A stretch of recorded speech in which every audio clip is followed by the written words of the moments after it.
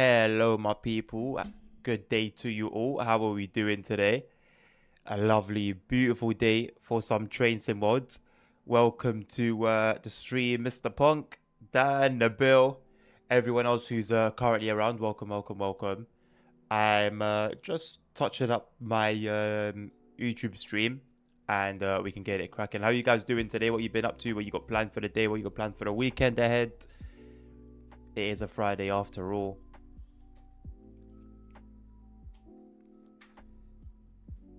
Yeah, what Nabil said, Dan. I think we've done very well today.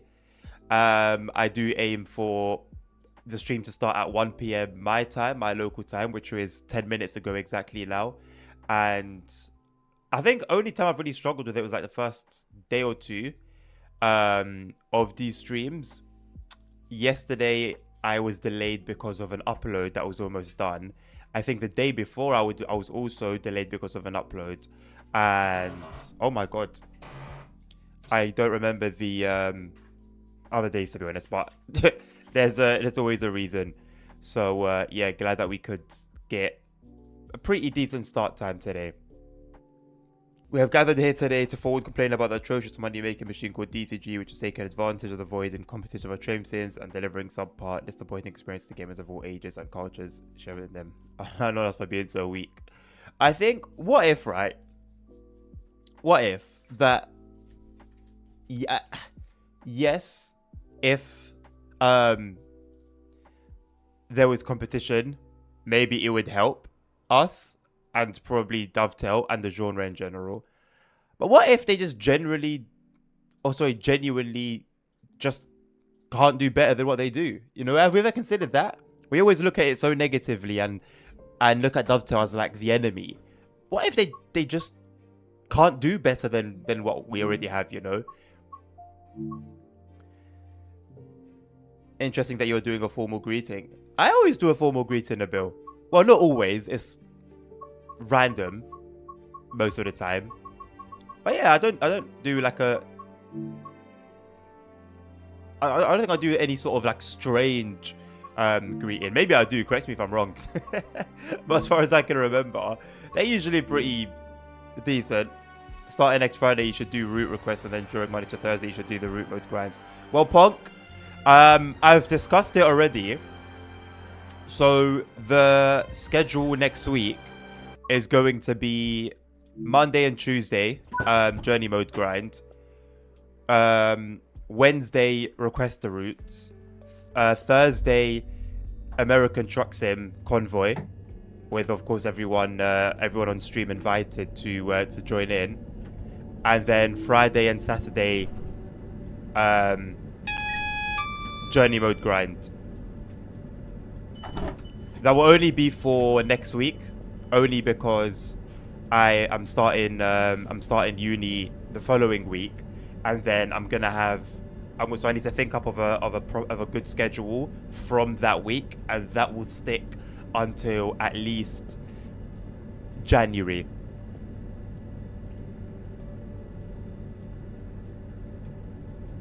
He's pro DTG. We've lost him.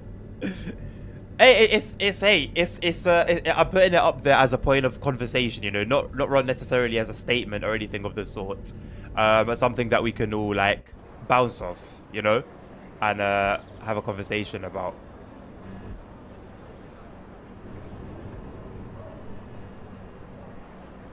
Or just trains can do better. Just let them do it, and also open up the damn editor so everybody can do it better. See some stuff on the forums that are years ahead of what DCG is releasing.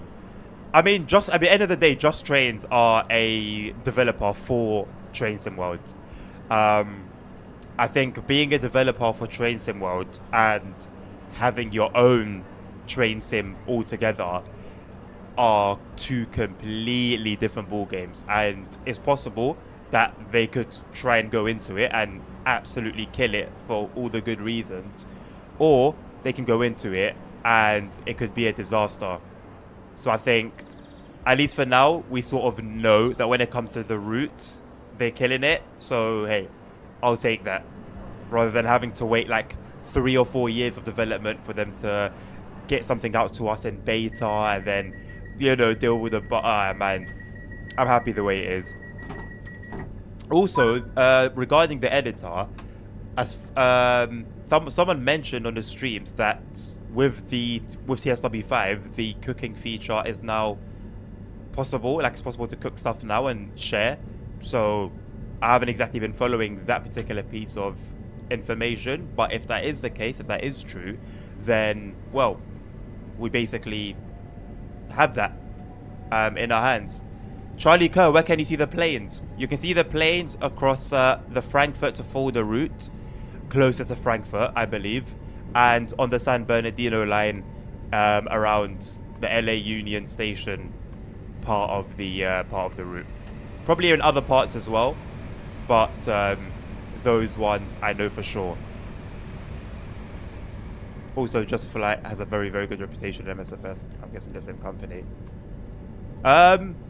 No idea. No idea. As far as I know, Just Trains only work on trains, but it's very possible. It would be difficult, I think, to get people that are both incredibly knowledgeable in trains and planes as well. But maybe they did it. I don't know. Hank flying into a stream again. And in MSFS. How are you doing, Hank? Welcome. Some 377 action start the stream. Yeah, Punk. We're going to get quite a bit of 377 action, actually. Possibly until the end of the stream. I don't know. It depends on how fast we get through everything. I'll throw in some Pendolino action at some point, even if it's like yesterday at the very end. Just to spice things up a little bit. And I think we've only got like 5 more runs in the Pendolino journey mode as well. So, yeah. It's like Aerosoft. I would rather Dovetail than Aerosoft, I'm not gonna lie. There's already like a huge I don't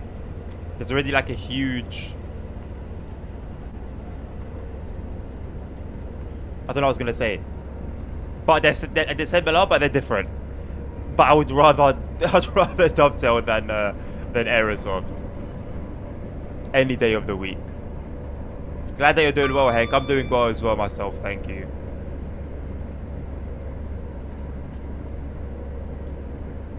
What was already answered, Nabil, sorry.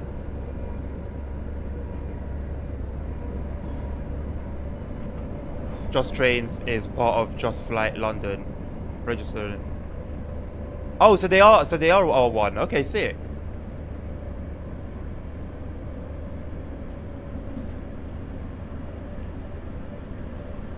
So they have managed to bang it then. Fair play. Fair play. I'm glad that they've got their foot, you know, in both territories, and are taking both seriously. I think it's easy for a game once it sort of doesn't focus on one thing anymore and starts doing all these other areas. Those developers kind of tend to become jack of all trades but master of none. So it's good to see that these guys are on it. Aerosoft got 800k euro from the German government to develop the Airbus systems. They got paid to develop the plane. I haven't heard that one before.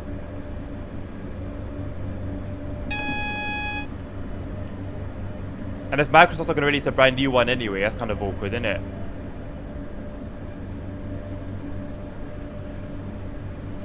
I want to do PlaySport and MSFS work in MSFS 24.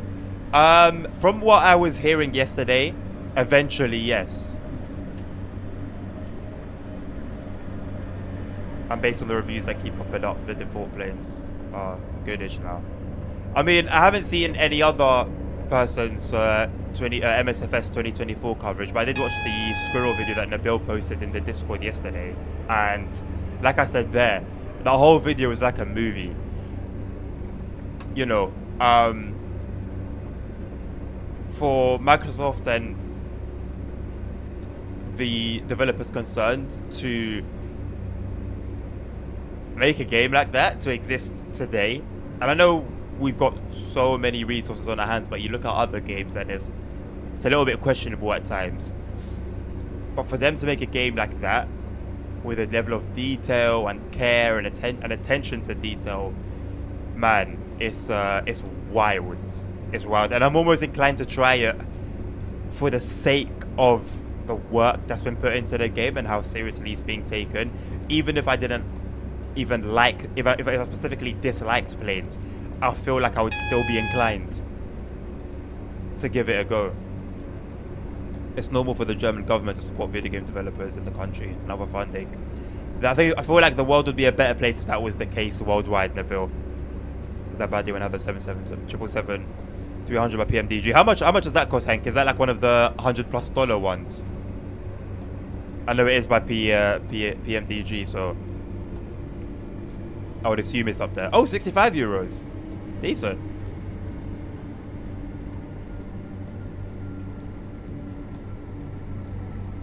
You see, with like the most realistic planes, like the proper expensive ones and really, really popular ones, and like just the best ones, basically the most realistic ones.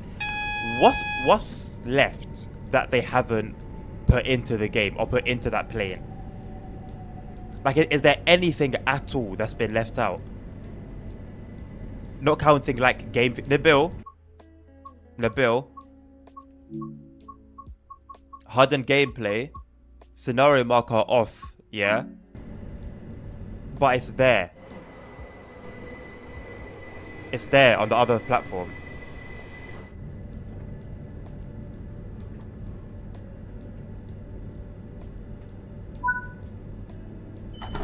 It's not the whole 777 family.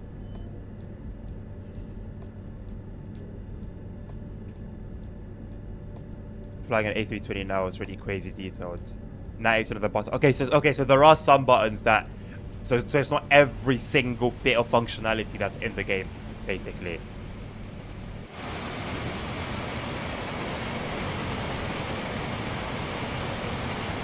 This is a scenario marker, right?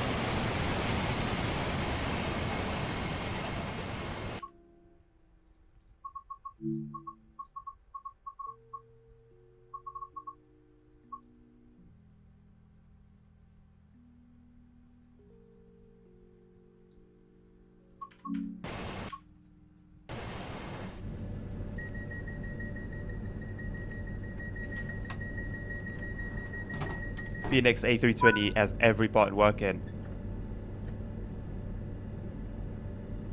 Probably flying the one from any builds or fly by wire. Phoenix A320 has everything working, even the electric panel of dozens of switches.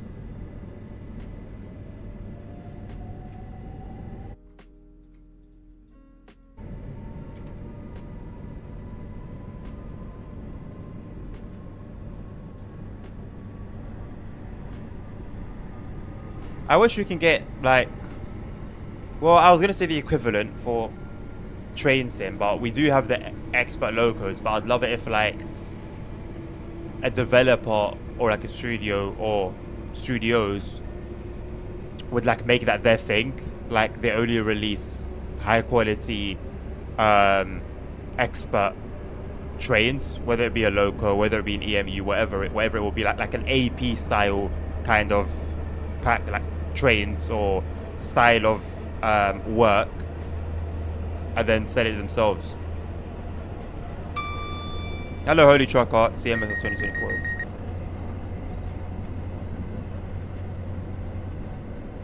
Is it a kick in the nuts for the prices, Holy Trucker? Why do you need the Aviator Edition? Why do you feel that you need the Aviator Edition?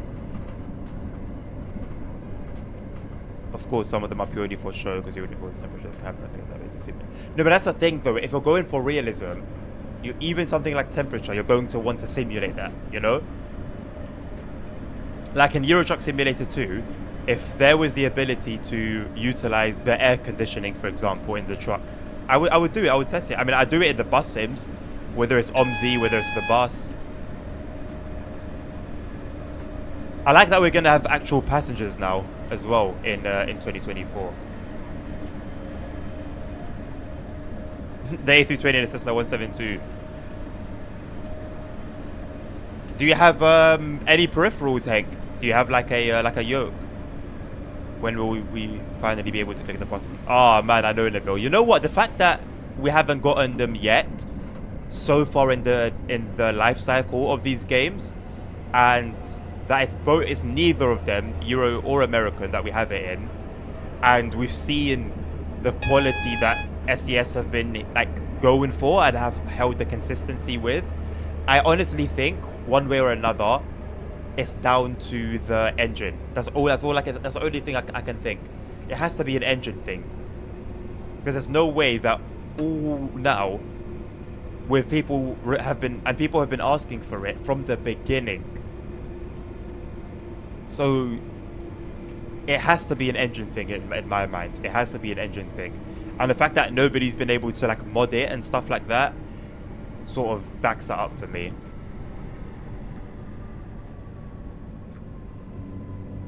I'm not buying the 101 Expert because it's very limited in what to do with it. A few small routes and you go from A to B. Yeah, the route list, and yeah, very disappointing. Especially like the least they could have done is make it match with the current 101 or the previous 101, the default one, the first one, and then add some on top. But rather they've done the opposite and have given us even less, which is yeah, strange. A little bit, if you ask me, strange, especially for the price that we're expected to pay. A 20-year-old dog. Oh, I think you mentioned before, Hank. Yeah. Aviator Edition comes with all planes, I think 123 planes and 160 airports. Are you going to be flying all 123 airplanes, Holy Truck, and visiting 160 airports? If you are, fair enough.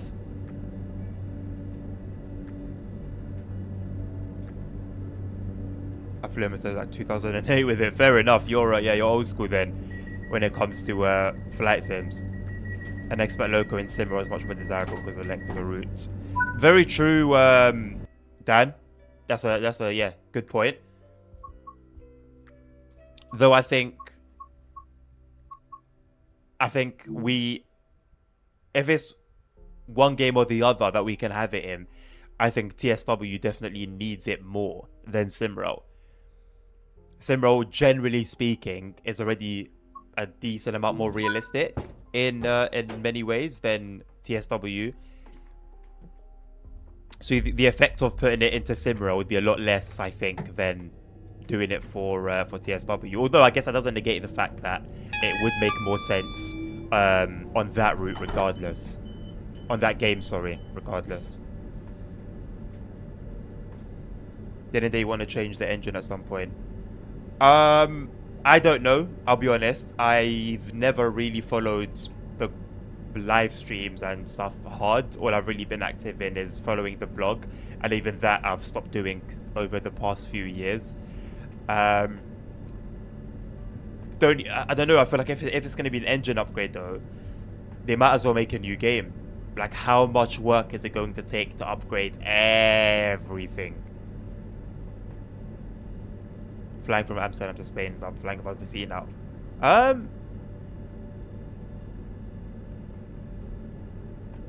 Would going above the sea be part of the flight plan? I guess so, but not for too long, right? I guess it depends on where you're coming, where you'd be approaching from, actually. I've been flying on Aerofly FS4. It's an awesome sim now, and it's VR also has A380, so boy, it's like a fly. A380 British Airways. Fair enough, Holy Truck. I didn't know you were properly into flight sims as well as truck sims. I already knew I would not fly any of the default planes, maybe just a 737 MAX until one of the custom ones released. I love the career mode as was explained, and I think the standard edition has enough so I can get the certification for airliners. And that's where I'll switch to my custom planes and never look back. Yeah, I guess it depends on your skill level as well. Like me, for example, what would make the most sense? Start off completely basic, properly learn. I know a decent amount from MSFS 2020, so I can just build on that knowledge, and then it would make sense to kind of invest, you know, in more content that I can actually be able to use and spend time with. I don't really like the live stream. I see they yap a lot and talk about random stuff, or you should more get into more details and stuff. Fair enough. Somebody else was complaining recently about one of the people as well on the streams. Apparently they're not very nice.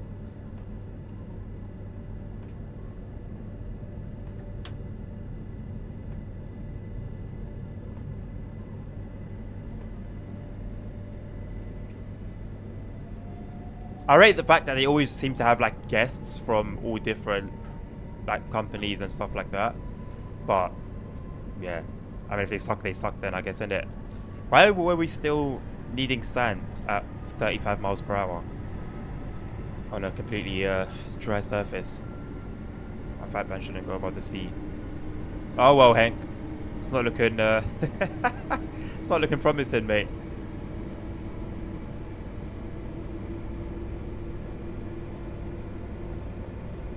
I also wanted to say thank you guys, like so much, on Twitch, on YouTube. The live streams, the numbers are insane. I think on Twitch, probably having my best run thus far. I haven't hit numbers this high since the last couple of GTA streams. YouTube killing it as well, and decent views on the scenario videos that are going up as well. I started work on the My Thoughts video. I've marked, so I've done the audio for it. I've spoken. I've marked out where and what videos I want along the thing. So it's going to be like, it should be quite an engaging video. And then today I'm going to do the actual recording and taking clips from here, taking clips from there, and sticking it all together basically. So that should keep me busy tonight. I was meant to make more progress yesterday, to be honest. I just kept procrastinating. I can't help it. Yesterday was really bad. I just realised I got the wrong flight plan. Guess I'm going to Lisbon. I don't think the passengers would be too excited to hear that, Hank. If you want the best quality to price, custom expert level PMs, let's get 737, 600 for PMDG, $35, accuracy, cockpit systems. I think PMDG are definitely going to be a company I'll be looking at, a studio I'll be looking at. The only issue is, Dan, is for someone who really doesn't know much about planes, I won't be able to appreciate or understand why that particular model is so good, if you know what I'm saying. I can't put somebody who doesn't know how to drive, for example, in a Tesla, for them to appreciate like the autopilot and certain features and stuff like that, you know. So yeah, it would definitely have to come later on. And that's where, going back to the conversation we had a few days ago, or yesterday, or whenever we had it, when we were talking about farming sim and passion and stuff like that, and like to really know the little details and utilize them and fly the plane as it would be flown per reality, there would need to be a level of passion and desire and like knowledge that I've gained from my own research. I've been looking into it, maybe when I get it. Will I get it when it's released? Once I have the hardware for it, as in like the peripherals, okay, maybe a yoke or maybe some pedals, because I'm not playing it again. I'm not playing any flight sim again with a controller or a keyboard. You just start slow enough diving. Yeah, Nabil, exactly that. Exactly that. I know maybe it's a little tricky if you're very well endowed with knowledge in terms of planes and flight sims, but try and put yourself in my position where I know like nothing. The all I know is regarding flying is what I've learned in the training scenarios in Microsoft Flight Sim 2020. That's all I know about flying. Like I've never sat down and watched flying videos or played with planes or delved into flight sims before Flight Sim 2020. So yeah, it's like the whole farm sim argument I was making the other day. Like, I'll get my feet in and, you know, try, and, you know, with the help of you guys, again, just like farming sim, give it some proper time, like spend like a week or 2 weeks only streaming flight sim, you know, with you guys helping me out, leading me through, and yeah, we kind of see where we end up, basically. I understood like this. I searched for a tutorial and found one where a real Ryanair pilot teaches a content creator how to fly the plane from cold and dark to destination gate and back to cold and dark. When a real pilot can do that, and it's very good to airplane for a game I guess I play in my living room on a 5-year-old PC. Yeah, it's a very good point. Very, very good point. Could be worth like looking for those particular videos. Another thing as well that came to mind as I was reading that, Dan, is that I also want to understand what I'm doing. Not just, for example, okay, let's say, for example, when I started this train, I went and turned all the safety systems on. I know what I'm turning on. I can understand what I'm doing, what the difference is between having those systems on and having those systems off. I understand how they use in reality as well. It will be different from me going to turn those on just because I know that's how it is in reality, but I don't know what the things do, why they're important, why they're used in reality, you know? So I'd also want to know, I'd also want to understand what I'm doing when I'm pressing a million different buttons. I've been watching Classes Farm maybe to get into farms at the moment, and I felt like a bit of traction. Yeah, I actually need to watch the rest of it. I've watched the first 2 seasons, and I can't say it's led me to be interested myself, but I'm open to it regardless, and I'm willing to give it a go. A nice one, Dummy. Your journey has started. Looks like DCG had them leaked flight sim world 2. Have I? I don't think that would be a good idea right now.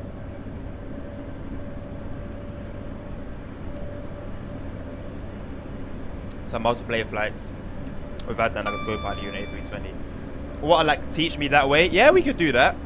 If it, like that's what I'm saying. That's one way that you guys can help me through that process. I think Safe Shows mentioned something like that previously for flights in 2020. To really understand everything, you need to watch a few tutorials and streams from real pilots. It took me maybe over 100 hours way through to be confident. I knew what I was doing in normal conditions, no failures.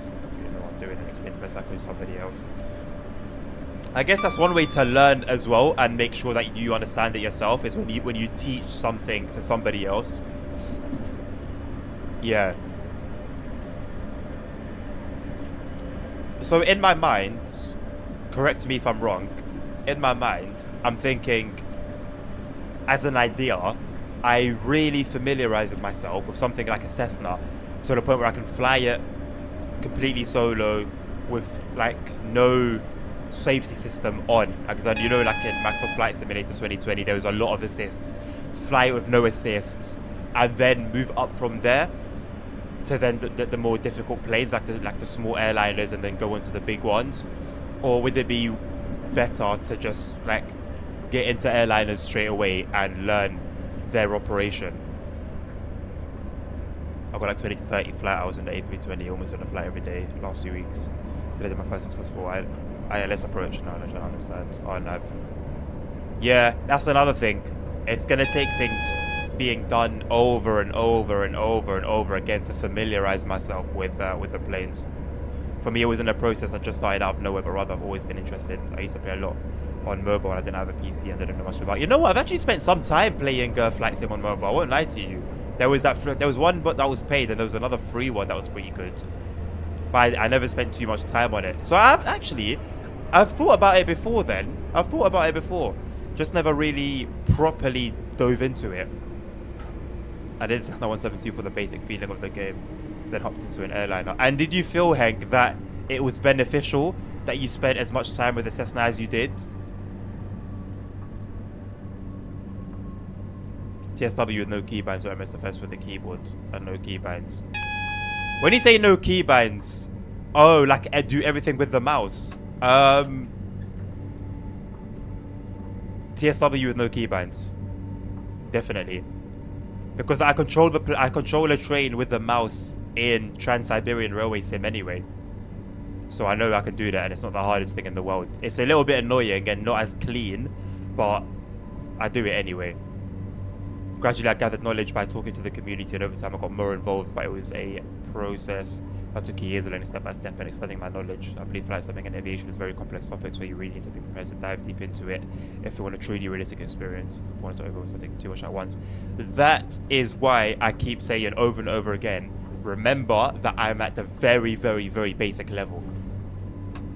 Because that's what I have in mind. Like, it's a million times more complicated than train simming, a million times more complicated than sim racing. It's a whole different ball game. It's one of the most difficult things to get into in reality for a reason, and here we are trying to replicate reality. It's not going to be easy.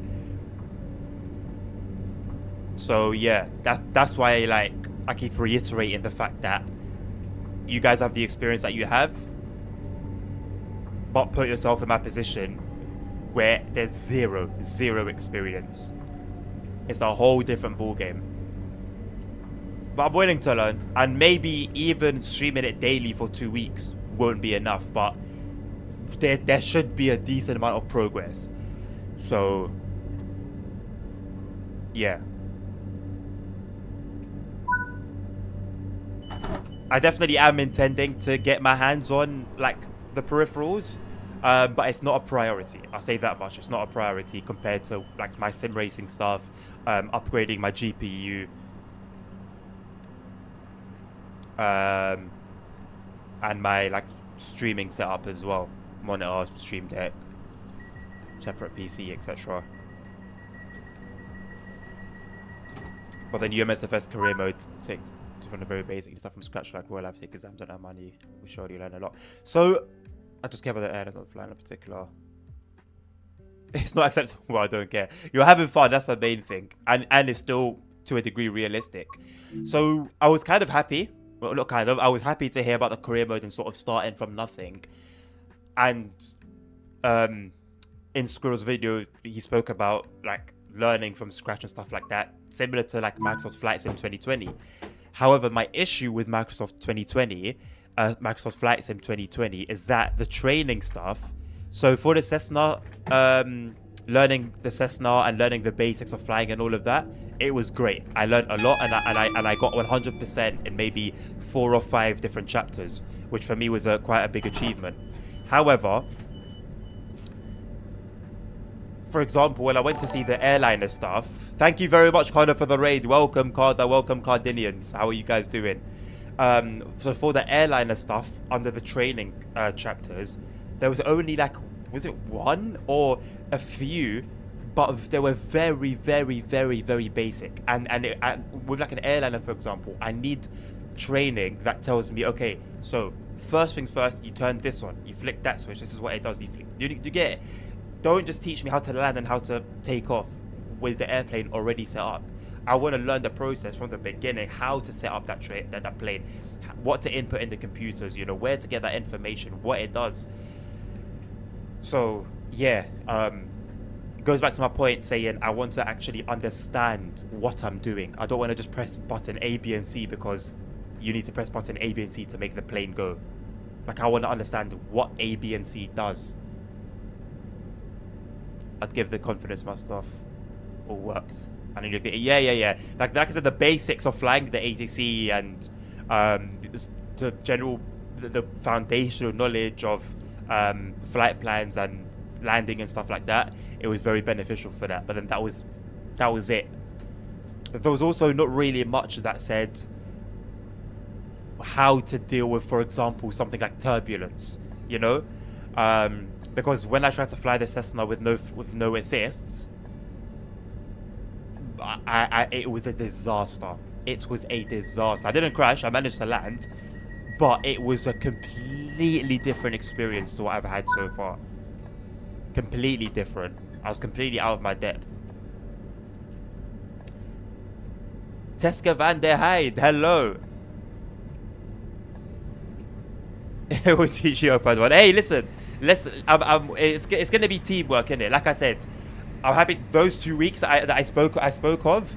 It's gonna be you guys helping me out. I couldn't even pretend to do it alone. Like, the time I would need to put in, like off stream, would be ludicrous for me to handle it that way. Good afternoon, Carda. How are you doing, my man? How is Omzi? We'll never get that kind of training and fundamentals on a study level within the game itself. But it would be nice, though, Nabil, right? Like, with a game as in-depth in terms of realism as it is, it would be nice to have, like, the whole package, you know? But you are right.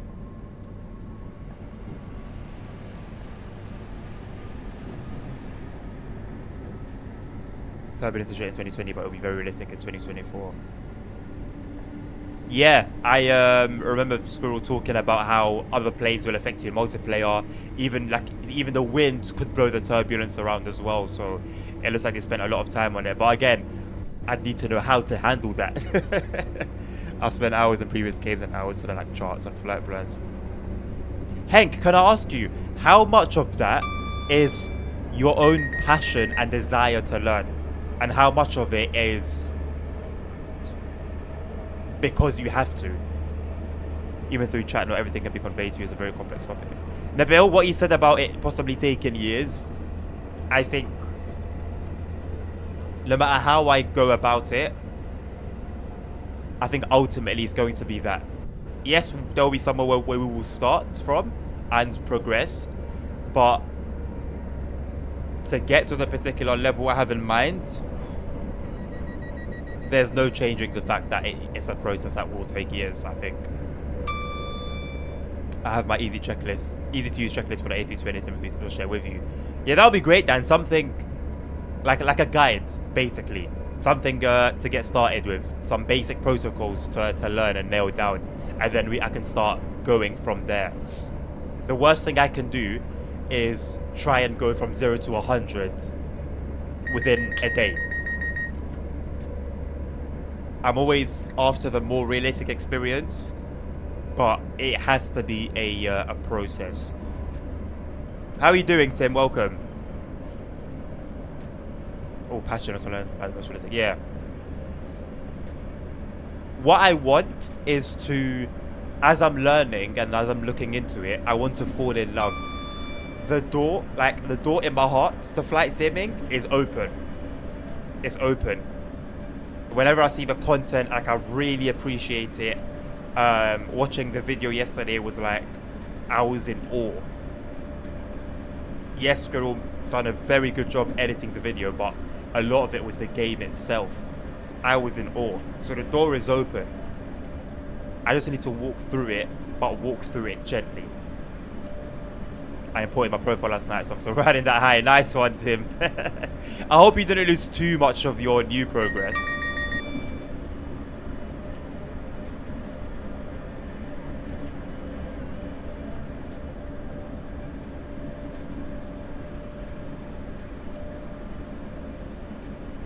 I'm glad they got that sorted as quickly as they did.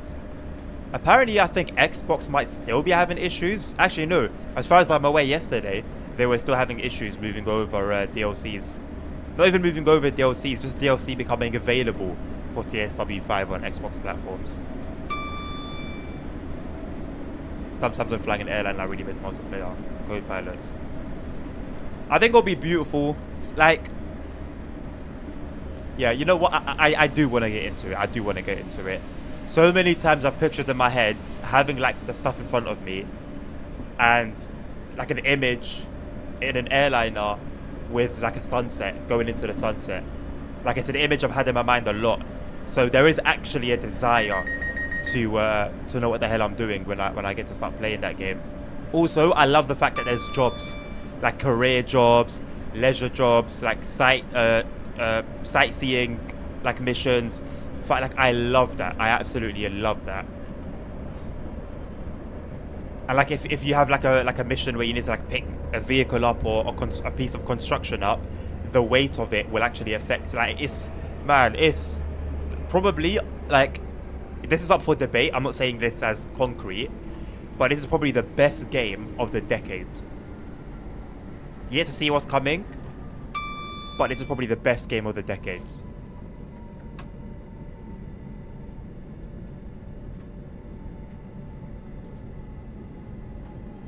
And you don't have to be a crazy flight simmer to have that view, I think.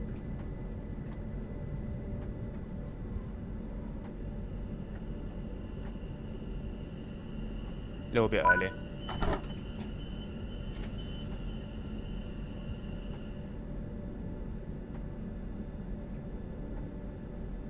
You lost, yeah, but you lost everything from TSW5, right? So that's what I'm saying. Like, did you manage to like put in a lot of work into TSW5, or was it just like a few runs that you're not too fussed about losing? What I personally have to tell you is, if you want to dive into this topic in a very realistic way, which I know you do, you'll need both time and motivation. You also need to spend time off stream learning, reading a lot, watching videos. Since I know you have a lot going on already, it could be tough. It will be tough. But remember, I haven't even gone back to uni yet. And since I know, so make sure you have enough time to keep things passionate and exciting. That it's a lot easier. There is enough passion brewing. There is enough passion brewing. Like, I'm annoyed that I can't just get into the game and do those missions and build that career mode up. So I actually do want to learn. But the passion I have for flying in general, compared to cars, compared to trains, isn't the same. That's the only thing. I don't know. It's a bit. It's like. It's a bit opposite, but I'm sure it makes sense.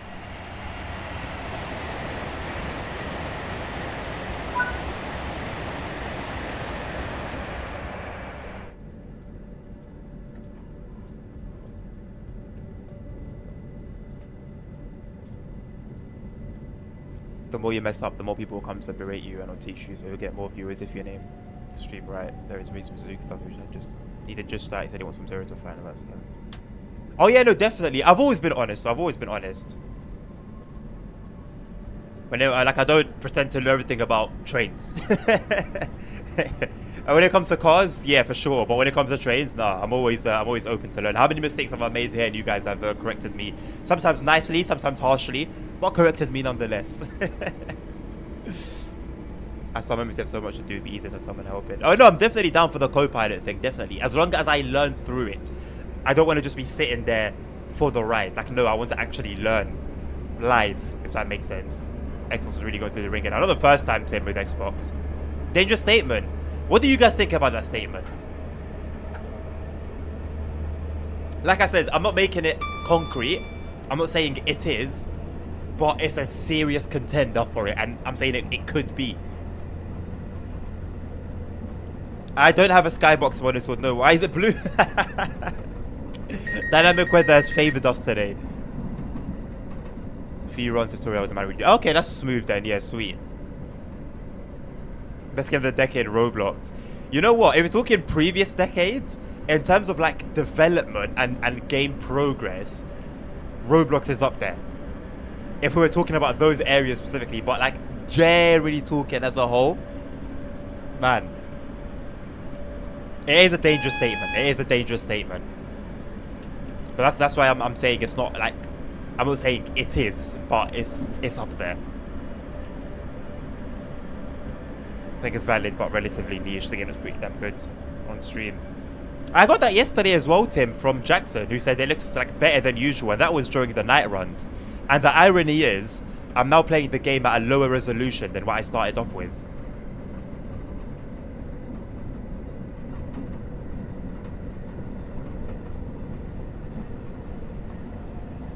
Oh, I guess best SES would take the crown with like maybe best developer. If I think that's what ETS do. Like in terms of simulation, Euro Truck and American Truck Sim don't have anything on Microsoft Flight Sim. Even Microsoft Flight Sim 2020. Let's call a spade a spade. You guys know how much I adore those games, but let's keep it real. The irony of that is Roblox is a better contender for best game of the decades than MSFS. Is it though, Tim? If that's what you truly think, I'd love to know why. How much you have in your bank account? Fact. You have to be a big baller to truly indulge in iRacing. And very salty too, from what I've seen.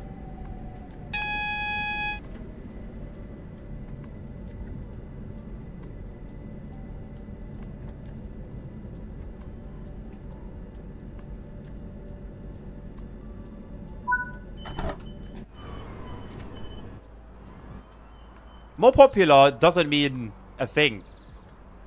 In terms of like, okay, no, I'm wrong. If we're talking best game, then we're taking everything into consideration. But what makes a game better than the other is not determined by popularity. Hello, Nilvinus. Welcome. How are you? Long time no see, man. I thought about you yesterday, Nilvinus. I was looking at I was going through my clips yesterday. I was looking for a particular thing to see if it had been clipped. And I was going through a lot of them. My clips are actually funny. And I saw you in the chat in one of them. I was like, oh, Nilvinus. I haven't seen him in a while. Hope the fella's doing all right. I love the little startup hum. I don't know what it is that's starting up, but it sounds good. I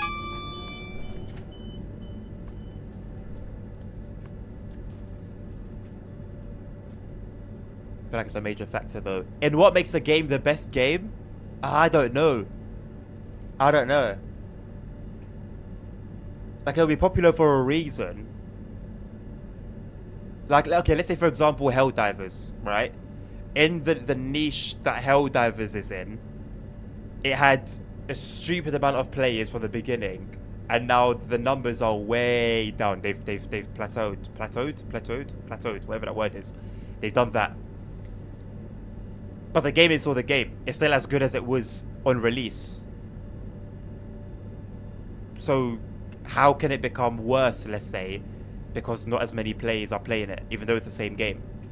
As with any game, realistically, anyway, it's always going to be have that hype at the beginning. But Helldivers had like serious hype. Their developers were basically asking people to stop buying the game at one point because the servers couldn't handle anymore. We think about the ocean is quite boring. I mean, Hank, realistically, when you have many thousands of feet up in the air, and you've got autopilot on, I don't know how much excitement you're gonna get from just watching the clock go by.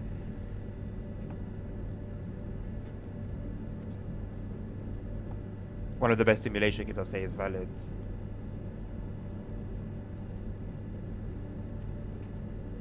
Ah, shit, but finally. Oh, okay, no, I hope works good. Don't kill us off, man. Allow yourself to rest.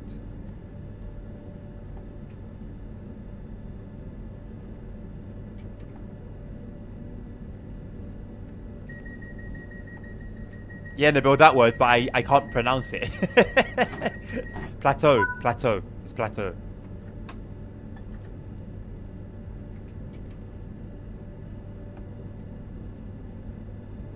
What's the point of a good game if nobody plays it? ETS2 just keeps getting players. ETS2 is 12 years old now. But yeah, the player base continues to grow. As it should, to be honest. I was trying to stream reading a comic book, including my room. Oh my god, I miss comic books. I've picked up comic books since I was like 10, I think. Tadigo, what route to drive? Tim, you are spoiled for choice.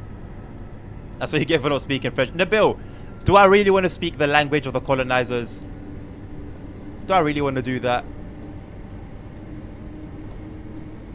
That's my case. That's my defense. I will remain forever grateful that I wasn't born French.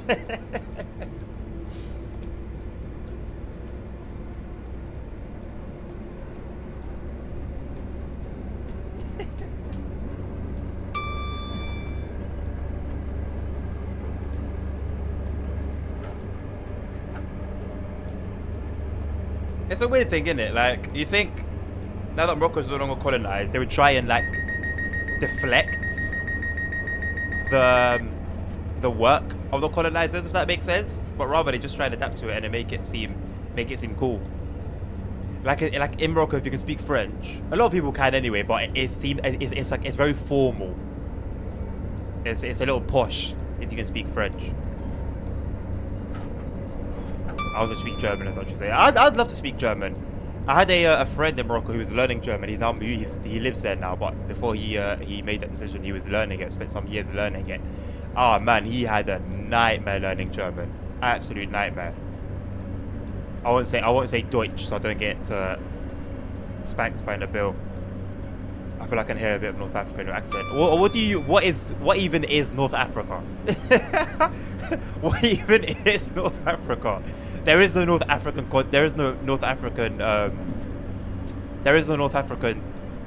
accent. No, I'm not lying. You are lying. There's no such thing. Either it's like Moroccan or I guess Algerian, which I don't have, or I don't know. Do Tunisians really have their own?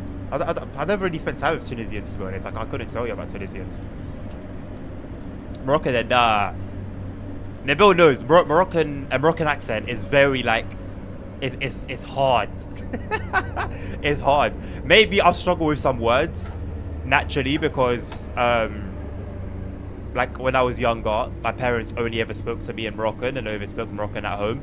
So I only learned English from like nursery and then primary school and stuff like that, and TV. But I don't have I don't have a Moroccan accent. There's no way. I do struggle with English sometimes for some reason, and that I can't explain. I'm gonna use that for the future. It's Morocco. Morocco isn't the north of Africa. It's the most north point of Africa, but I don't have a Moroccan accent. Trust me. a Moroccan accent is very, they're usually very, very, like I said, very harsh. I'm too British to have a Moroccan accent.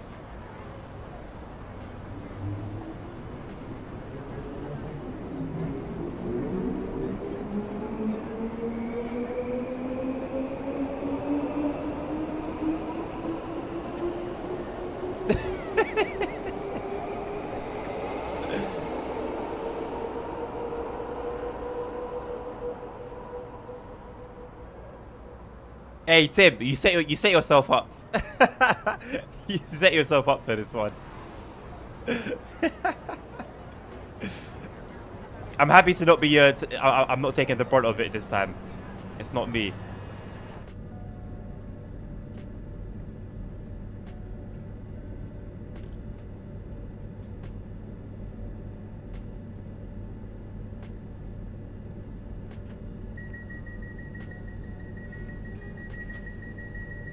It feels Moroccan. Okay, I guess that's subjective, right? So I guess you can get away with that one. Hello, Chris. Class 377 indeed. Yup. The /2 iteration. The eating the. As if some Africans talk. Yeah, but like, North Africans talk the accent is way different to like sub-Saharan Africa. Way different. I used to speak Hungarian when I was a kid. Now I can only understand some. I mean, Dan, that's like me with Spanish, which sucks. I'm sure you feel the same way. It sucks, man, because it was actually cool being able to communicate in Spanish. It just feels like Espanol just like it just rolls off the tongue, you know. And it's sexy as well. It's got sex appeal. And now I'm in the bin, basically. Yeah, Chris, an absolute darling to drive, man. Nice braking, nice acceleration. You've even got the speed set to kind of help you out with holding a speed, so you don't even need to worry about doing that manually. It's very, very smooth experience, man. Great train for especially for beginners as well. And one of the reasons which I said, if there's any train that I'd love to drive in reality, it would probably be, the first one would probably be this one. Just so I can get the feel of driving a train.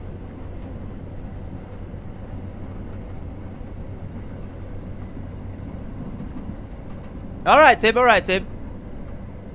I'll let you save face. I don't know about Nabil, but I'll let you save face. The term of Africa not used in Europe. It's used in the UK.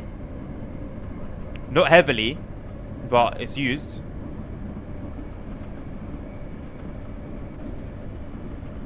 Yeah, same. Yeah. West, north, south. Yeah. Well, in South Africa is more the country itself. I guess if you're talking about a country in Southern Africa, you probably just say Southern Africa.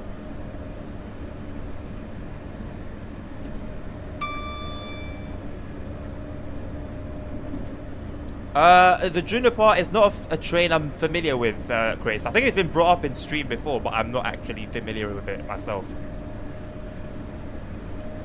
Oh, Tim, I would hope so, mate. I would hope so. The difference is stark. I would hope so.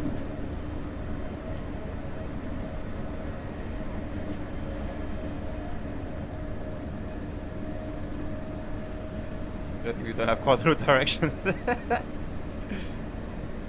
You know, talking of like actually speaking Moroccan, I need to go back to like watching like Moroccan TV channels, because since I moved out with my parents, I haven't really done that. I did it like not too long ago before I moved to where I am now, and I really enjoyed it. Makes me feel at home.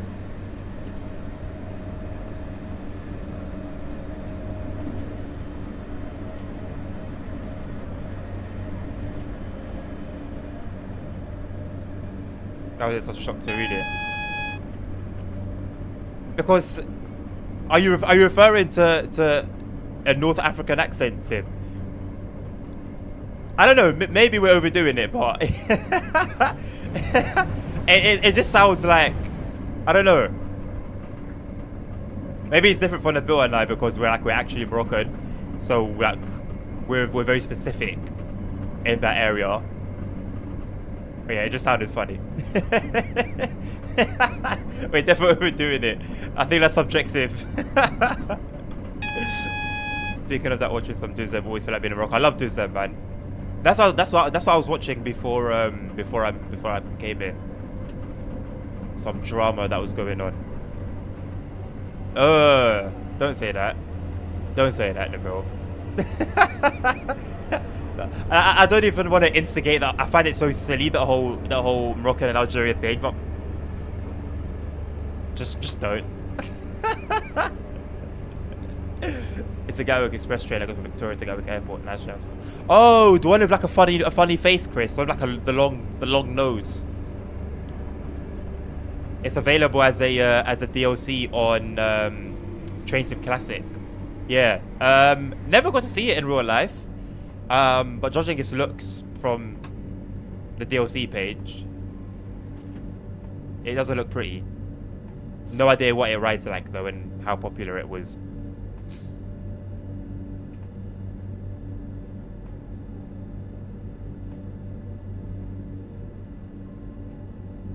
Oh, you thought it was just...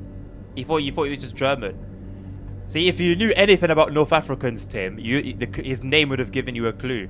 Nabil is a very, very North African name. A very Moroccan name. I don't know if Algerians or Tunisians or whatever use it, but I know it's quite a Moroccan name.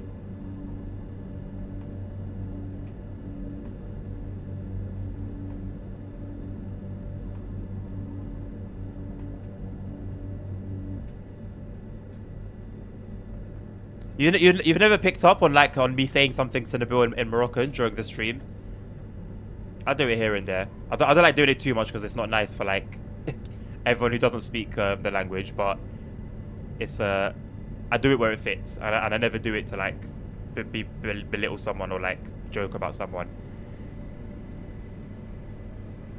It was me, such German. There's no way, Tim. Don't say that in Germany. I don't think they'll take kindly to that. I just realized on TSW5. Yeah, Chris. Yeah. What do you think I was playing? Oh, do you think I was in Train Sim Classic, Chris? I mean, hey, I know with the enhancement packs and the graphical stuff, you can get Train Sim Classic looking really, really nice. Feel free to check my Train Sim Classic VODs on Twitch. They are there. I was playing it not long before TSW5. And I know it can look very pretty, like I was saying, but... TSW just has like a whole different graphical thing to it. Sometimes, honestly, not as good, in my opinion, as TSC. I was pleasantly surprised. And like I said, that is with all the mods and Railworks Enhancer and all of this stuff. But nonetheless, I'm also running an enhancement pack now as well. There's just something about TSC graphics. I don't know what it is. I never heard you not speak English on stream. It's I don't overdo it. It will be like a word or like a sentence at most. Like I've never had like a conversation in Moroccan on stream. I've heard Americans pronounce my name in the weirdest way. What, Nabil? Nabil. That's the only way I can. That's the only other way I can imagine somebody pronouncing it. Or Nabil, or Nabil. It's the E that throws everyone off. If my name didn't have an E, then it would be easy as hell. Very easy. Adnan, like that's it. There's nothing confusing. The E makes it seem that the pronunciation would be Adnan, but it's not. I have TSW5. I should have realized, but oh yeah, the HUD. Yeah. Although, Chris, I wouldn't be surprised if somebody creates a mod that brings in the TSW HUD to TSC. I know there are some some HUD mods already for TSC.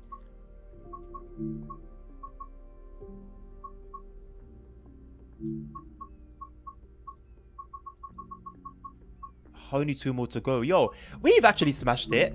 So all we've got to do is this, and we could finish this today. We could do all of these today and finish the journey mode, because for this one there's only Okay, 5 more to go. Okay, maybe not this one for the Pendolino, but we can definitely finish the normal one. The base one, sorry.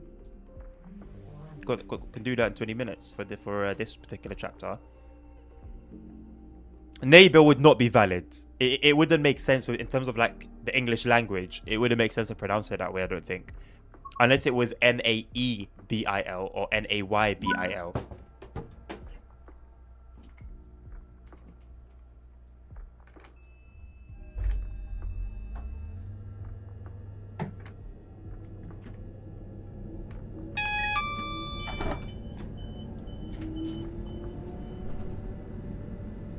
Hey, hello ASR, how are you? Oh, Nabu. Nabu is crazy. My last name's actually Hungarian. When I go to Budapest, I just flash my ID and get hugs. You know what? That's actually like a huge benefit for you, Dan. That's a huge benefit for you. So does your like lineage go back towards like the Hungary side of things? Do you know? Or are you like all out Romanian blood? It helps that I do love Hungarians. Are they nice people then? I don't actually know. I don't think I've ever met or spoken to or even known a Hungarian. Because English is grammatically and phonetically consistent. Fair enough. You do raise a good point. English is it's a mess of a language. And you don't really realize it until you meet someone trying to learn it. And then they start like pointing out certain things and you're like, oh yeah.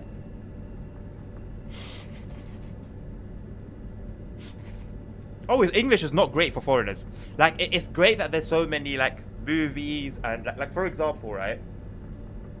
Whenever I'd go to Morocco when I was younger, when I used to go, like, every year, I'd speak to, like, I was friends with, like, all the kids in the neighborhood, right? And a lot of the times we'd sit and just chill. Well, a lot, like, every day we just sit outside and just talk and just enjoy time, basically. And a lot of the time we'd converse about English and, like, them not learning English. And they'd learn so much from like watching English, or no, not English, American TV. A lot of the channels that are broadcast in Morocco broadcast just American content, movies, series.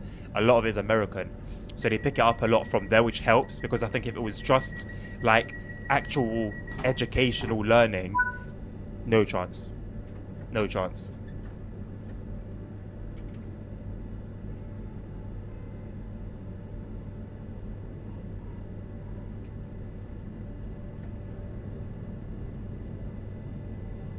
And how easy was it for you, ASR, in terms of learning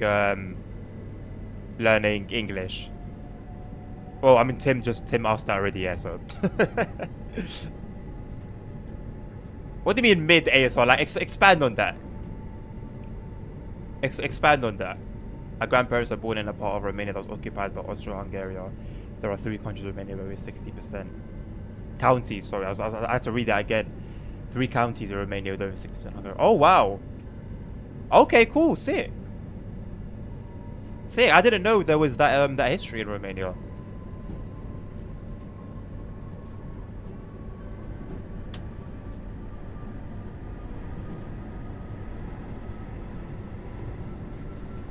English is my first foreign. I'm not surprised, Nabo. You speak it very, very well. And you can differentiate between like formally speaking it or speaking slang, or just speaking it casually. Like from where I am in school, they actually teach you first class to learn English, and you don't start doing Spanish at school until like 6. Crazy. So it's somewhat embedded from the beginning, basically. The American education system. Oh, bro, Tim. It's a shame because it ends up reflecting on the population, whereby it's not really their fault. It's actually the system. They just obviously learn it, and like there's only so much you'll learn away from school unless it's something that you're passionate about, right? So it's like, what can you do if that's what you've been taught? Or literally 3-year-olds, anything. But square peg and square hole. Yeah. Right. It's not easy because it's different, but because I'm native in 2 languages by default, it's easy to learn new languages. So your tongue is basically like, it's loose already. Don't know if that's the right way of putting it, but I'm sure you understand. Put a map on Discord. Let me have a look at it, Dan.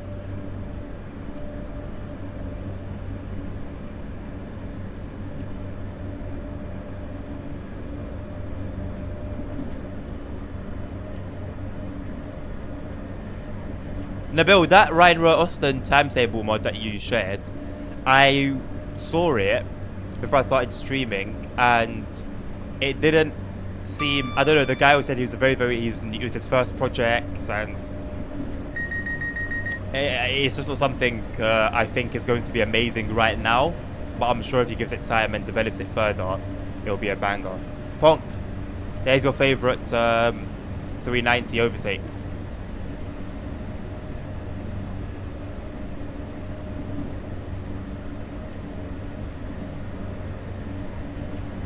Right on the edge, Dan. Makes sense. Makes sense.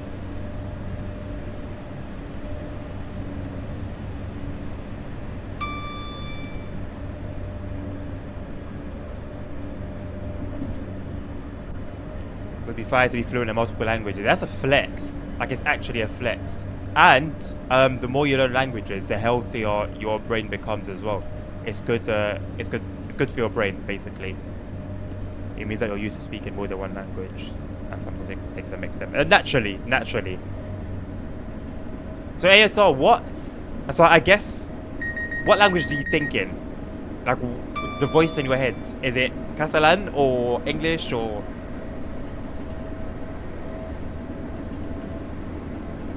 The mod, Nabil, it's worth it, but like, for example, with like Kern Aachen, that's a huge mod. But it doesn't add too much to like the general A to B runs. Like, you'll have busyness at the terminuses, but that's really it. So if this one's coming out new and it's quieter and whatnot, you know, I don't know. If a route's quiet, like I always say, if a route's quiet in reality, I don't have an issue with it being quiet in game. Otherwise, I'll be disappointed. I met someone once who said he reads a dictionary before he goes to sleep. Surely that's like a case of like autism or no, I'm not even ADHD. Surely that's some form of autism. I don't know, from Cartoon Network. That's actually sick. From 92 to 2003, over 10 years. Then I'm sure that probably played the bigger part. But yeah, learning it on Cartoon Network is actually sick. I used to watch a lot of French cartoons when I was younger, but I never picked anything up. I think it was called Jeux TV, which just means like gaming TV or play TV or something. But they used to always do like French cartoons. What's that? There's that pair, that cartoon pair, the two guys. Oh, I forgot their names, but they're French. Completely forgot it. Felix and Obelix, I think. Am I making that up? I don't know. I think it is Felix and Obelix. Depends on what I'm doing. Right now it's English, but if I'm talking something from here, it can be a mix of all three. That is sick. That must be so interesting, like everything that's going on inside.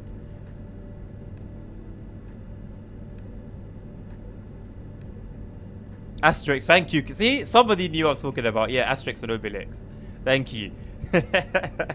I never got to learn it though, man. There was a game of theirs I used to play on my friend's PC in Morocco. Yeah, that's the one. Asterix and Obelix. Although it's probably a different pronunciation with a French tongue, but I'll say it in my default British way.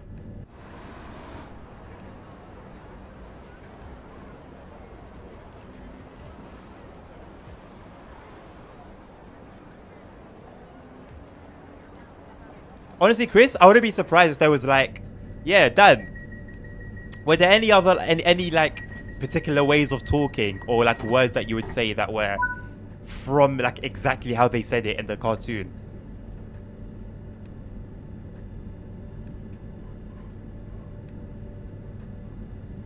I think that's the case globally, to be honest, So with everyone that speaks multiple languages and is fluent in multiple languages, Yeah, I'm sure it's something that happens to a lot of people.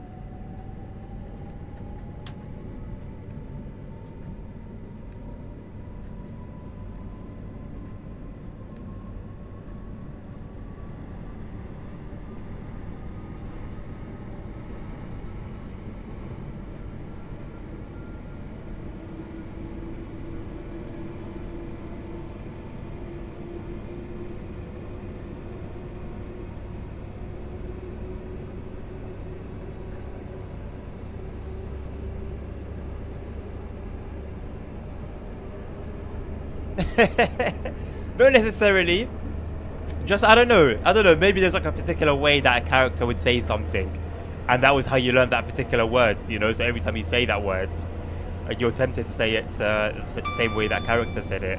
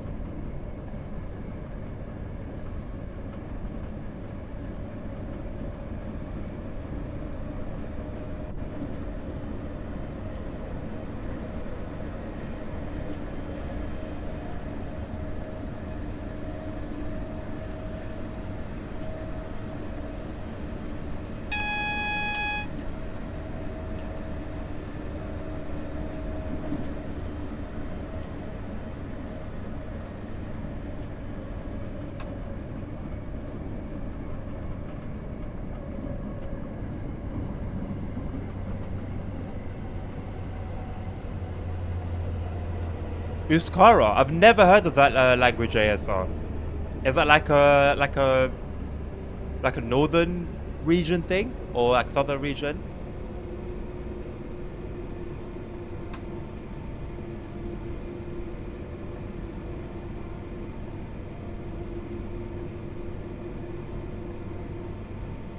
When you talk to English people and you say something wrong.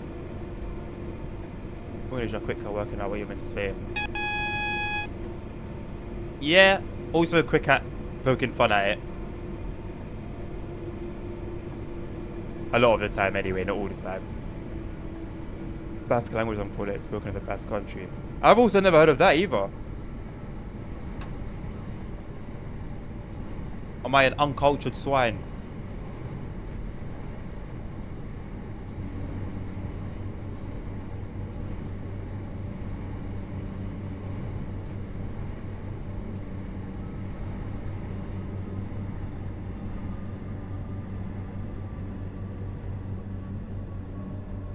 Euskara is best for Euskara. Okay, that's just throwing me off even more now.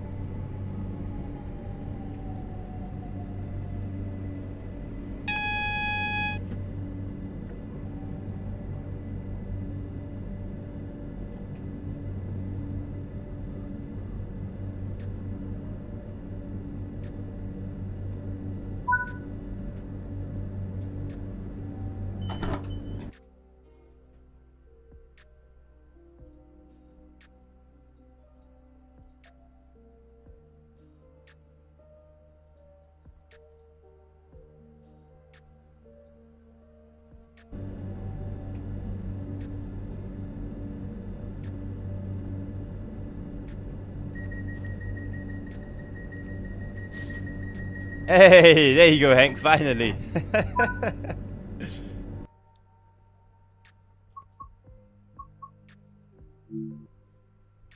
Alright, should be the last one of chapter 4.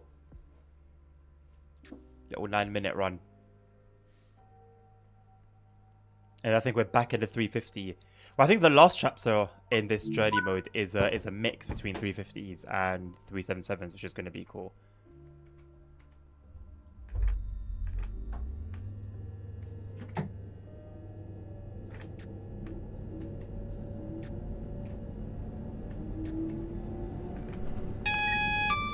Was the key already in? That was confusing.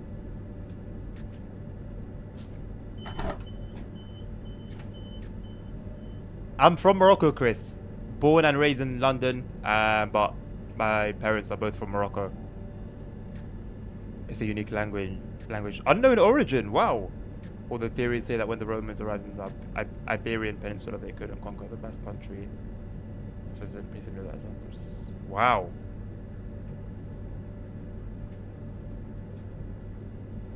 You'd love for Romania to reunify with the Moldovan Republic. What benefit would come from that, Dan?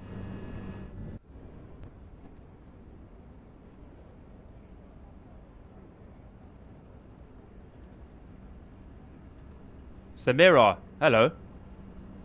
Talking of Moroccan names,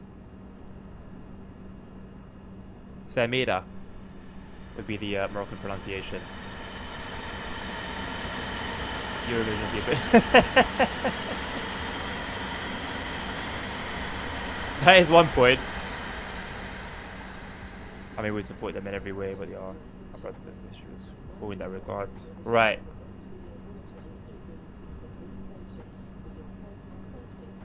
I can't do speakers, Hank. I haven't played in speakers. Oh man, maybe 10 years. Although it can be, audio speakers can be cool, and maybe I've just never owned like quality speakers, but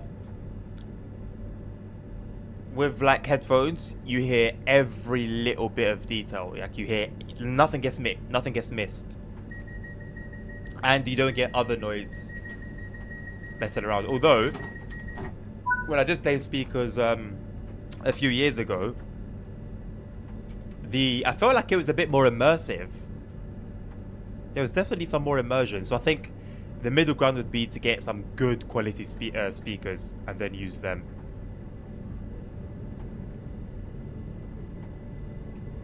You get a little bit. How come, Hank? What are they like? Do they tend to be like too tight for you, or just bothersome? I also really like my privacy, and even though I'm not doing anything like that I shouldn't be doing, I just like being like in my cocoon. You know, no one listening to what I'm doing or how I'm doing it. I think that probably stemmed from living at my parents and sharing a room for so many years with my my sisters.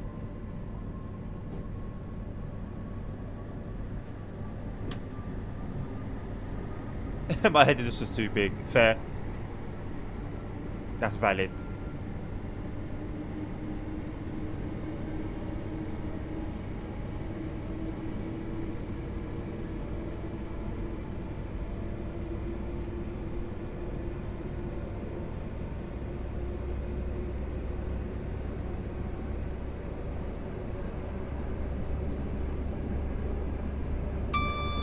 I don't know about you guys, but I don't like the look of the speedometer at night. Not even just at night, the backlight is very overly saturated. Like, look at like the colors. It's not great. Like, it's really low. It looks really low effort. Like, I don't think the AP one on Tracing Classic looks like that.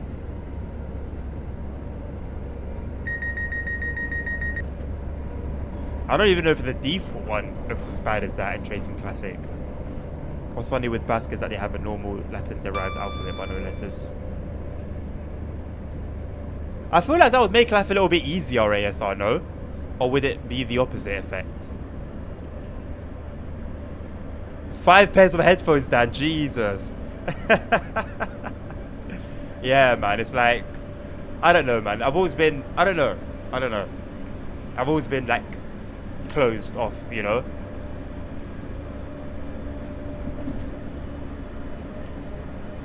I've always loved my own little space and privacy, and yeah.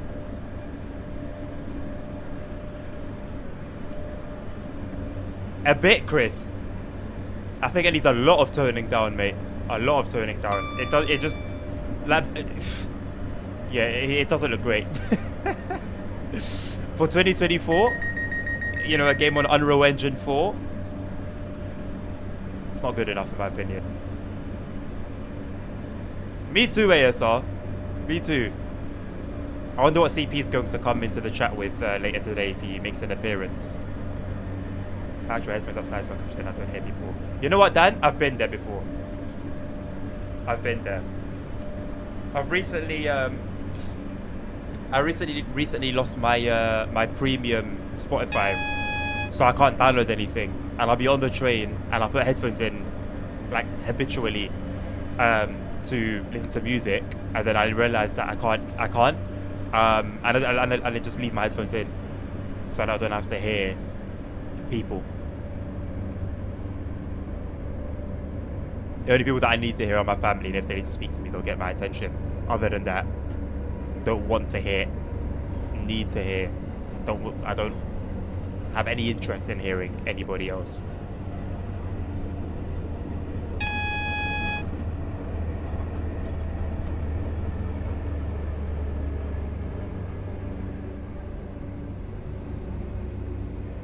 The lighting in here is really well done, you know. I'll give Dovetail that.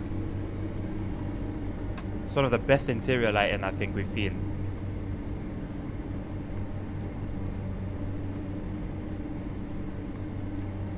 Beginning of lecture to sub E6. Our new feature. We're introducing the toning down of the speedometer in the class 377 too. I enjoy my Galaxy Buzz on the back. It's boring. I'm really impressed by the sound, the noise cancelling on my buds. I don't know which one you have, Hank. I've got the Buds 2 Pro, I think. The ones that came out a little while ago. The new ones look cool though. The silver ones. The cab light is on, Tim. Yeah, this is what it's like when it's off. So quite the difference, mate. If this lighting was with the cab light off, I would be I'd probably be in tears, crying with my head on my knees in the corner of my room. Like there's bad, and then there would be that.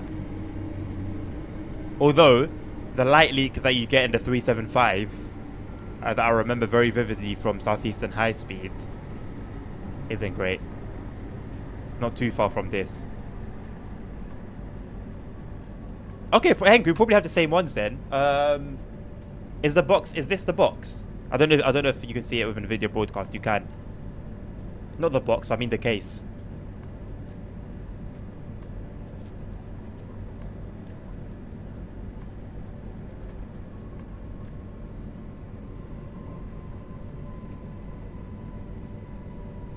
Yeah, I can.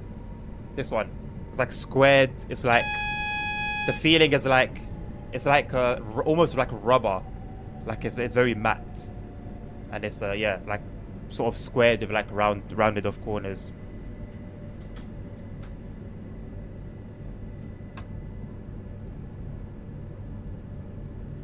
I did ASR. I didn't do anything. I'll show you when we come to a stop here. I don't know if the light from the station will affect it much. I think we'll be all right. Okay, yeah, no, there's too much light coming from outside. I'll show you once we get moving again. Oh, we won't get moving again. So yeah, I did turn it on before I turned on the main light, and just nothing. Like literally nothing.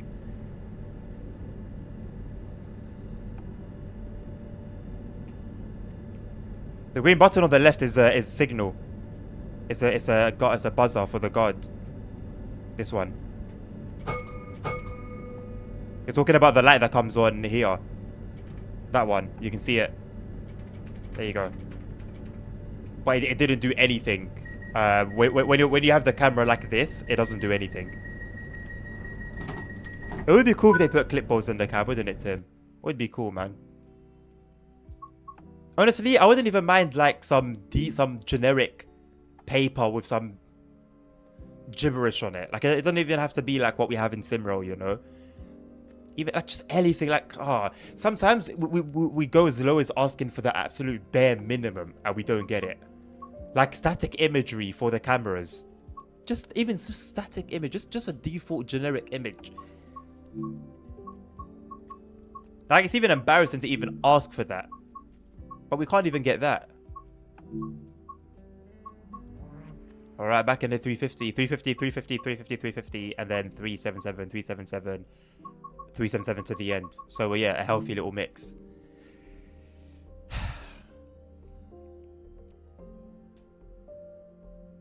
You can turn dashboard lights off.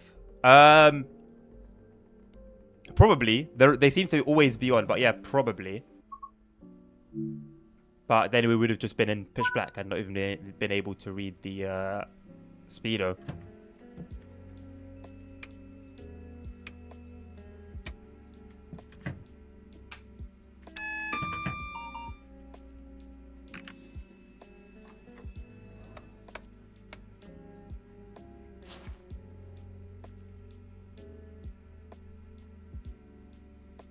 Spike's camera mod thing is actually really good.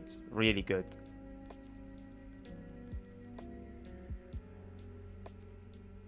I'm not too sure, Code. I'm not sure.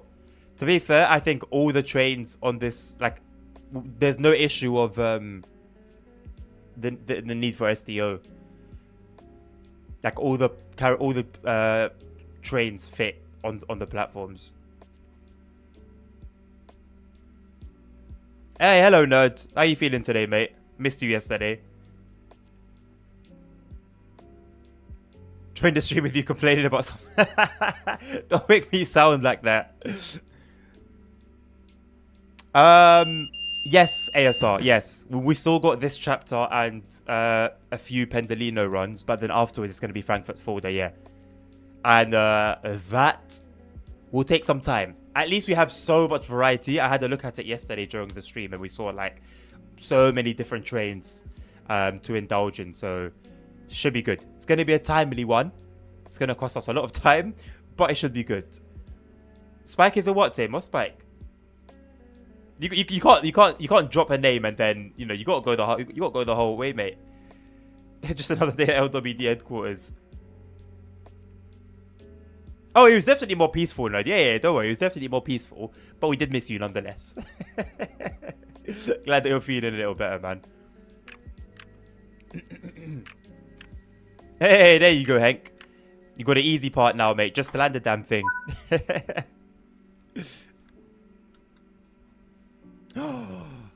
We've sinned.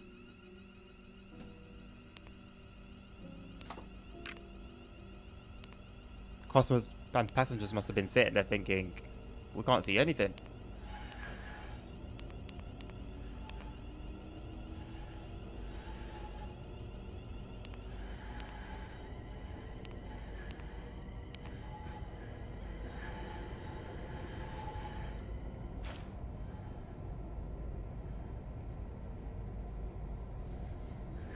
You know, Tim, do not use, oh, I'm a decent person. You literally dropped the fella's name. Decent would have been if he didn't drop his name. That would have been decent.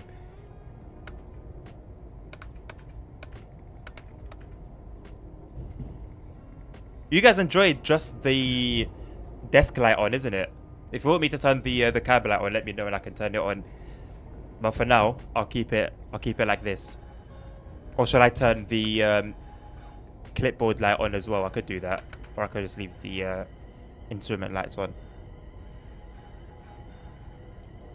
You've been driving the same train since a few days ago. The 377. I think we drove the 377 towards the end of that stream. It was more 350 and 390s.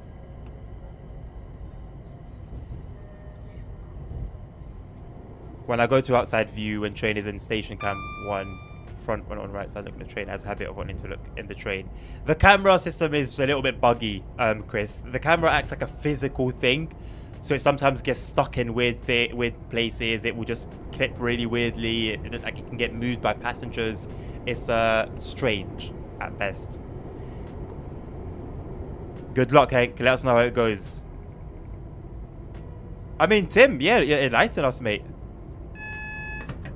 Adam employs the inclusive we to foster a sense of collective experience among the audience, subtly inviting them to emphasize with the absence of nerd in yesterday's context. By doing so, he bridges the gap between the streamer and viewers, creating a shared emotional space that transcends passive observation, making the audience feel more connected to the situation at hand. Holy shit.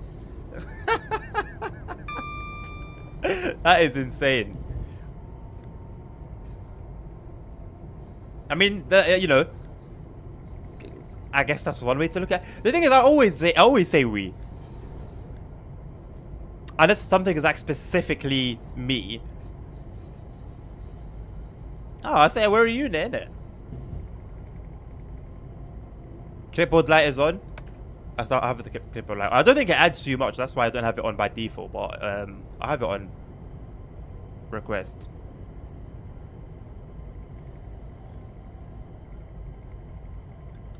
I can't mess the bill up. I can't. Like Nabil's got like a protective thing around him against me. Yeah, Chris, I would say that the cameras are just very odd.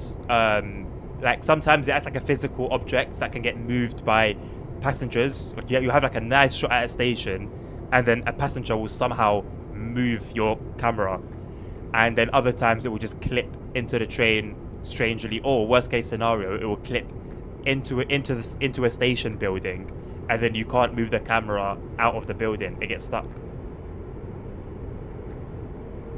That's a nice glow.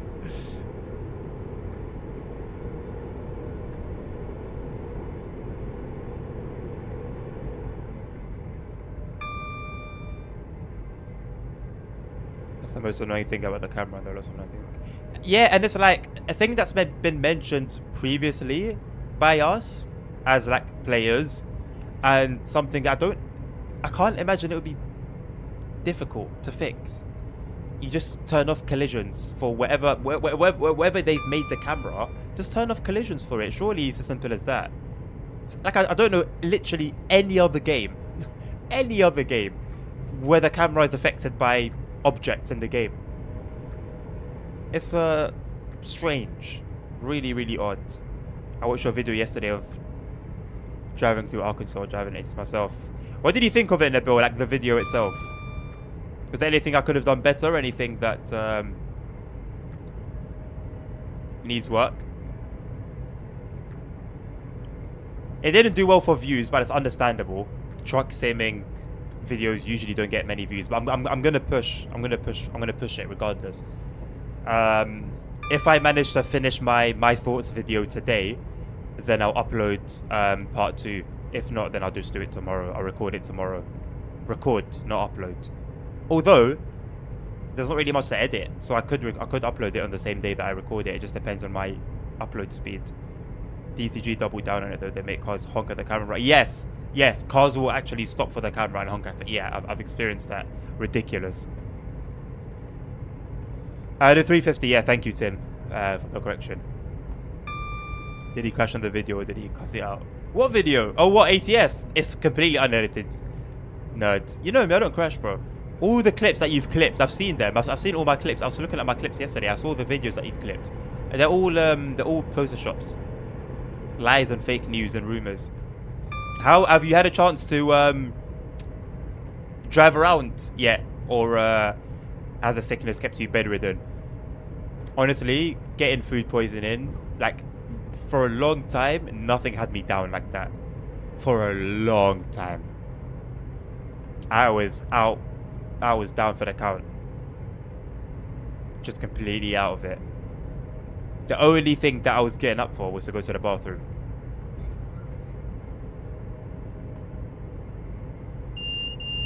Sure, right. Maybe you should decide whether it should be a calm video or not. For example, you didn't include the photos from the articles. You said it would interfere with the gameplay. But then you talk so much. Oh yeah, I forgot about that actually. The thing is, Nabil, I don't watch the videos back. Like, I didn't watch it back. You know, I completely forgot about the videos, the pictures. And that would have been really all that would have been added. But because I didn't watch it back, I just sort of done the beginning, done a bit at the end, and then that was it. And yes, I probably should watch back throughout the whole video for like all my videos, but when it's an hour plus, I just can't.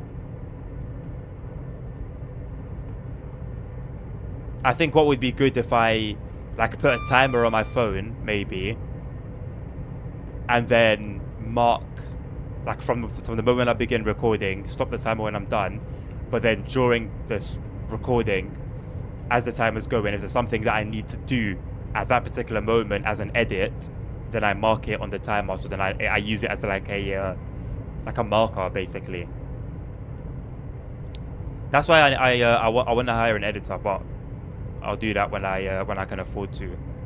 But I am gonna do it at some point, hopefully before the end of the year. It will really help me, really help me.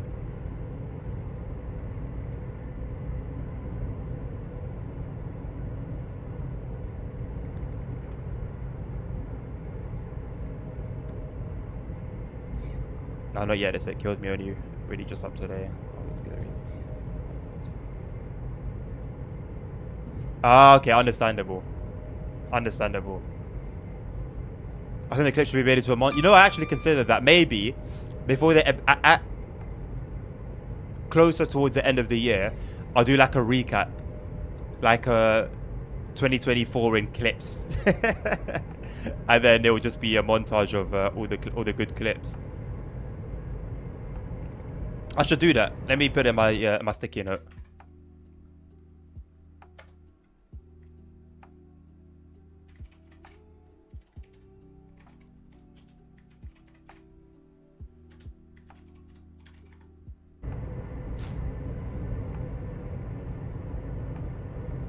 I don't even check the sticky note, you know. Like, it's there, it's always there, but I don't check it. It's a problem. I purposely have it there so I don't forget to do all the things that are on it. And here I am with my brain starting to teach itself how to ignore it. As I mentioned in the comment, the content person makes me want to watch the video. Yeah, I think in the build that goes for everyone, really. Like, yes, I was one of the few people who would enjoy like a quiet video of just driving. Those were my favorite type of videos, which is why I made so much of them for city car driving. But I think today's day and age, when everyone seems to have an attention span of 0, talking is almost necessary to keep a viewer engaged.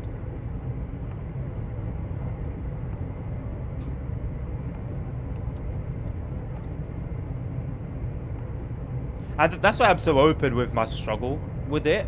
Like, I'm actually surprised I managed to talk throughout the whole video. It's a challenge. Probably would be worth, like, I didn't want to do this because I want it to be as natural as possible, but if I do end up struggling, it would be good to have on hand like some talking points or some topics to discuss.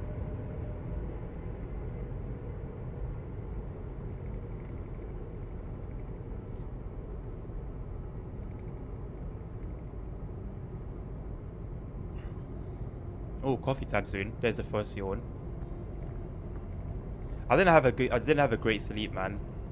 So I slept at my normal time, but I woke up at 6, just a little bit after 6, and then I didn't sleep until like 8:30, and usually I'll set my alarm for 9.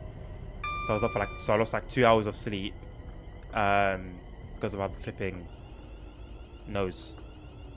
Like, it just wouldn't stop running. And then it had me sneezing for a while, like to the point where I genuinely couldn't sleep for 2 hours. Station. Please have your tickets ready for inspection. Oh, we got quite a busy train, you know. It's nice to see that we're actually, you know, we actually got some people.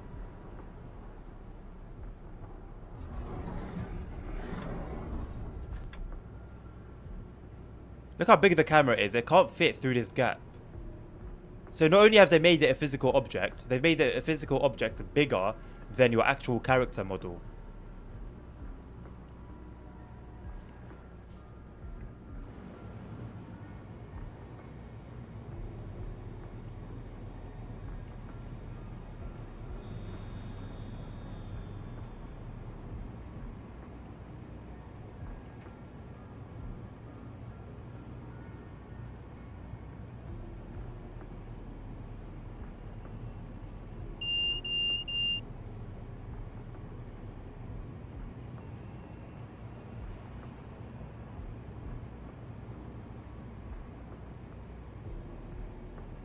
Also, these are not meant to be appearing anymore because I've turned off scenario markers, and yet here we are. That's a bug that would need fixing.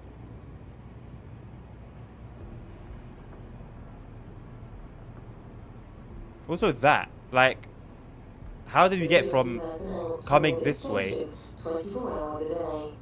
to it just crashes into the roof? How? What the hell is that? I can't get in. It just teleports to the banging my head on the roof. I turned them off and two, and they're also still there for me. Do you prefer the TSC approach where the camera goes through anything, including inside the walls?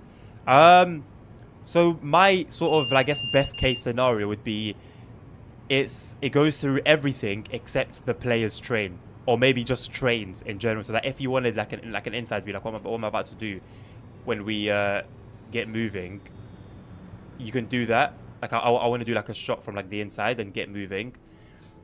So I still want the possibility to do this, but go for it to go through everything else.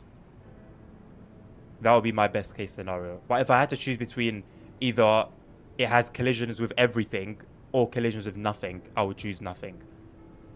Because most of the time, you're going to be recording the train, not in the train. Are they route hoppers? I don't know what they are. I just know that I don't want them. I assume they were scenario markers, but if they are route hoppers, then surely there's a way to turn that off too. As a matter of fact, is like route hopping a thing, or route hopping something or the other? Guard mode. I find it a little bit difficult navigating this thing. I don't think there is an option for route hopping.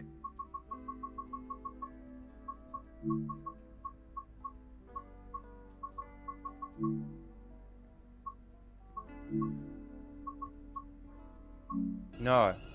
Seems like something we're gonna have to live with.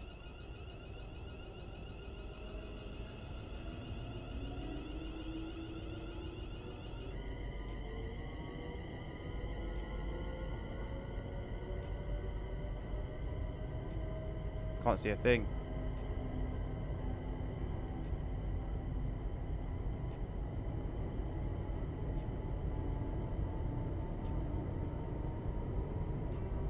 Hey, that's cool. There's like movement in between the trains. That's kind of cool.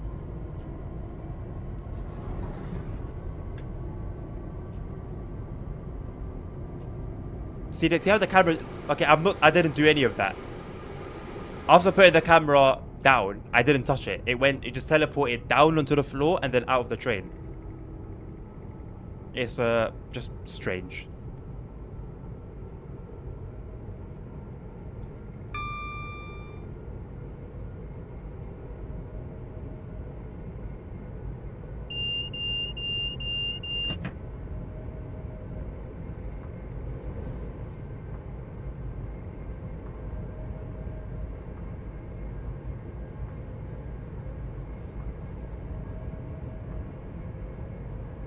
I forgot to do the alert command stuff. I didn't forget to do, I just didn't have time. That's why I really hate procrastinating, because I don't have time anyway. Let alone time to procrastinate.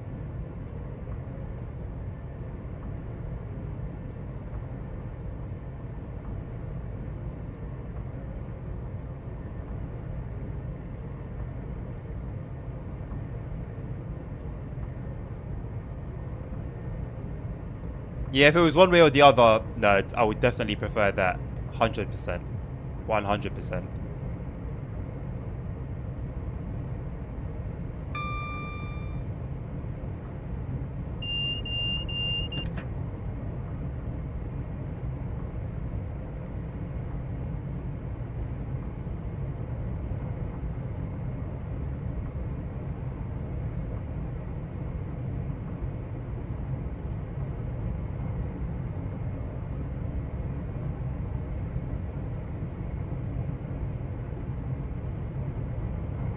Successful landing, Hank.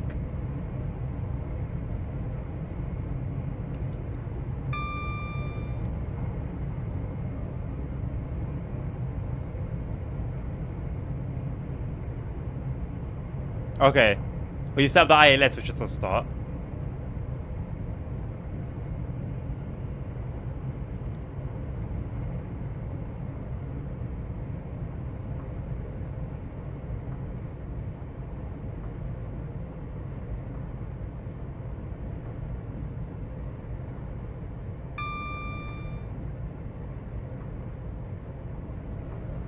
I'm still quite surprised that like 90% of my Microsoft Flight Sim experience was in VR.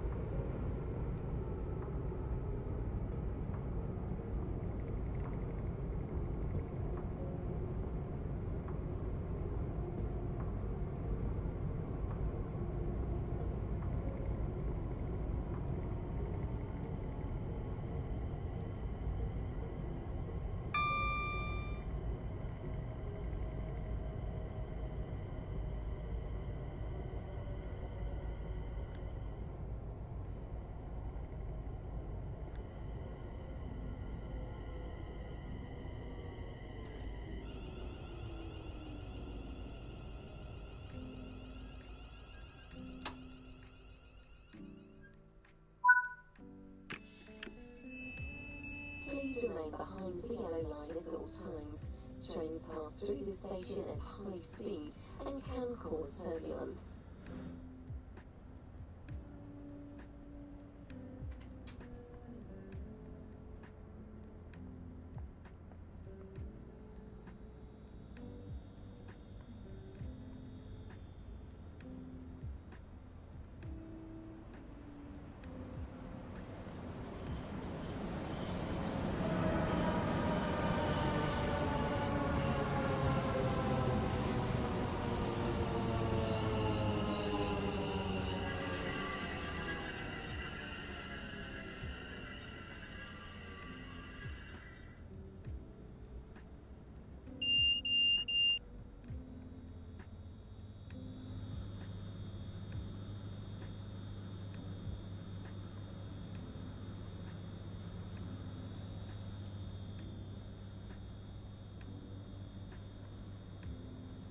Someone left their scarf. Is this like a collectible or is it actually... I doubt there's like litter around. What is this?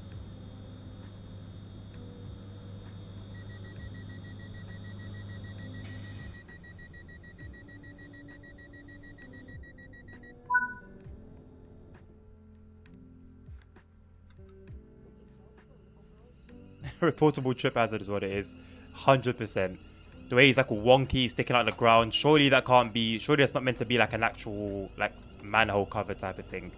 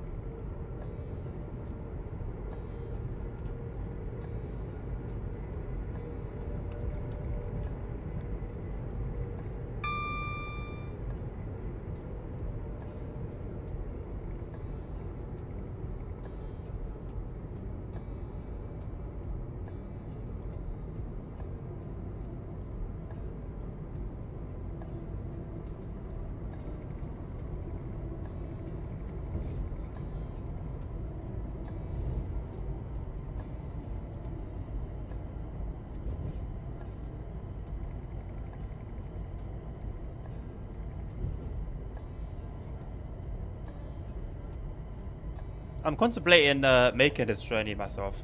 I got family up in Watford, and if I make plans to visit them anytime soon, I might do so using either the 390 or the 350.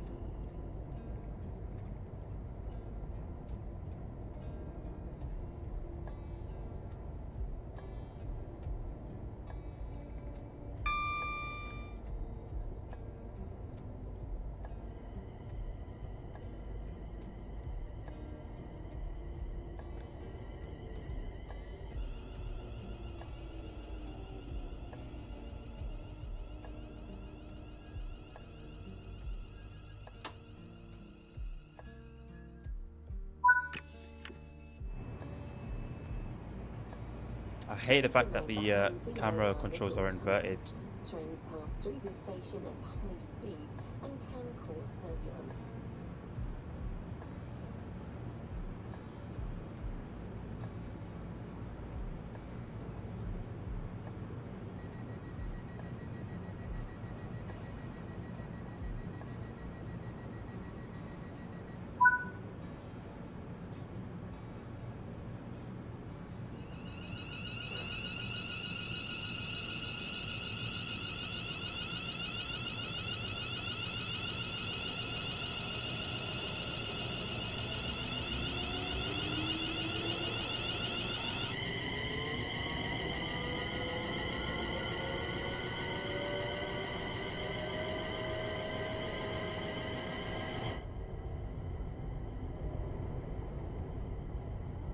It's a lot more peaceful inside than it is outside.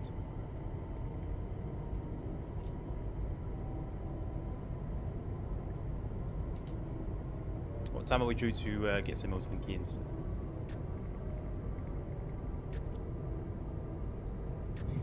$47. Okay, so we've got a good 40 minutes to go still.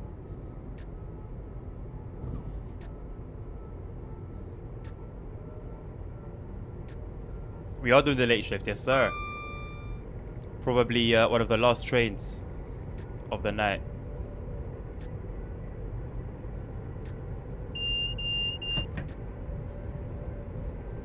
Considering it's going to Northampton, it may be the last train of the night.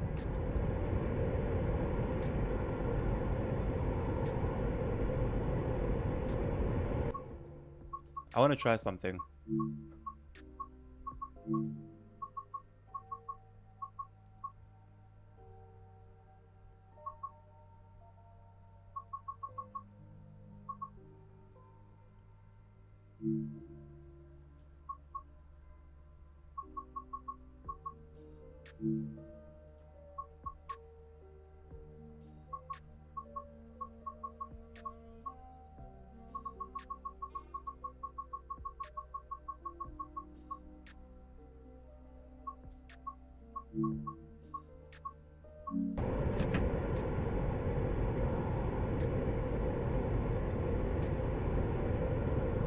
Welcome back, Ponk. Are all your UK trains have the dim light? Well, the sort of general rule that I've heard from Dovetail regarding oh no, I'm gonna need next station thing. With British trains is regarding the lights, they're more to be seen than to see.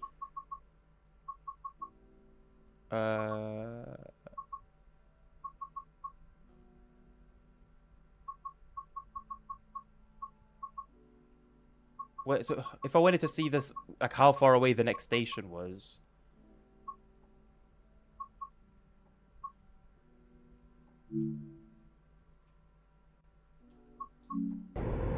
Okay, it's that one.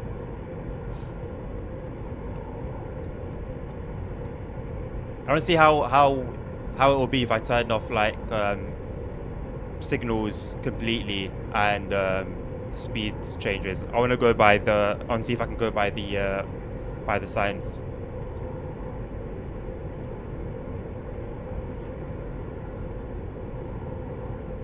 But then it took one look at chat for me to know. Actually, no.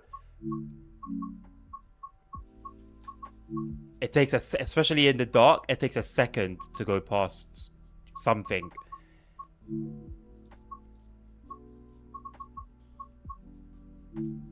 I'll turn off the signal aspects though. At least you won't see what you had hit in the night. Or would be revealed in the morning.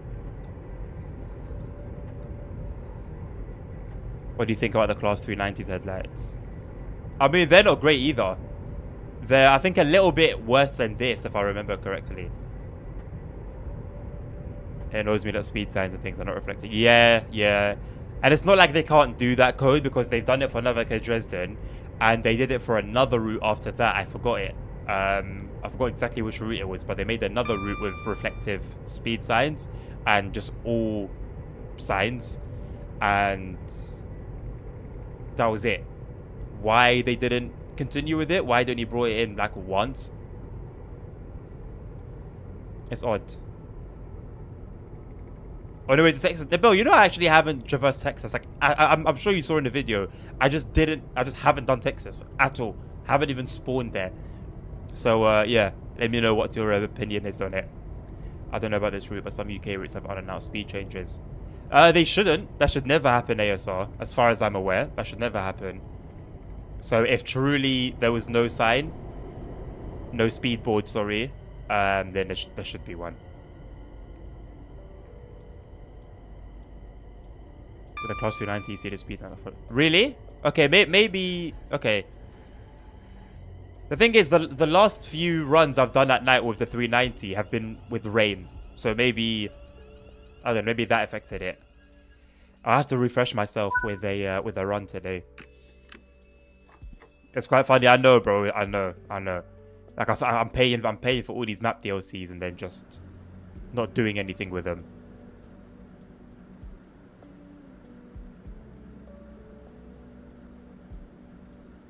$400 meters, maybe even too much. Hey, better too much time than not enough.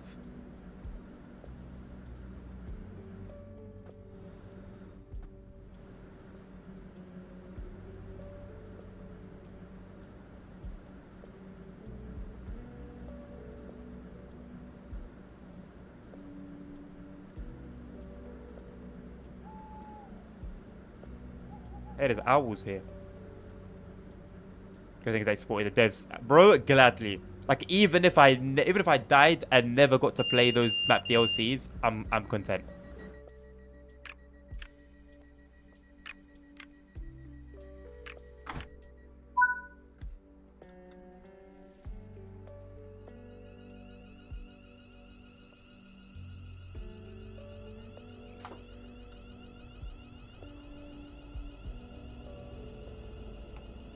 I think this is the most realistic setup, because realistically, as a driver, in reality, you'd know where the signals are, but you wouldn't foresee what they would be. You'd know what they should be, but you wouldn't foresee it. And you'd know where the speed boards are and what speed they would be. You'd also know how far the station is. Maybe not how far it is numerically, but you'd know where the station is. And you'd have a schedule with what time you'd arrive. Only thing is gradient. You wouldn't really know gradient too much. Well, you'd know it, but you wouldn't know it the same way you would looking at it. Keep in mind if you have the headlight mods, the Class 290 playable at least. Well, I have whatever mods. I have all the mods that have been released for TSW5 so far in the sounds and patches department and God mode. Oh yeah, and also the jet washes lighting enhancement mod. It's been a minute since I played Long Island Road 2. Should read it. Because a lot. This is probably the longest break you've taken from Long Island Railroad 2, surely, Punk. I mean that 400 meters might be more than what you actually see in game. So it goes to 200. As long as I can see it in good time, ASR, personally.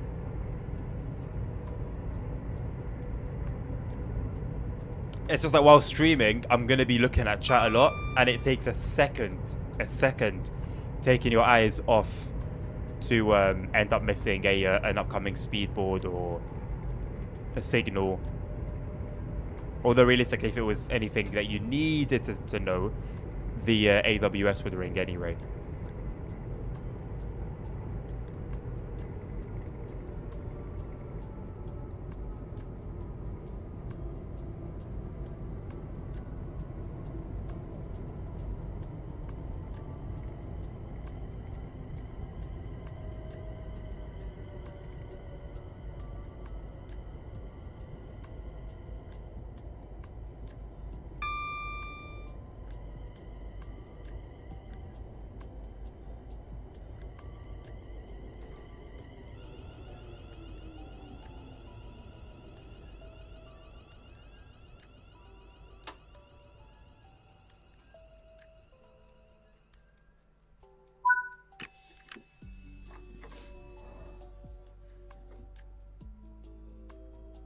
Oh, you did mean milliseconds. I was reading it as milliseconds, but I thought you meant meters. Found the mod that brings back the old TSW map colors. Yeah, that one confused me when I first saw it, Punk. I thought it was to actually change the map itself, like from the live map to the older map. And I was confused as to why somebody had made a mod for it, but then I think it was Nabil that corrected me. I don't really mind the background, like, it's just a bit extra changing it, really, I think. I don't know, like, it's not that deep, innit? You're just changing it from purple and some purple camo type of thing to blue. I don't know how to feel about the new map. What is it that you don't like about it, Tim, or that you're not sure about? Are you talking the live map, as in with the features and stuff, or are we talking the colors?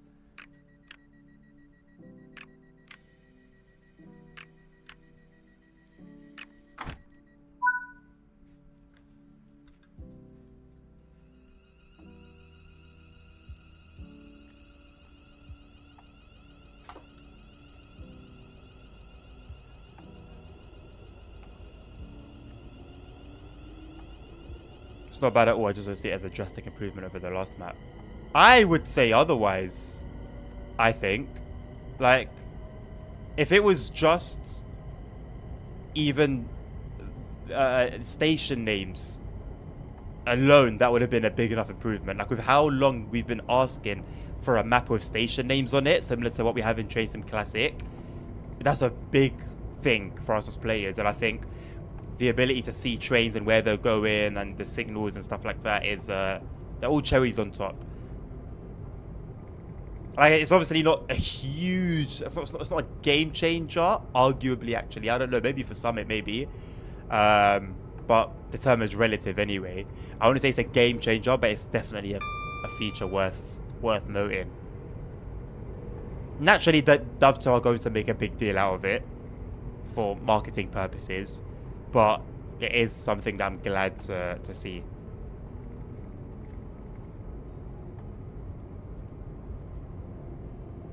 Simra, what do you mean by map? I know, right? How would you even begin to, like, fit a map that big, though, man? I don't know. I guess you could do like a very basic 2D one, but one where you're being tracked. I don't know.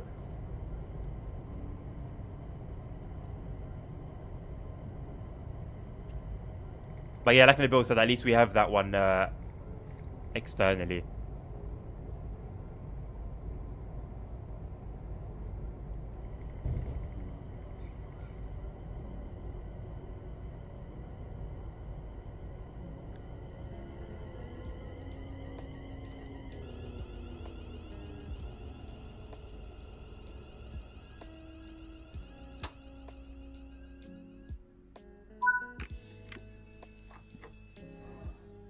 Finally managed to do a full run on the West Coast main line. I really like it. No time for Frankfurt. I'm assuming you did a stopper service like what we're doing right now, Dan. The devs do have an in-game map. It just needs to load all the tracks and games to display, so if you left side, they keep it for themselves. I'm sure they can make like a very, very basic one. Maybe one even depending on where you are on the map. So like, it will spawn like a big area, but relative to where you are. And then when you move away from that area, it then shows you in like that area and its surrounding areas. The devs do have an in-game. Holy moly, 17 traces. Really, in total? I didn't count, but I knew it was a lot. That's what I love about German routes in general, Dan, man. The variety. And we've gotten within touching distance of that with the West Coast main line if you have the 390. Honestly, Dan, I know you prefer like stopping services, but the 390 is worth considering even just for like traffic. Like, you see it so often going up and down, and it's really cool when it goes past you as well. And obviously you'll see plenty of them at Euston. It will just spice things up. All the stops, yeah, nice.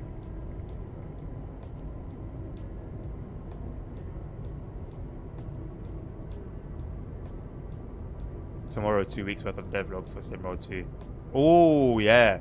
Ooh, I forgot to give the trailers a go on Eurotruck. I didn't have time anyway, but forgot about them regardless. I'll get it 390 for traffic. Just on sale. Yeah, makes sense. Makes sense. Like, they should be a pretty nice price on sale, to be honest.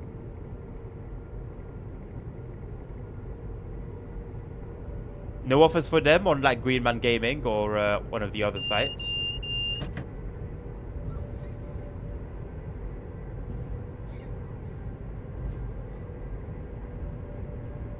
This train wheezes over the points.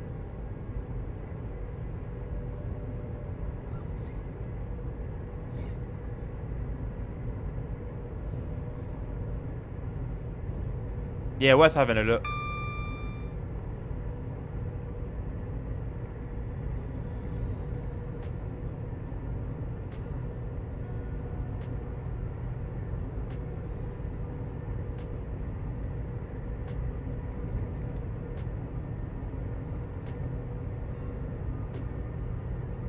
Because it doesn't have suspension. So what does it have?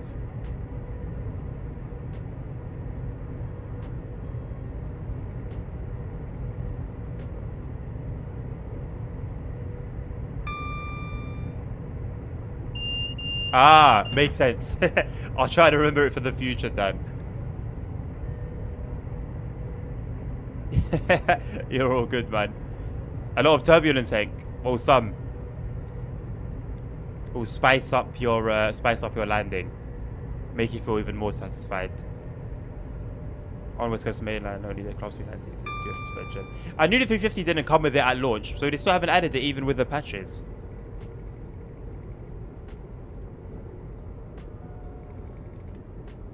It's pronounced as. So basically, you said it is all check. I'll still read it properly anyway.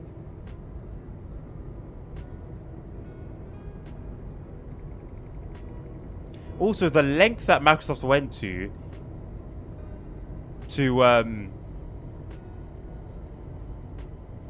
get the information for like the ships and oil rigs and stuff like that is, man, something to be admired, man.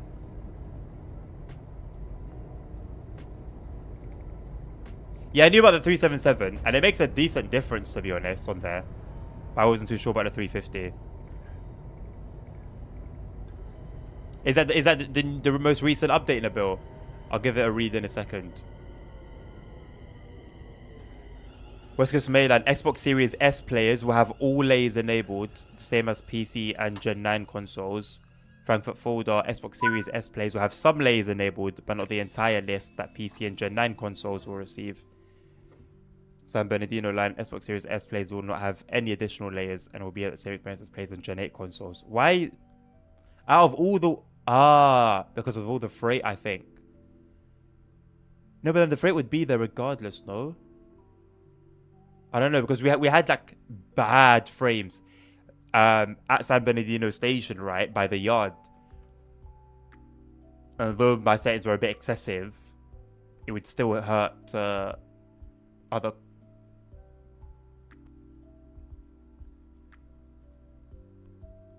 Baby daddy is crazy. Can't confirm I have not had a child with Transport Legend. Not yet, anyway. Can't say as I'm out right now when I get in the house. About 15 minutes or so. It's like live stream. Nice one, Transport Legend. Good luck, man.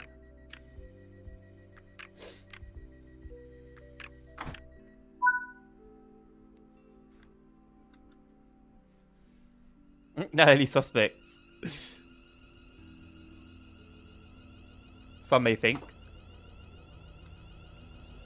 Others think not suspect enough.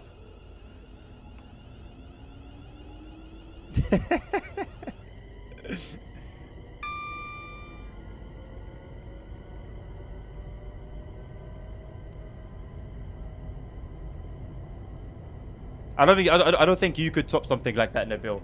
Even during your moments of madness, I don't think you could top Baby Daddy. I mean, Loud and Freaky is definitely up there, 100%.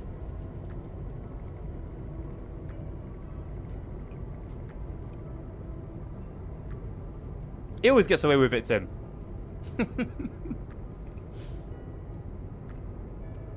It's not his first rodeo.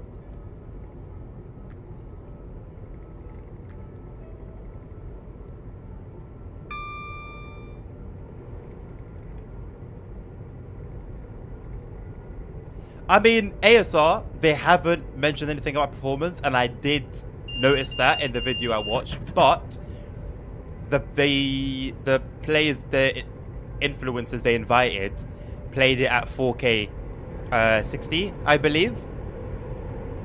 And it looks glorious. It looked at least, the settings looked at least pretty flipping high. So it's somewhat promising. But it would be nice to actually have details, yeah. 5090 Ti. I'm actually thinking to myself, I'm probably going to need a 50 series card. Like, I don't know what's the point in going to a 40 series card. Although I was looking at 4090 prices today on Amazon, and they're sitting at 1.7K, which is diabolical.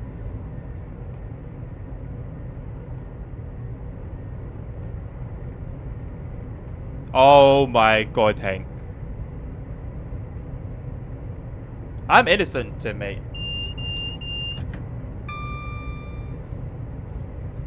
1.7K in pounds. 1,700 UK British pounds. Plus.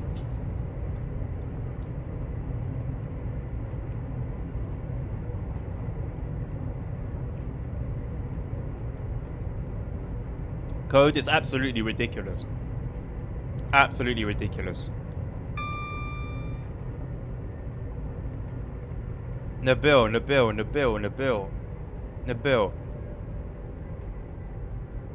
What's going on there?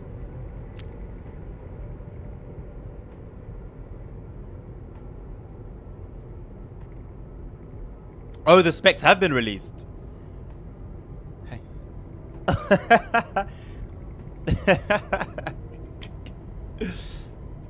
For the first time, Punk, really? Are you going to do anything yourself, or are you going to use like Jetwash's mod or someone else's that's got their stuff up in Train Sim community? 2024 will be less demanding 2020s. Oh yeah, no, a lot of things are going to be on the cloud now, rather than everything be saved locally. I know about like the storage improvements, and I think that should help with performance too. I could be wrong. That was almost necessary though.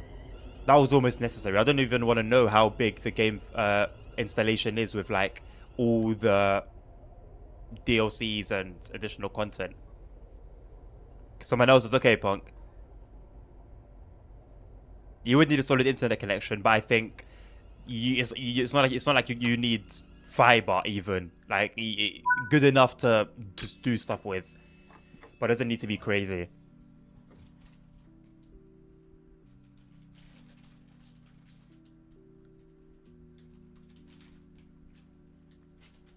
But it's going to be streamed ASR based on where you are. It's not going to stream the whole map at the same time in like one go.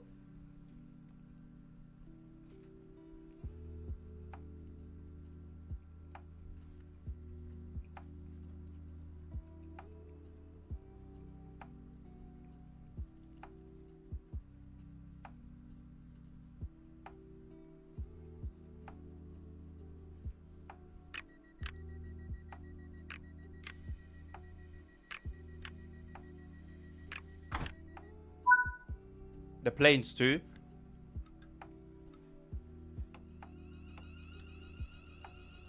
One player might use up the same about space tops.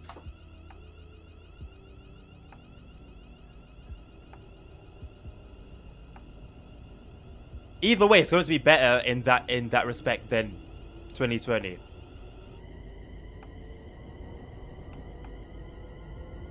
I don't think you need some amazing internet for it.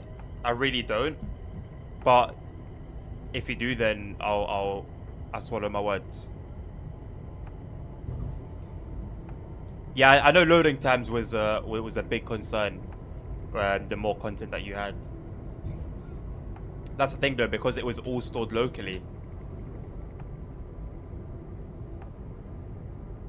Yeah, that too. You can rent planes. Debatable. I would rather like a similar thing to like Steam, where you can buy it, and if you don't really like it, you can return it in a certain amount of time. I think renting is a little bit cheeky, to be honest.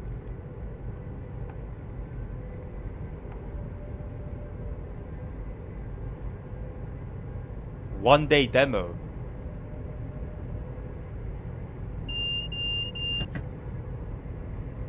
I've written a piece of code. Yeah, scary times ahead, I think.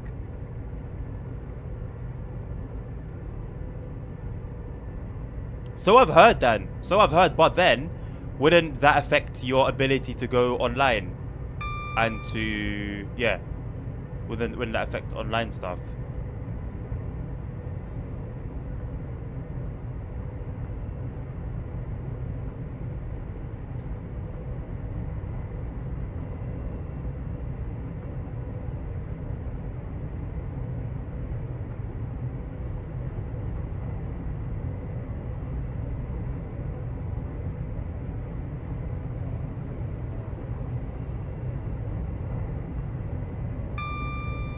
No, he said the P word. I should make it so that it translates to high seas. At least after all these years, it's fine having its own official add-on store. I'm surprised X-Plane doesn't like... I don't know, maybe it's just like I'm not around the community, but X-Plane doesn't really make any noise compared to Microsoft Flight Sim. Like, why does Microsoft Flight Sim get all the hype?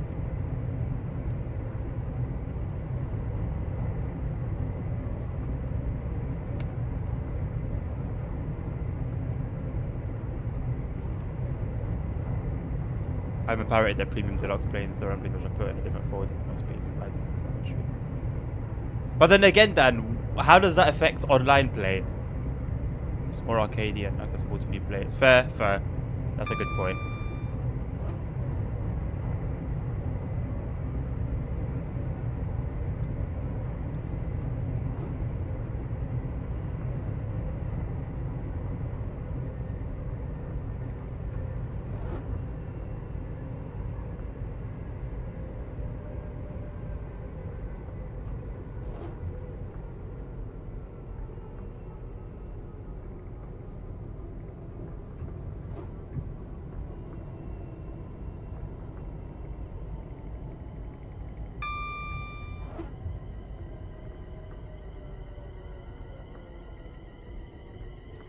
Hey, well done, Hank. Congratulations.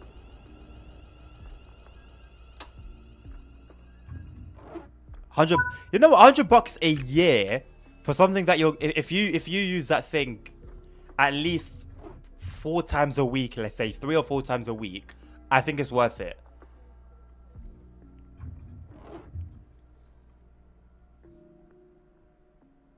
It simply does that. You put the downloaded thing stuff in the community folder, which is still a thing.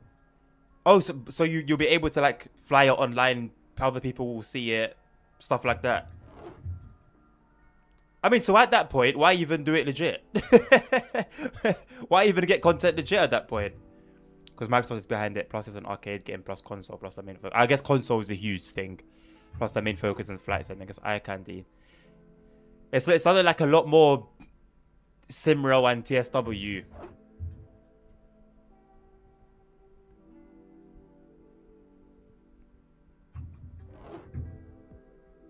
How did you almost have a mid-air collision? Where was ATC?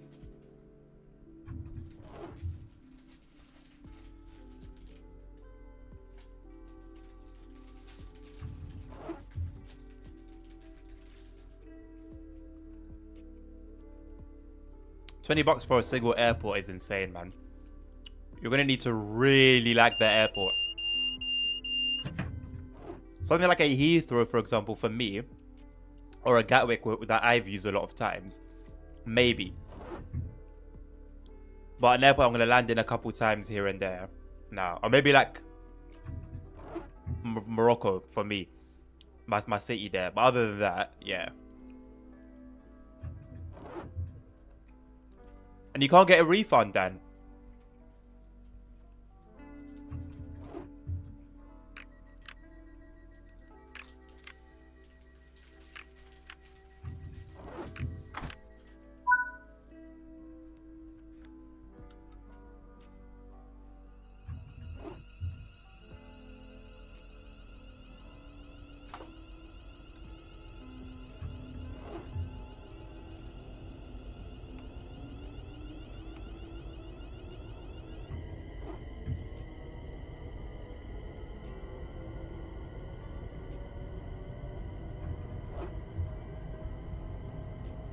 I see ASR.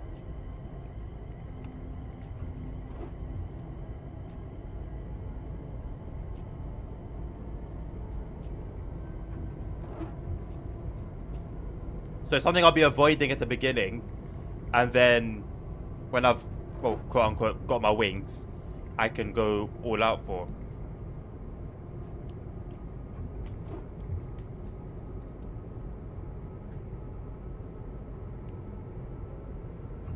Okay then, I hear it.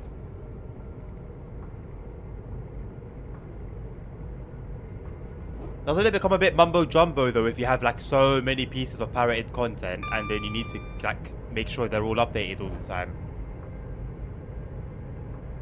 I bought some airports as well, but really only the ones that I frequently fly to or are very well done.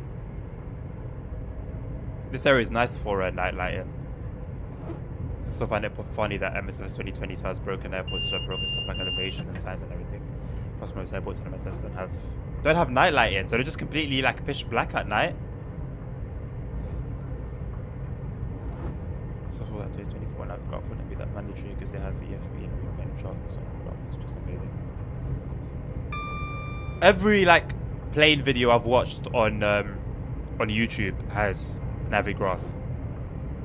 Not a lot of. But what about for the planes? Are the planes usually updated often?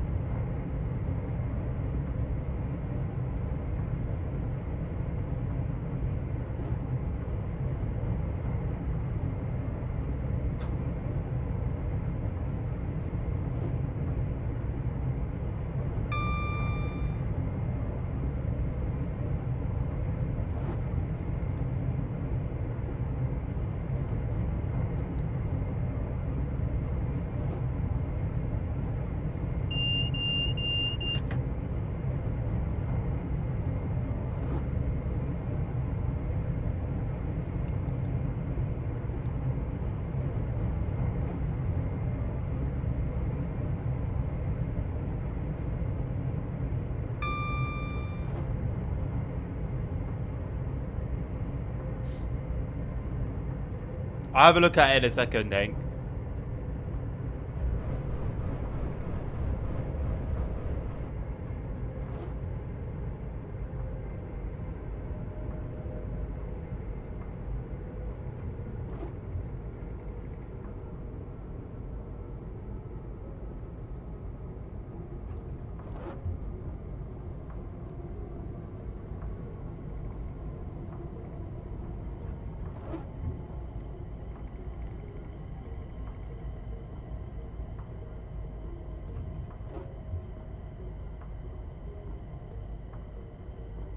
Kind of stuff you see in marketplace. Crazy in what sense? Like crazy good or just wild and chaotic?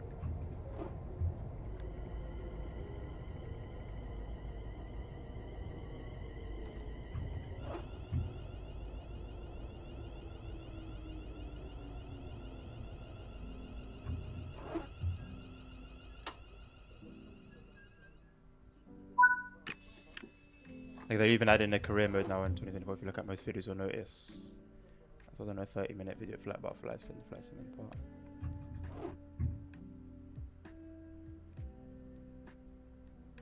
I mean, career mode for me is something that's quite important. I think I'm going to be spending a lot of time. Like if there's anything I'm doing on flight sim, it's going to be multiplayer and career mode. Crazy weird and bad sometimes. $10 for 4 liveries.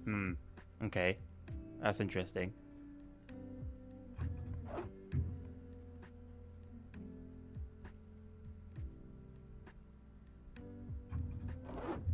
Yeah, the marketplace does seem a little bit chaotic.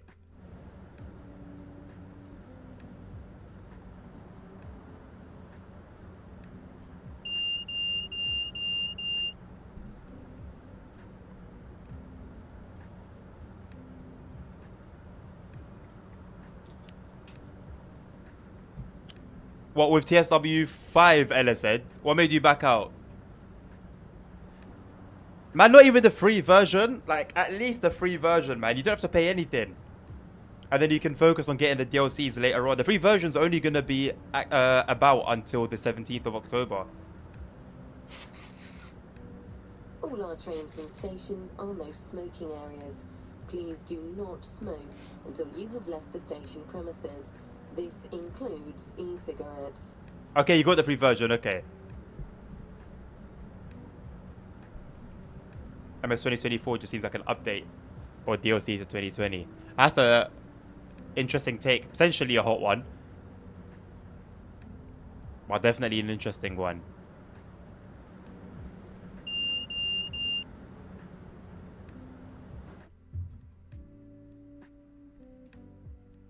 Hey, hello Lasagna, how are you doing?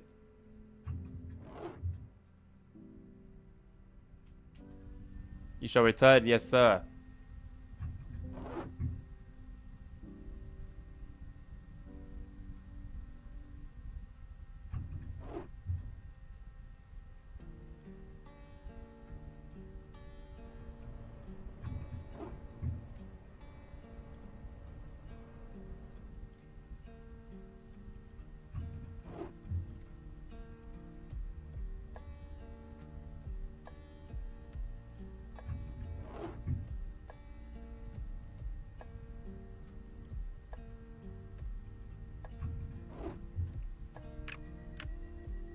I can imagine the marketplace though being very tough to like manage if they did want to like check every bit of information.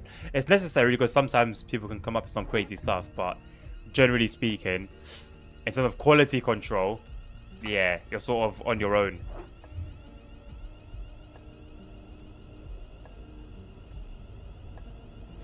Hello Lasagna, how are you? And I can guess that on the first taste of streaming part of 2024 would be much unusable, so that's what they are. Was there an issue that happened with 2020 ASR?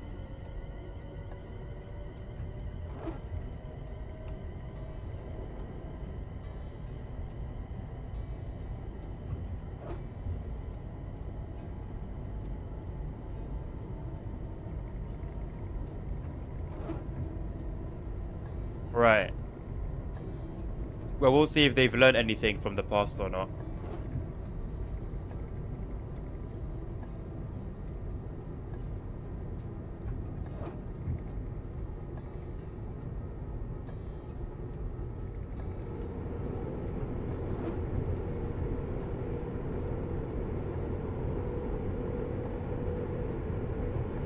I'm on the other side of the fence with this.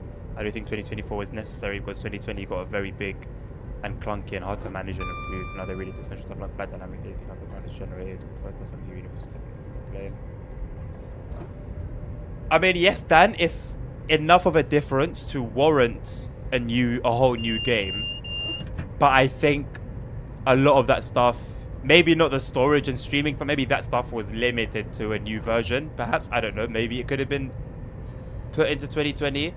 But I think all the other things, the dynamics, like all of that could have just been updated 2020, I think.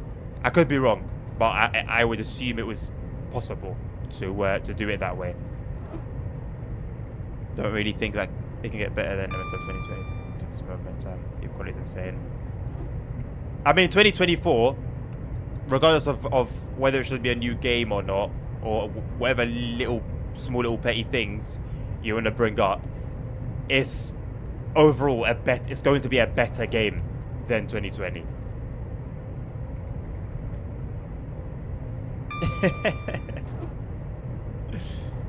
I mean, from what I've heard Ellis said, at least compared to X-Plane, there's a lot of arguments for why game is appropriate. Also, 2020 was 4 years ago. The third party does that much more prevalent, much more important to the community, and hopefully 2024 will do things easier and better as they promised. As they promised, as with all things that are promised, Dan, the only thing that we can do as players is wait and see.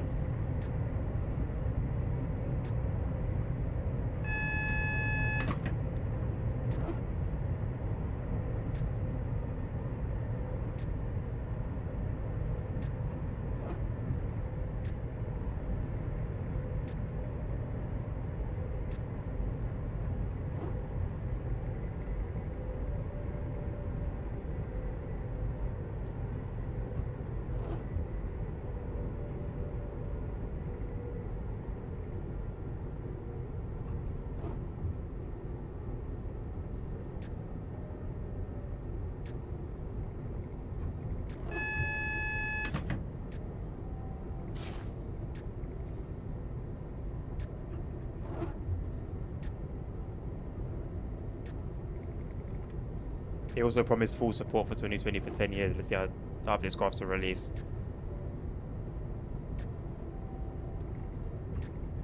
It's going to be a lot of work keeping both of those games updated, but I think they can do it. Realistically, all they have to do for 2020 is just fix little bugs and fixes here and there. Like, I don't see any updates coming to that game. There's literally no point. So they'll support it at a very, very base level, I think. And that's it. But I'd say don't expect to see, like, development on it after the release of 2024.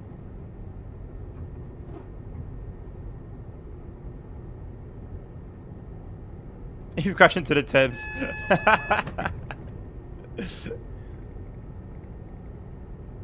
Rip Peng.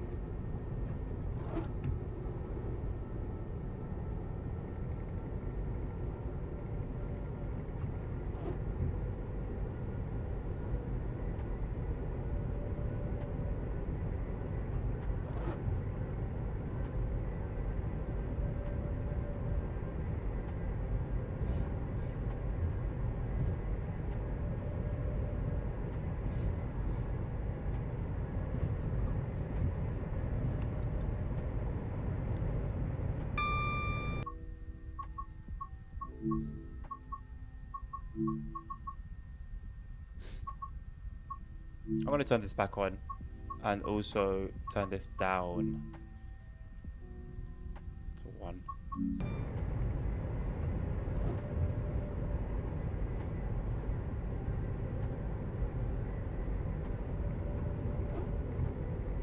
How have you been enjoying the ICE? I haven't played it outside of Scenarios Lasagna, but I liked it. Even though it has some issues with the GNT and stuff, which should have been fixed now, according to the patch notes from Dovetail a couple of days ago, so it should be even better experience. The slow acceleration is something that I'm just gonna have to get used to with it. I guess it's its own little charm, but overall, yeah, good experience. I'm looking forward to doing the journey mode with it.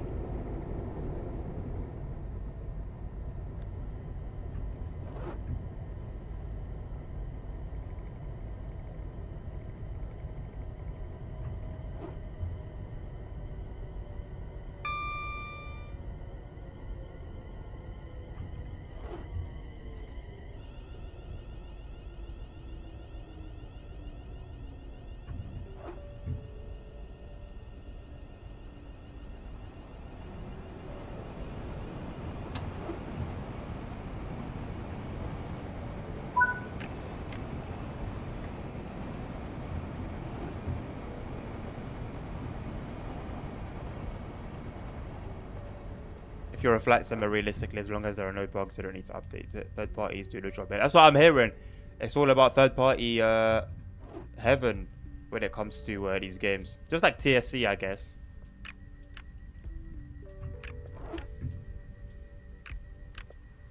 And you take mind also they do from the marketplace when they're playing the developer for a few months.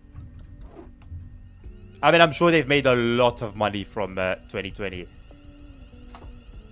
How much my PC cost me? GPU, I guess, which was the most expensive, I think was $1,000. My CPU, I think, was 400 and something or 300 and something. So you've got 1.5 there. I can't remember how much I can't remember anything else. I'll be very honest with you. I can't remember anything else. But if you type in ! system, you can see my specs and sort of gauge an idea.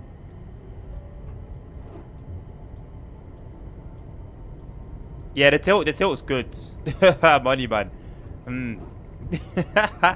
Yes, money man. I'll take it.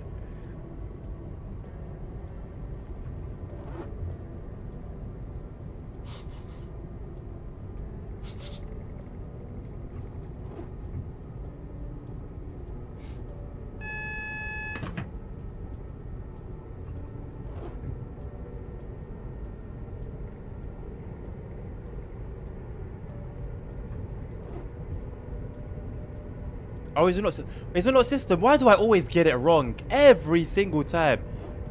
It's setup then. Exclamation mark setup. Let me adding system to the thing, because this is like the 4th time it's happened.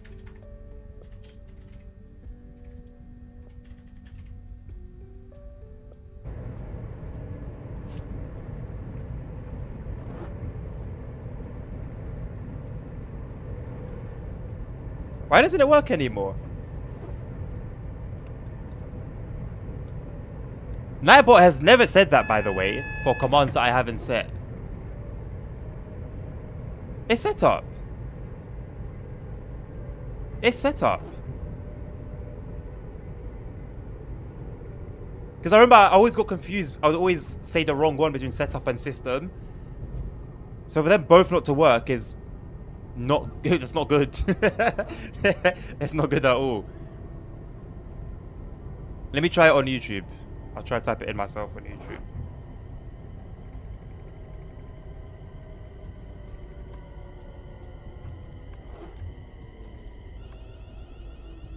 Okay, so if it's not Nightbot, then that's completely broken because the wheel one works. Camera doesn't work.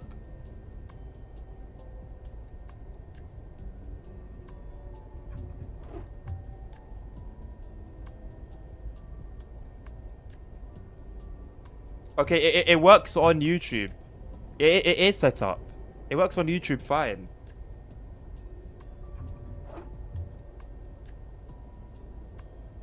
Okay. I guess I have to check that afterwards. Basically, from YouTube, I got a Ryzen 7 5800X 3D 3080 Ti GPU RTX 3080 Ti, 32 gigabytes of RAM at 3600 megahertz DDR4, and an 850 watts PSU.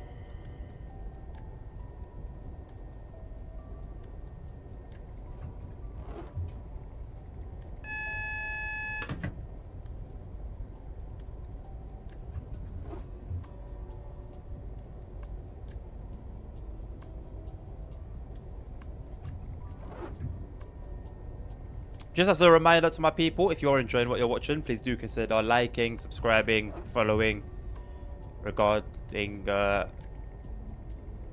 of what platform you're on. There is always an option.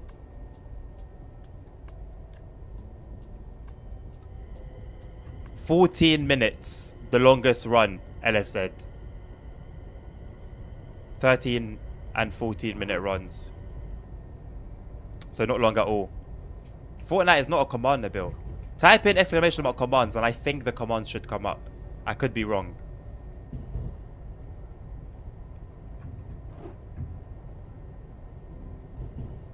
There you go. What do you mean my Fortnite name? You know my Fortnite name. It's LWD Adnan.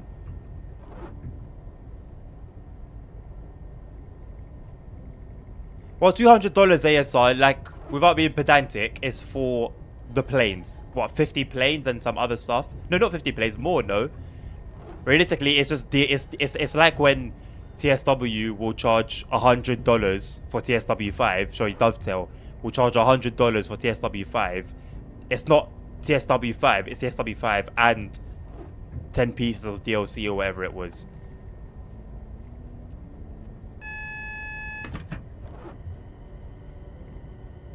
Ha! Take that, lasagna.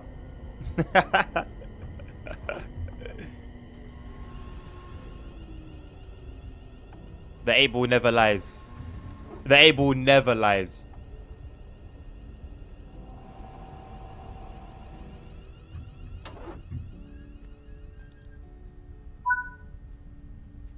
Did I have what for other streams? Fortnite? Exclamation mark Fortnite? No. Unless maybe it was for like my stats, but then I had those on the screen anyway. You don't gaslight the able. No, you've gaslit it. That's why. You take the first original answer and you run with it. Level 647. I don't even know what we started with. Right, I'm gonna do what I always do, people. I'm gonna take you guys on a ride on a train while I go and make my coffee, and I'll be back. 11.6k messages. They add up. They add up. Nabil managed to find proof of him in a stream of mine.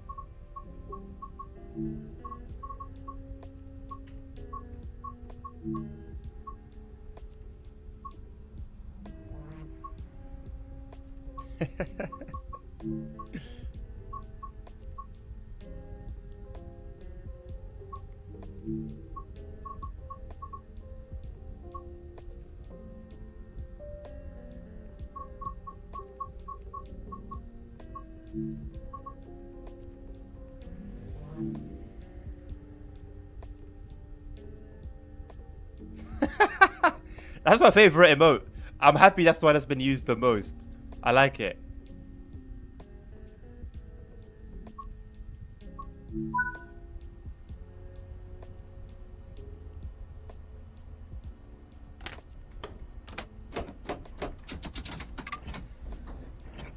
God damn.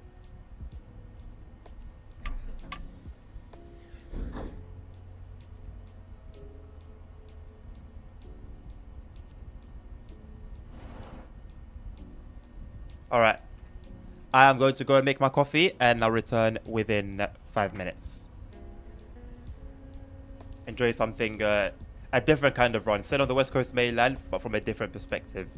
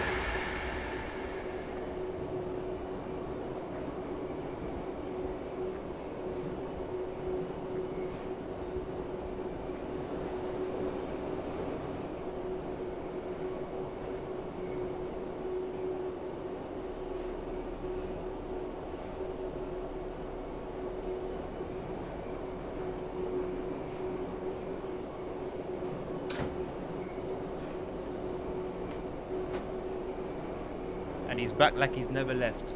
The 710,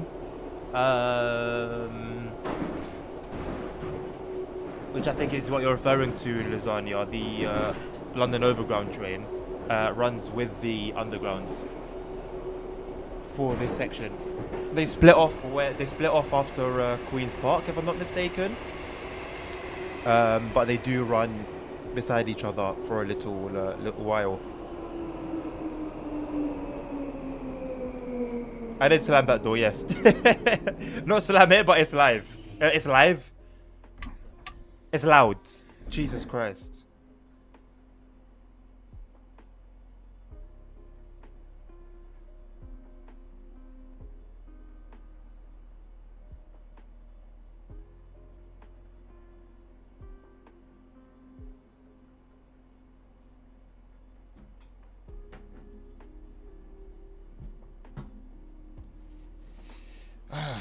All right.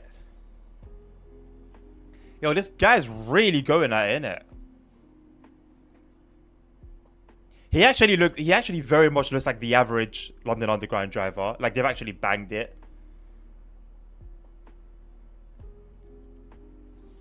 I prefer whatever's most realistic. So if you guys are saying X-Plane is the more realistic one, then X-Plane.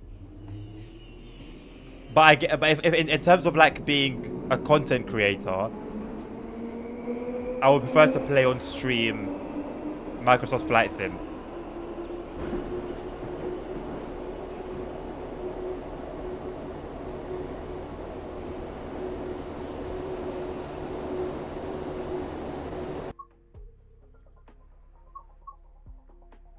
Restart. If I restart, put me in the driver's seat. I think I can. You know what? I think I can do like runs like this. By the way, like I can cheat the journey mode.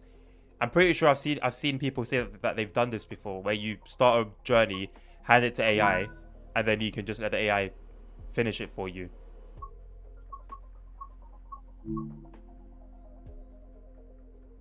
I wanted to see if it would put me in the driver's seat in the bill or as a passenger.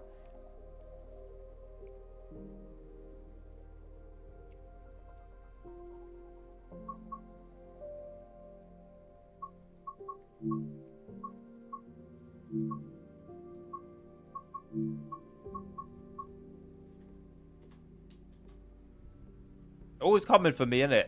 Always coming for me.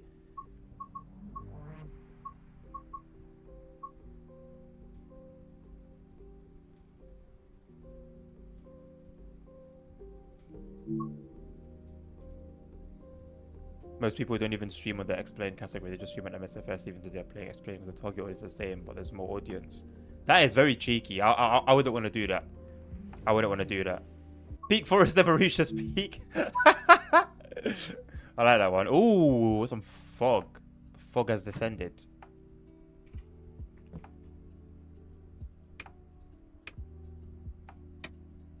It's mysterious.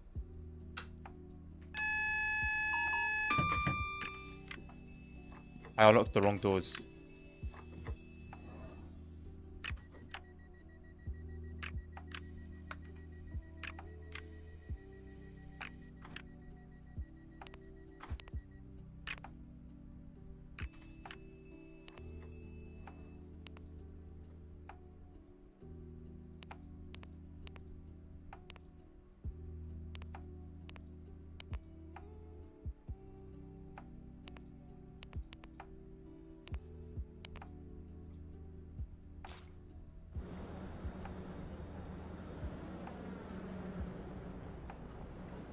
Oh yeah.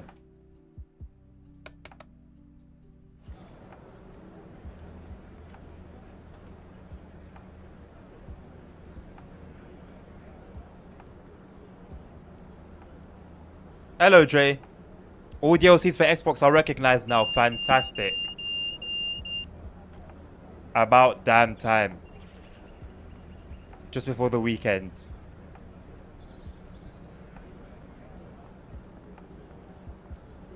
Peak Forest reached a very, very low peak. Circuit television and remote video monitoring is in use at this station for your personal safety and security. I made a revelation. Whether I put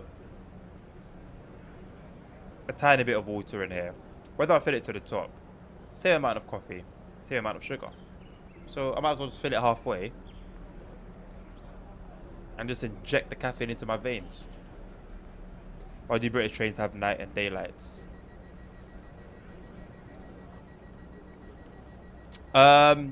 Good question, especially considering they're not usually very bright. I mean, these lights seem to be doing the job.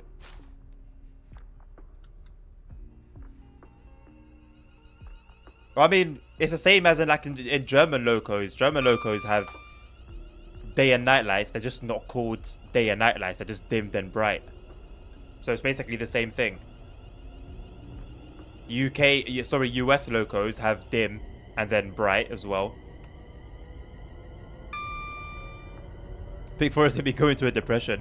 You know, I've only ever played one service ever. Like if we're talking scenarios, journey mode, timetable runs, training modules, I've only ever done one run. And that was from the requester route. Today the Hori will release in American Canada.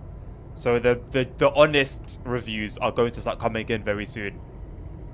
You can't see anything with or without lights on British trains. I mean,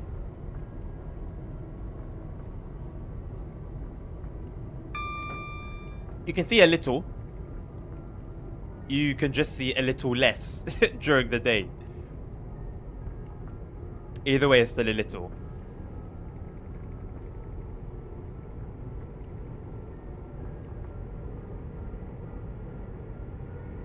To be fair though, Nabil, as long as the light is on, you're going to be seen.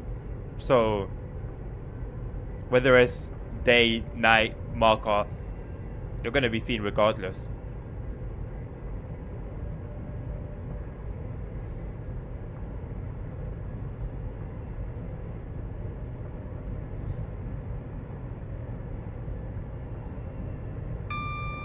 Is this a...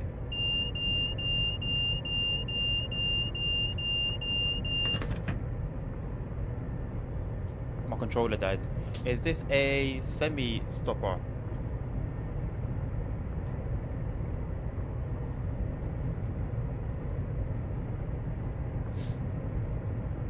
Yeah.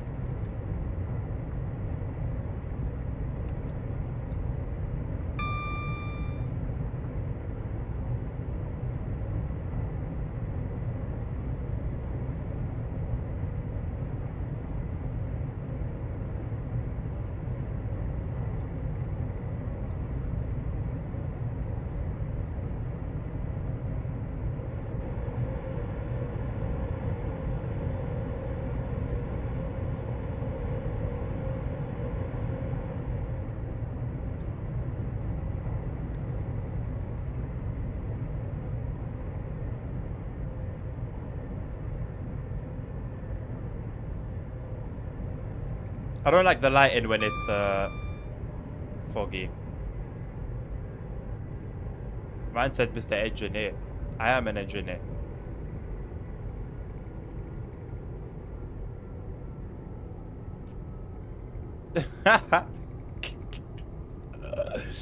No comment.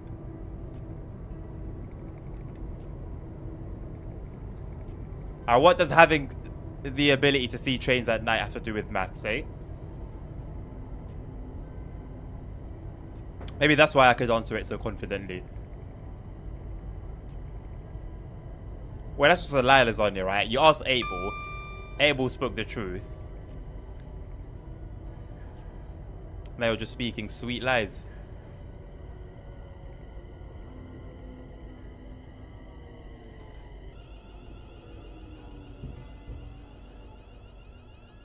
Cooked. Bro is cooked. There you go. My word wasn't enough. I've got the backing of 8-Ball. There you go, Nabil. It even answered you in German. It even answered you in German. I mean, what more do you want? What more do you actually want? What more could you possibly ask for? It gave you the answer in your own tongue.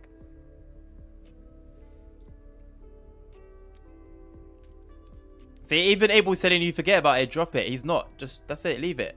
He's not a bad driver.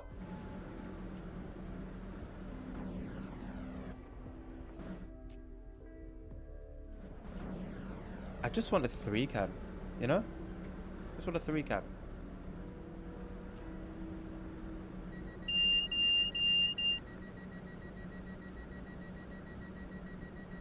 Mayhaps. Huh? That meant to be like between maybe and perhaps. Shouldn't this light go off now?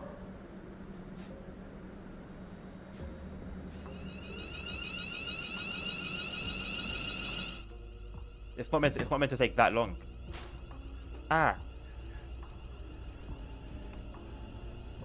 Take care, lasagna. That one was not yes, yes, no, it was not.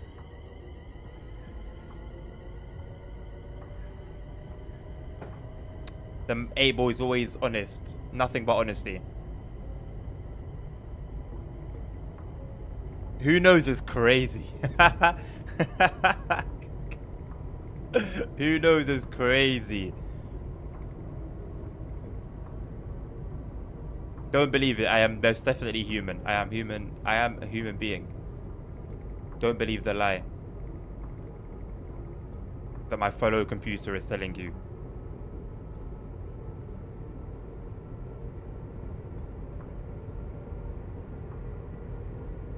Do you know we haven't seen in a while on streams, Jason? But I know he has a very, very busy life.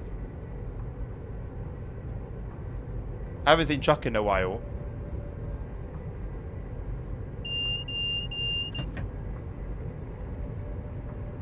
No, of course not ASR. Of course not. No, no, no, no, no.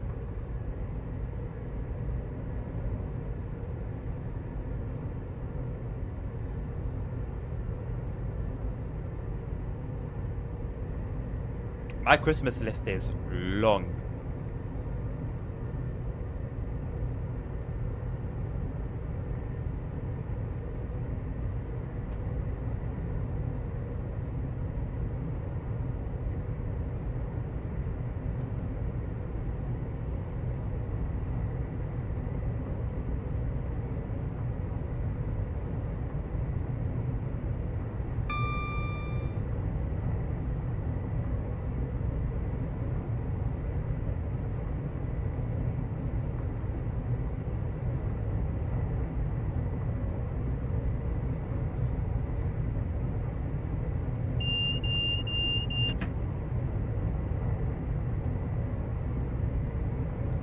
I think when I get my hands on peripherals,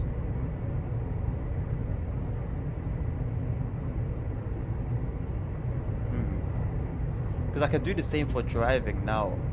Like for example, if I so like I have the camera angle that I use now when I'm playing like when I'm like truck simming, right, from like the side, and you can see me and you can see the wheel.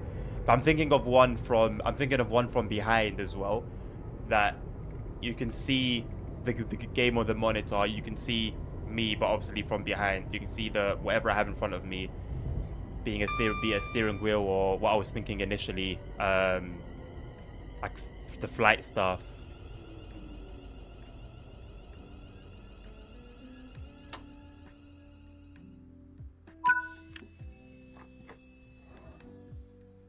I think it would be better than a side view, or I get another camera and then have a camera focused purely on whatever it is that I've got in front of me, and then a separate camera for face cam.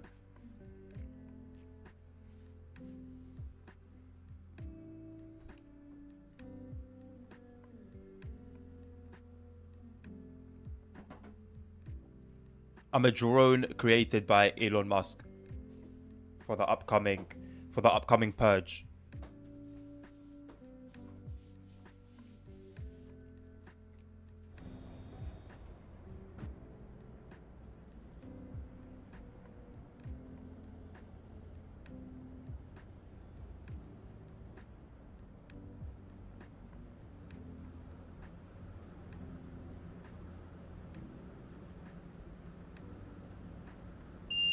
A bit.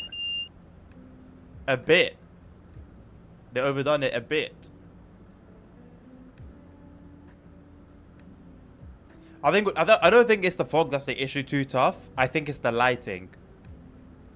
It doesn't blend well with the fog. It's like two separate entities clashing, and it's very like loud.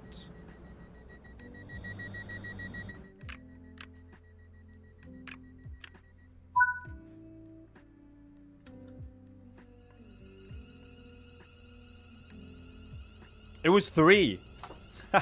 It was 3. And remember when... I don't know if you remember, but Cajon Pass had an issue for a couple of weeks where there was a bug with the fog that made it so the fog was so thick you couldn't see anything. Like, you could see nothing at all. Be it day, night, regardless. I've done like 4 or 5 scenario runs. Journey mode runs, sorry. With it like that, literally only using the HUD to know when to stop. I love it when I'm a freight train overtaken an ICE-1. In what situation has that happened, ASR? Nice narrow beam from the headlights. It just doesn't seem natural, you know. It just doesn't seem natural. Like, it's not too bad when you're away from other light sources, but when you're at a station and everything just seems to be clashing together.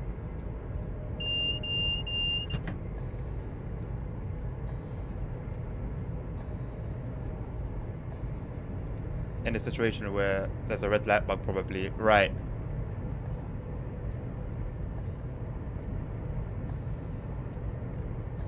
They really need to bring back the preservation team, man. Obviously, they can't do it how it used to be, but just a team for bringing old routes to scratch, fixing bugs, just so that the main development can continue forwards. Nabil, I know, man, I know, but it just wouldn't make sense right now, man. Realistically, it just wouldn't make sense right now. Not being so close to the TSW5 release. If I was in charge, I'd wait maybe 2 weeks. Let the dust settle completely for TSW5 and then open the doors on that bad boy.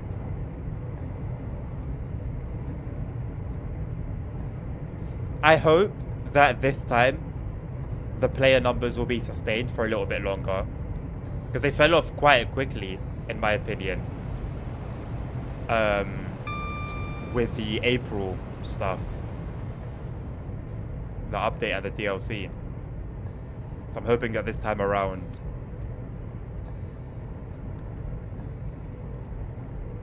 the numbers hold.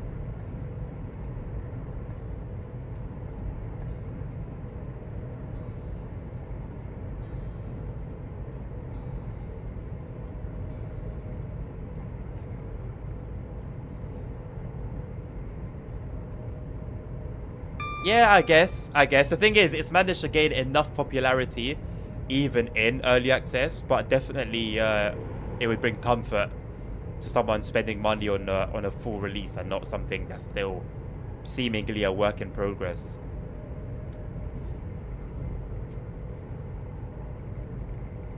And I know people have I don't personally have this issue, but people are very upset, and people generally are anxious to go for a game that's releasing DLCs while it's still in early access. It makes the company look greedy in a way, even if the game's good enough to have DLC even in early access. And I really understood the anger about that.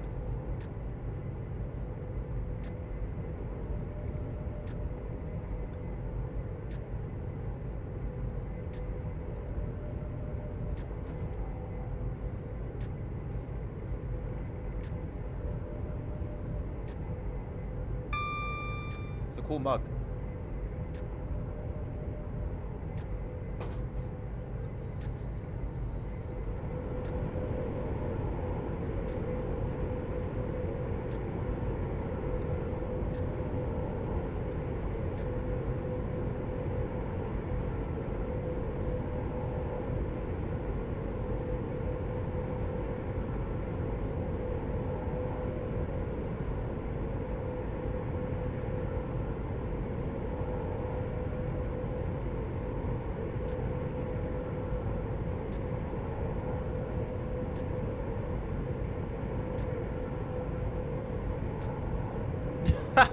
No, I'll say anything when I feel like saying anything.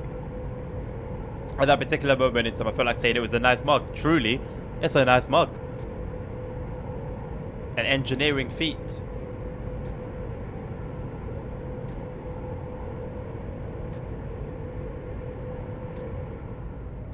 Bill, why are you neglecting the company, man? You're neglecting the bus company.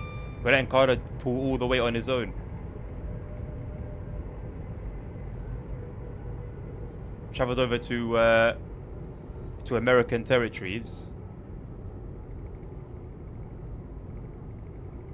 leaving your compadre to pull his weight. Google can keep yapping about not having storage, but somehow I keep getting more storage added.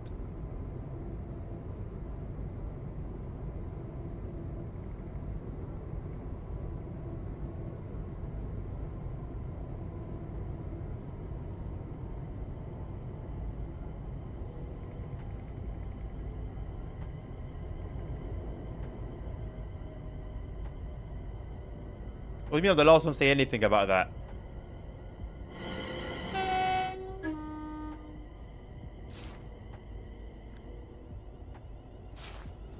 You know that when I get started, I'm going to go ham, brother. I'm going to go ham. My heart's going to be in it. I'm not going to run off to the US. It may only be like twice a week or 3 times a week. But nonetheless, those 2 days a week or 3 days a week, my heart's going to be in it. Yeah, I know. I need to. It's not even that expensive, is it? How much does it cost again? It's like £7, £6?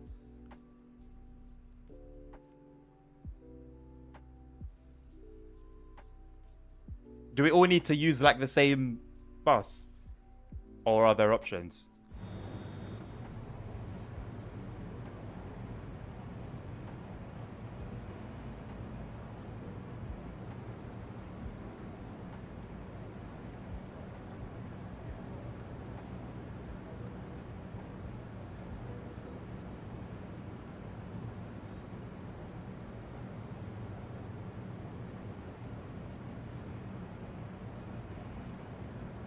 Really?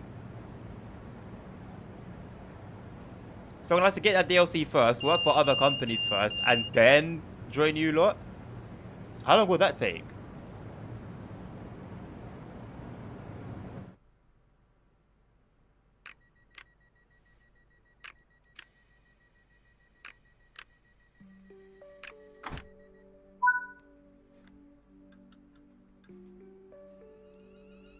Oh, okay. I thought you already had a company up and running, but you were saving for like more buses or something. Thank you, Hank, for the poster check.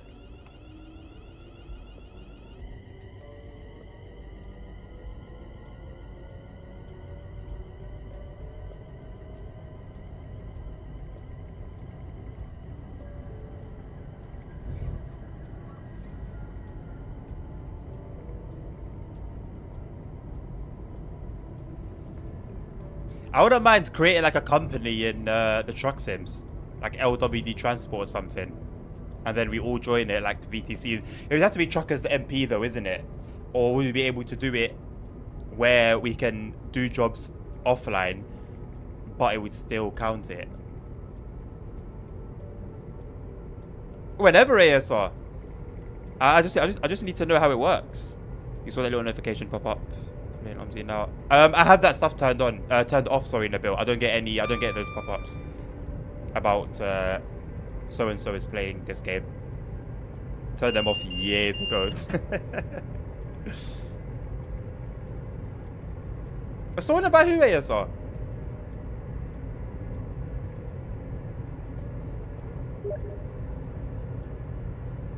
Yes, I do have chat on, obviously. Because that's more urgent than just knowing that somebody's playing a game. Truckers MP just have support with VTCs, but you can read on pieces of convoy and single and everything. But will we get like saved progress though if we do it in single player or convoys? Or can we only do it in Truckers MP, because I am not doing Truckers MP, brother. I'm not doing Truckers MP. We can? Okay. Any pointers? Okay. What plugin? That Wolf one. Was it called Wolf something? That's the only one I know. I had that for a little bit and then deleted it. So then when I do like jobs for like my YouTube content, I can kill 2 birds with 1 stone.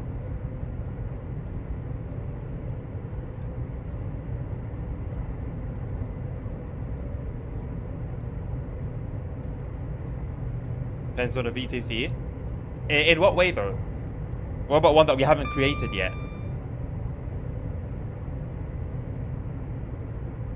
And when the time comes and I'm playing Microsoft Flight Sim, we'll do a we'll make an airline company as well.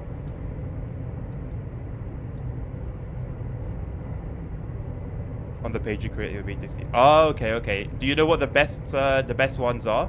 Like, is there any like solid recommendations?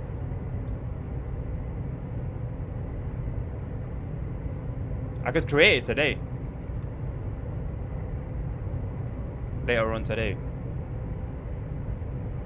No, fair enough. I'm gonna put it in my notes anyway.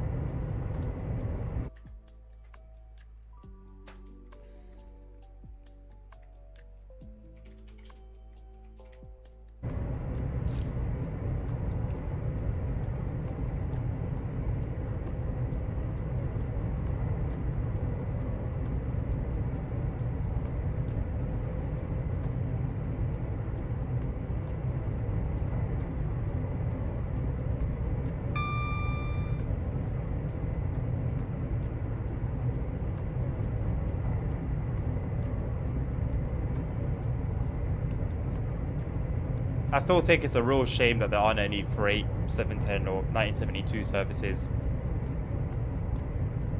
on the journey mode. Could it be due to time constraints? I wonder.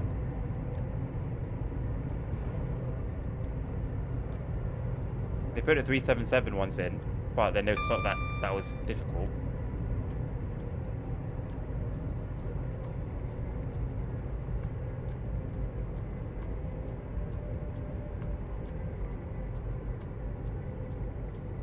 Please motivate me each time to play OMZ. What, by playing the bus? I think that's the best motivation I can give you, Nabil, is playing the bus. It seems to work every single time. Otherwise, honestly, I really can't until I start playing it myself. And then we work together for the company. Alongside Carter.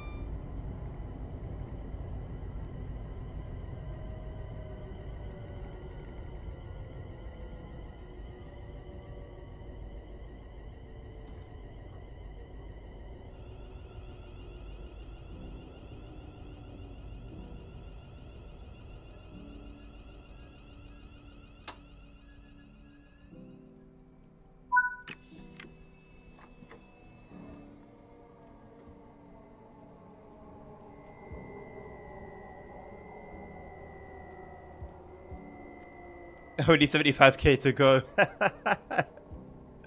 That is wild, man.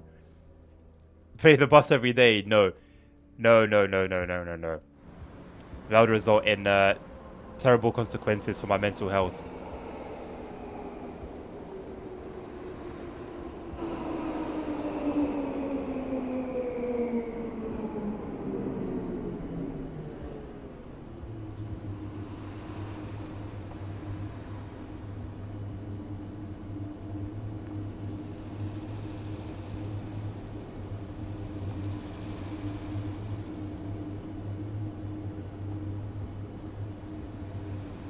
Is it not going to stop? Why did it come speeding in and then went like 2 miles an hour for the rest of the way?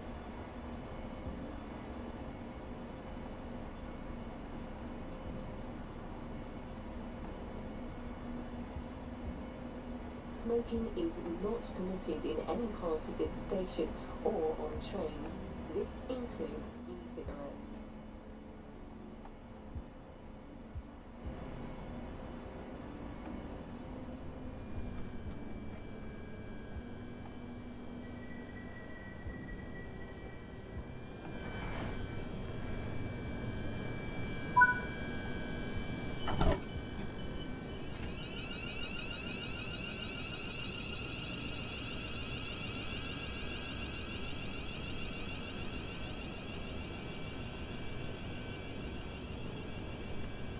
The train just gave birth to somebody. Train just casually gave birth. Remember when Rivet announced their first route, TSW2? What was their first route? I know the first DLC was the 204, right? That atrocity of a DLC. And start of a crazy journey. Oh, Isle of Wight. That wasn't too bad though, was it? I never heard terrible things about it. I'm searching for places where to make videos. It even can be done to create multiple ones. Rage. But one of the most used ones I can see is called Truckee. So as long as you can add to the trucking company offline in single player with a plugin, I'm happy, because I personally will not use Truckers MP. So if it's something that we can do in a convoy or just in single player, I'm about that. I'll do it for both American and Euro Truck as well. It was alright, can't lie, especially for the time it was made. I think I've ran that route once, maybe. Ever. The routes I've never played are Peak Forest.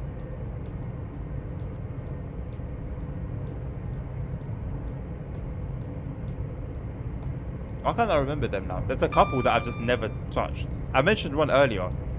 I forgot what it was.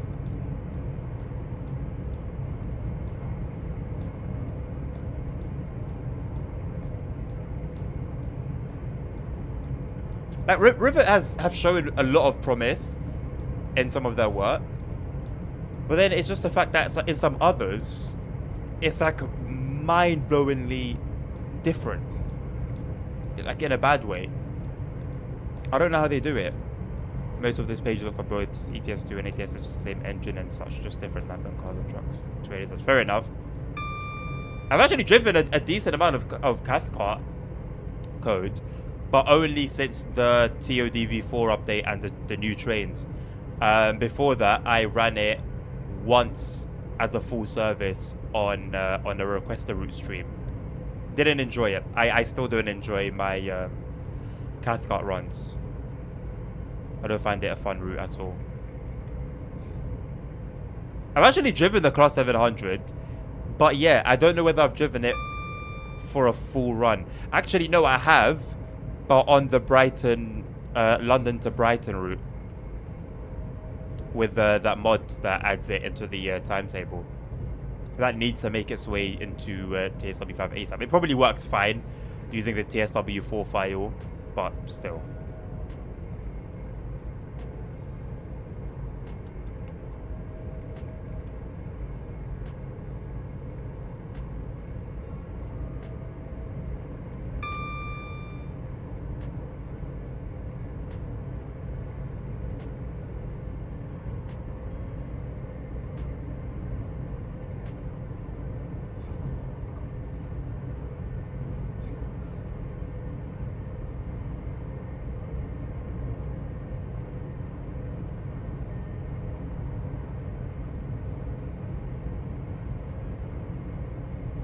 Oh, that's a shame.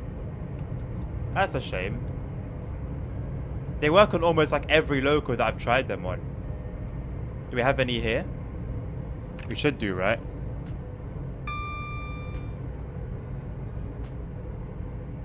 I don't know where I'd find it, though.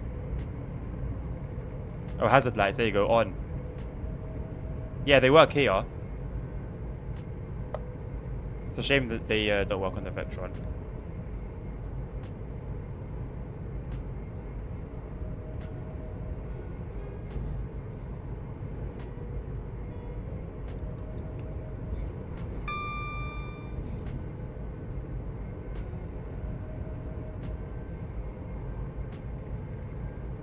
Yeah, they're fun.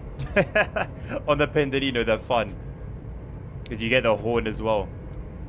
But then that's more emergency than just hazard lights.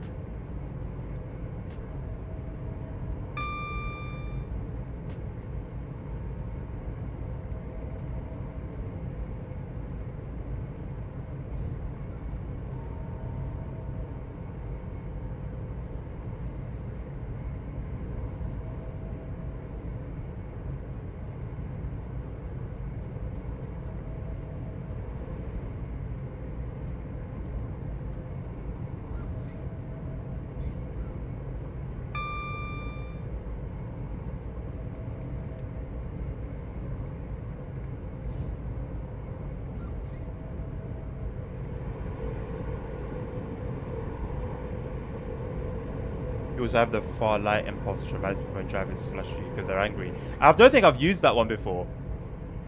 I don't think I've used that one. I've only ever used the emergency lights.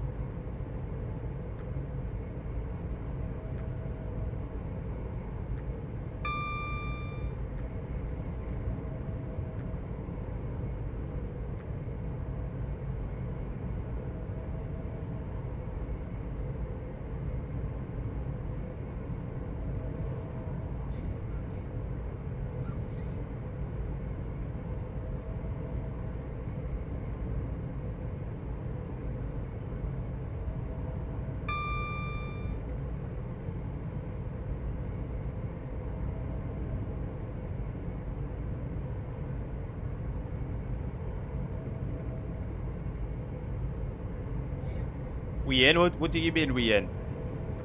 We in what?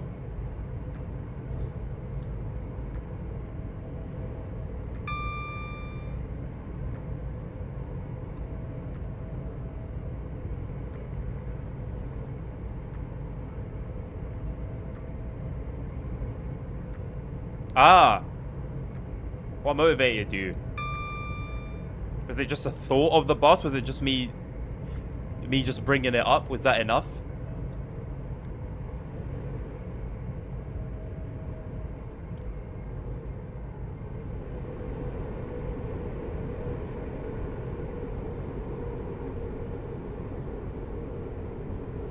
Can't betray my boss.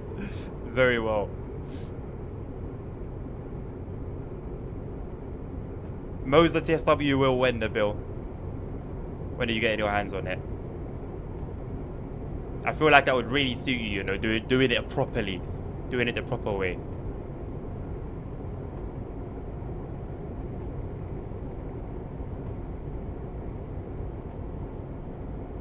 Way too expensive?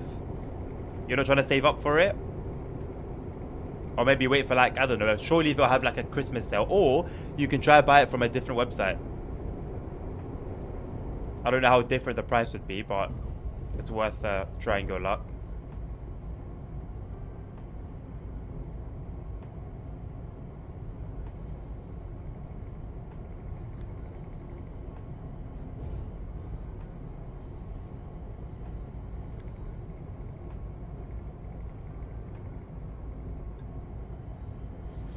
I'd rather buy a new PC with that money, which I need more.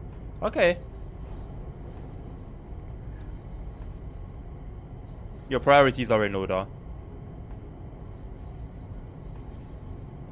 I just hate that rain isn't noticeable in TSB5 on the windscreen mainly. I haven't had that experience, ASR. There's usually plenty of rain. Obviously, it depends on whether the rain is light, heavy, and stuff like that. I haven't really had an issue with it, unless it's been a bug. Like, for example, in the 66, we've had that before where there was a bug with the rain not appearing on the window. I also do have a rain mod, but I think that affects more the rain itself and the way it looks than the effect it has on the window.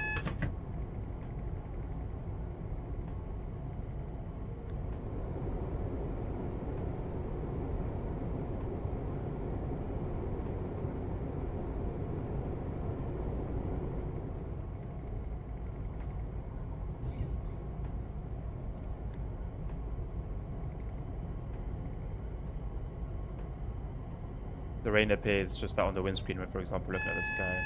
The droplets are invisible. The rain droplets are bad in the default, with the default rain. It looks like sperm falling out of the sky. If you look up at it, I don't know how it looks, but like looking at it straight on, it's not good.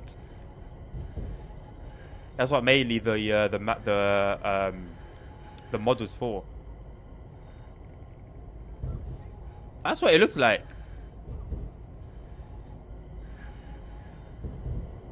Sperm. Sperm falling out of the sky.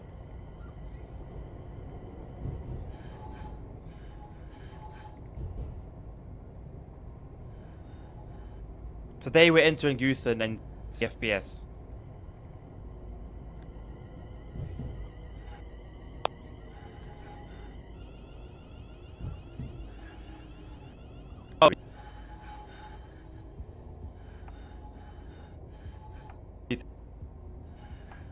Yeah, ASR, and well, I'm not gonna get my live streams don't get monetized anyway because the lo-fi in the background is copyright, and I don't think they'd have an issue with sperm anyway. It's a scientific term.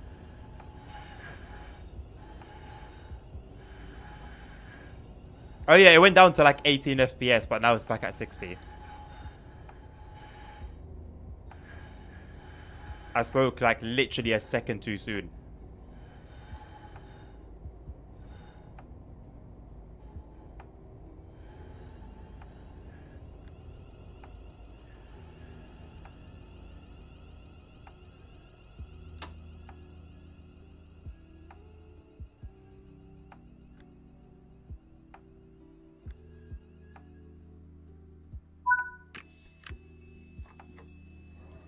A minute of camera froze. I might work that into. Oh, so it was a completely it completely locked up. That's not great. Well, as long as it's better now. If not, then that would be a problem. But yeah, naturally, when the game just goes all the way down, it affects everything else. That's a huge reason for why I want a separate PC for streaming.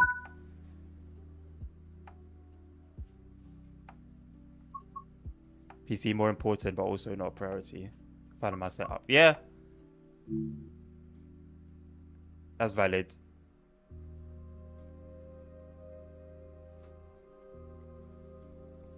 No point getting more than what you need, really. Although, need could also lean on your preference.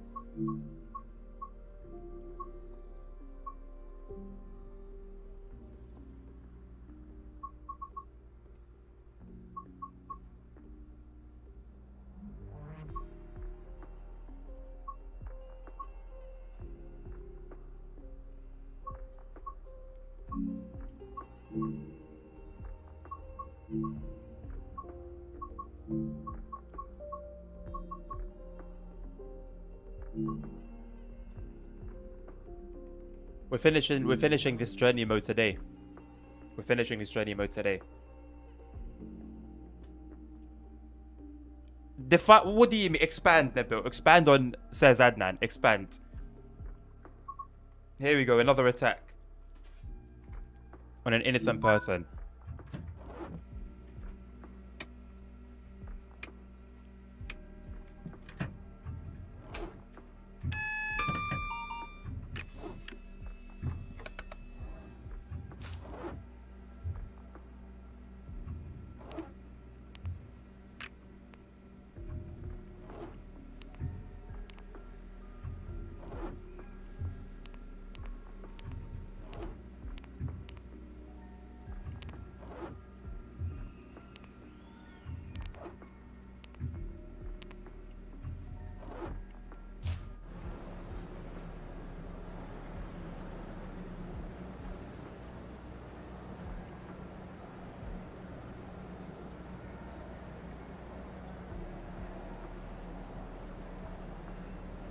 I don't need everything on my wish list.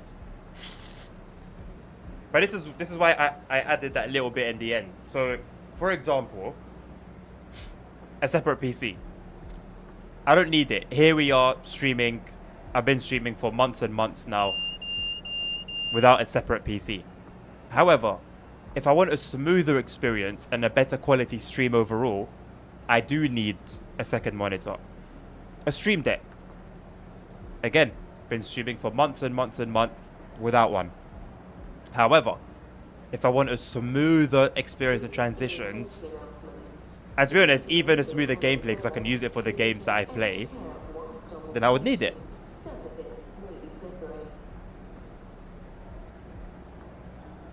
I'm not even talking about the Go XLR anymore. It was more so for roleplay. It was more so for roleplay. So right now, it's not really, it's no longer on my list. It can still add something, but it's all the way at the very bottom right now, if it even is on my list. Ultimately, as I've been streaming, currently streaming, and can continue streaming with things being as they are, I don't need anything else. But if you want to sort of push things forward, make things bigger and better and improve everything, then they sort of start to kind of... the lines between wanting and needing begin to get a bit blurry.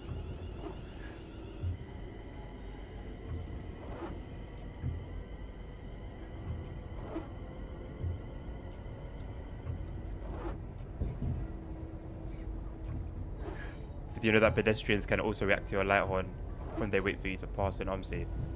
I didn't know, but that's actually really sick to know. So in Euro, how consistent is it? Because in Euro Truck, it's there as well, but it's like 50-50, you know? And it would be so cool if they could sometimes do it to you as well. Which I feel like I've experienced before, but maybe I'm making that up in my head.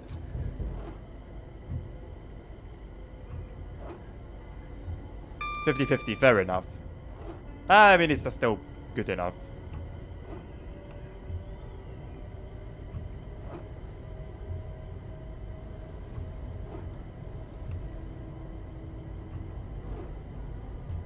I just hate that in ETSU there's pedestrians but no one crosses the streets. Yeah, unless you get some of the modded maps, you won't get them crossing the street. And even in the modded maps, I've only just started to see it. So I think it was something that was actually quite difficult to code, probably. But even so, at what point would they... it would only have to be the crossings without traffic lights, because the traffic lights are coded only for vehicles. There's no... At no time are they in favor of the pedestrians.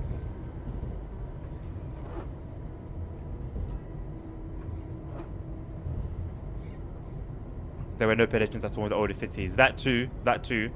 I don't think if it was just older cities, but wasn't it just that there was just no pedestrians at all in the early days? Maybe I'm remembering it wrong, but I don't think there were any pedestrians in the early days of ETS2.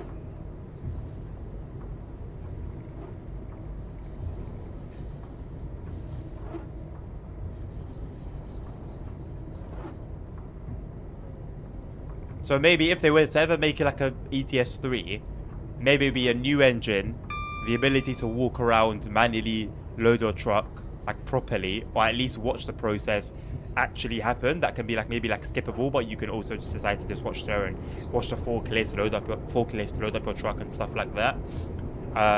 You can also walk around, like I said. You can utilize maybe there can be like a food system where you can utilize like the built-in, like a microwave or a kettle that you can buy to put inside your truck. Like it almost becomes like a survival thing, maybe multiplayer with like bigger, like convoy multiplayer, but with like a bigger lobby. Is that wiper out of sync with what is clearing? I don't know. Probably. Not really something that's caught my eye, but it might be. I guess we'll see right now.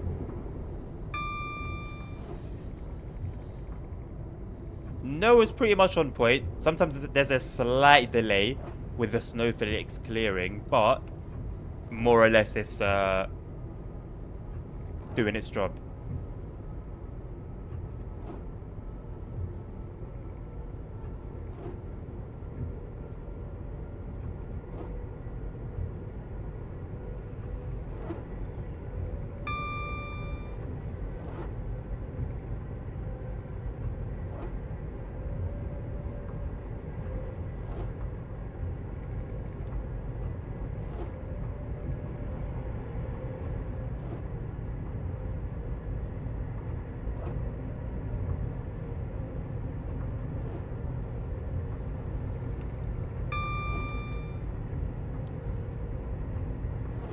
Hopefully one day, if it means we don't start from scratch, I'd hate to leave like all the DLCs behind and stuff like that, you know.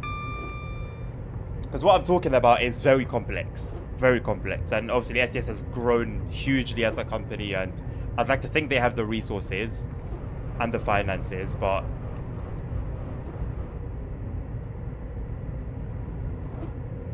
it'd be a very complex task.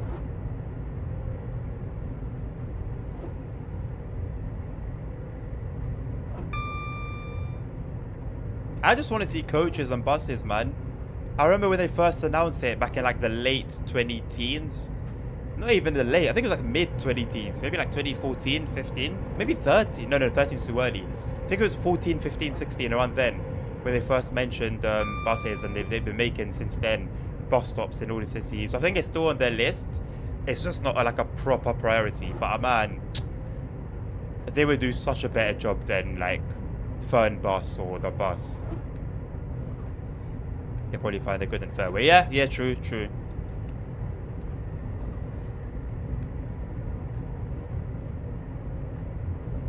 I can't believe that bus plugin works so well, where you can pick up passengers and they actually walk onto the bus and sit down. Wow, that's really, I don't know, it's very limited.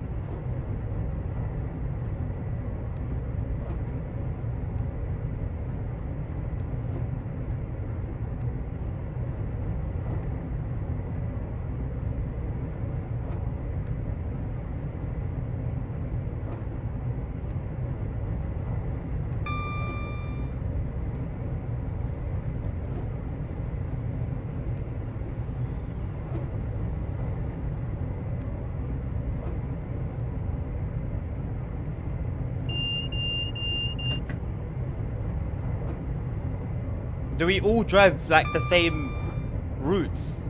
Like do we all have access to like similar jobs, or are they like random, Nabil? Like if I was to join when I join the bus company, will I be doing the jobs that you're doing and Carter's doing, or are they completely different depending on the company that we work for?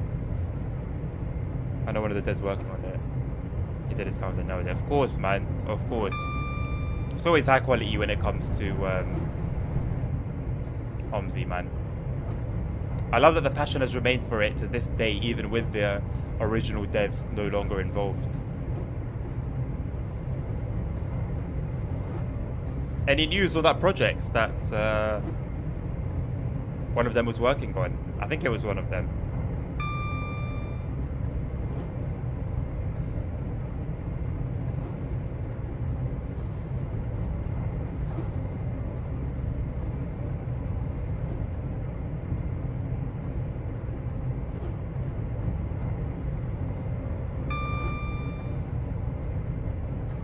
Company selects which maps and bus to buy the traffic ones. Okay.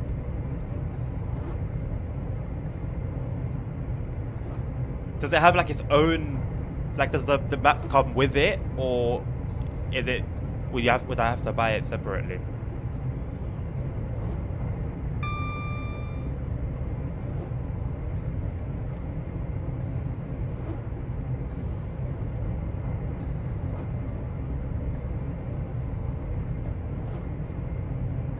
So the map and bus that you're talking about that the company selects,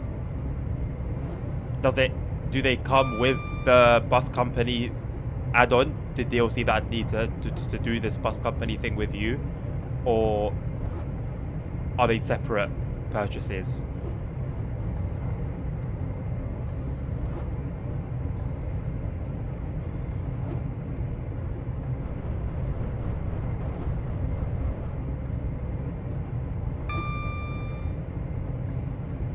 Okay. So it just like it reads what DLCs you own and then chooses from there.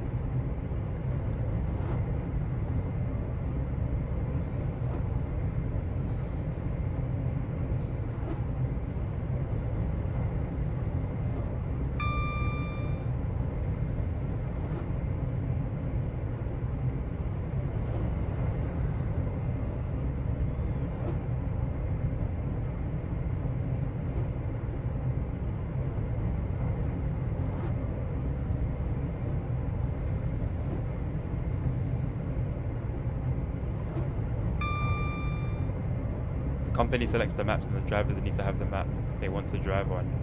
Okay, so it could suggest a DLC that you don't have. But you don't have to drive it. You don't have to buy that DLC.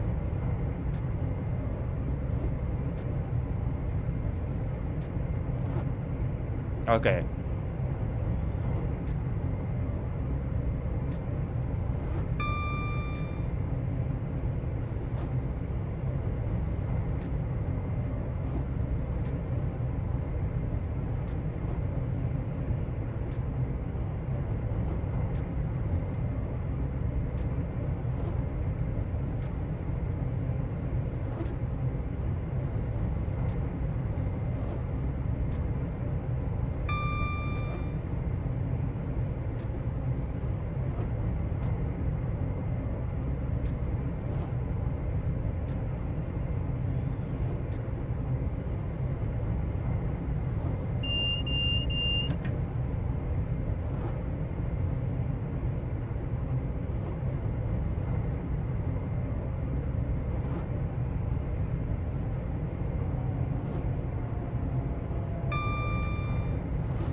So actually it's just 100k for the company itself, for no buses and maps and stuff.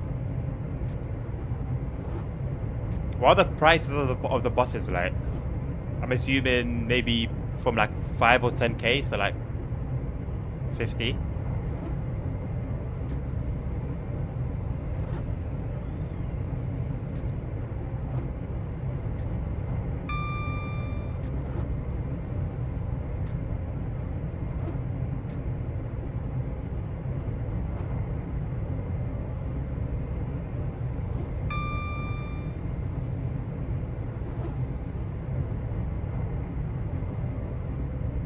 Maybe Carter knows if he's still around. I don't know if he is or not.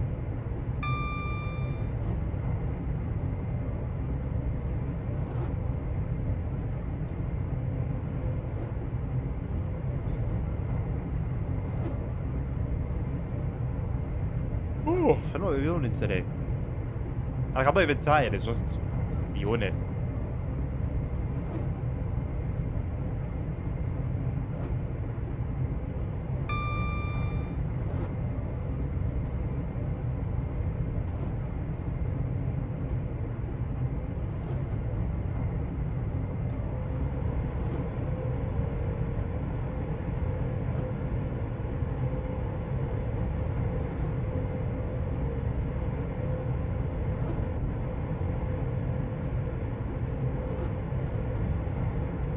Almost have as many messages as a Restream bot. That's insane. How can that be actually for Restream bot? Well, okay. Well, actually, we'll take a chat onto YouTube, not Twitch. It's because there's not many chatters usually on YouTube. The views will be alright, but no one will be talking unless it's like Holy Trucker or Simon or Aaron or Dre or Drifter.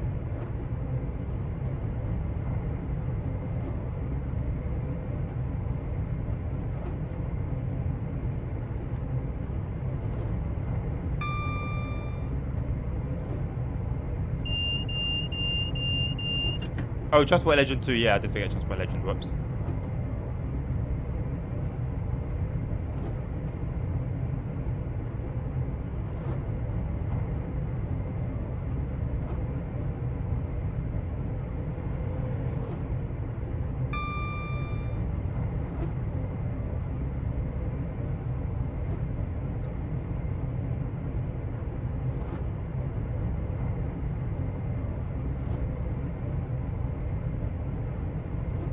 Ooh, I think I'm going to throw in a Pendolino run after this one. And then we start doing the 377 runs. I think that might be 1 or 2 Express 350 runs. And then it's 377 territory. I think even with those, it's going to be cutting it close. Ooh. I don't know if we'll finish this chapter today if I do a Pendolino run. Actually, I'm going to have to do the Pendolino run anyway. So either way, we're still going to be on the West Coast main line. Yeah, never mind. Nabil?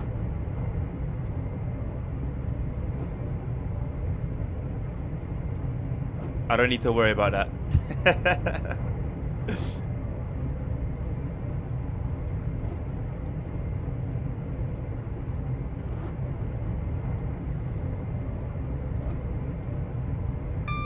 Surprisingly, it's never really put anyone off before. Although, unsurprisingly, I never spoke to many anyway, so there wasn't many people to tell in the first place.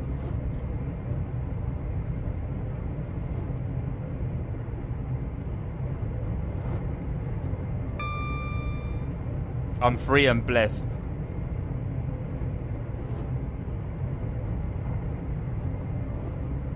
Because imagine I was married to somebody who didn't get it.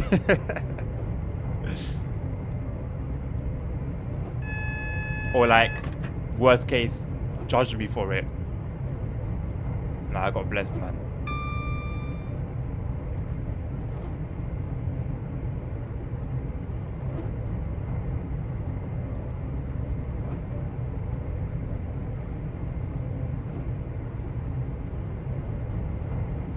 Oh, no, Hank, I didn't. I completely forgot, mate.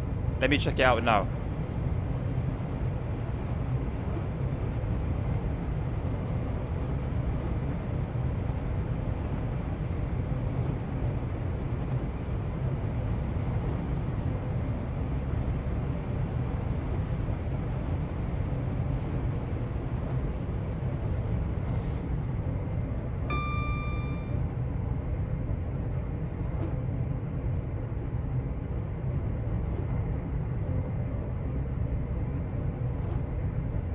That's what the right partner is important, brother. Trust me. Trust me.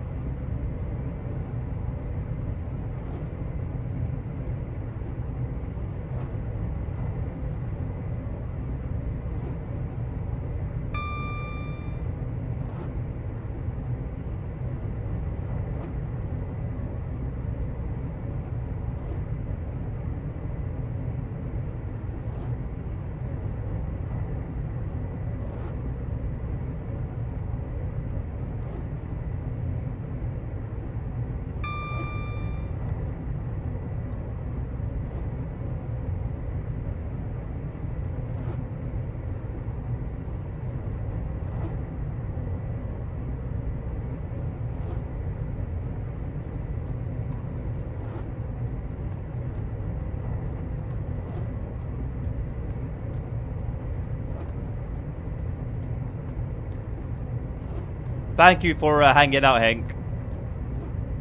Oh my god, I just saw how close you were to the other plane. Goodness me. That's definitely gonna have to be investigated by the FAA later on. Enjoy your dinner, Hank. Maybe a turn off a first one, I don't know. What? Being into simulators?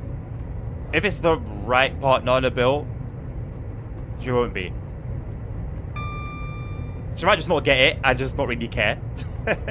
There is the option too. It's not someone that has to like it.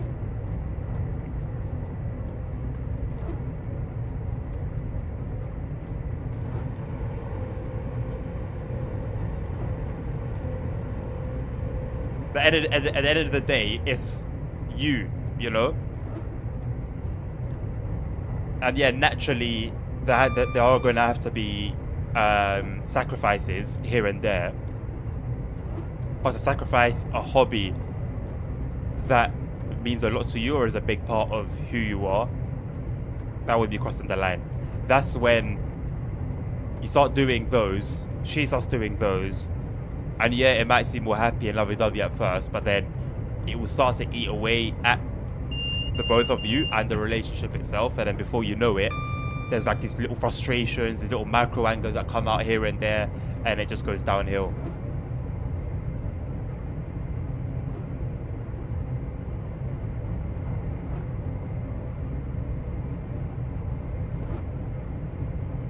I can't even take credit for mine. It was God all the way, from beginning to current day and days to come. God all the way. Like how everything came together, you wouldn't believe it.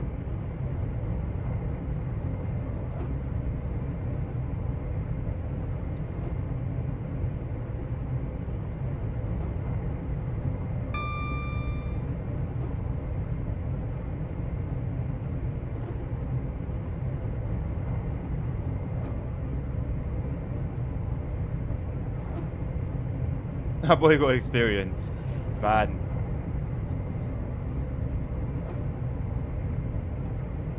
Hopefully to make the next person's journey easier, innit?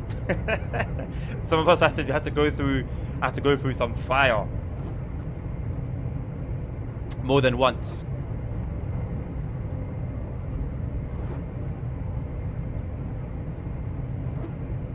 But if I can use it to make somebody else's journey easier, then it's a blessing.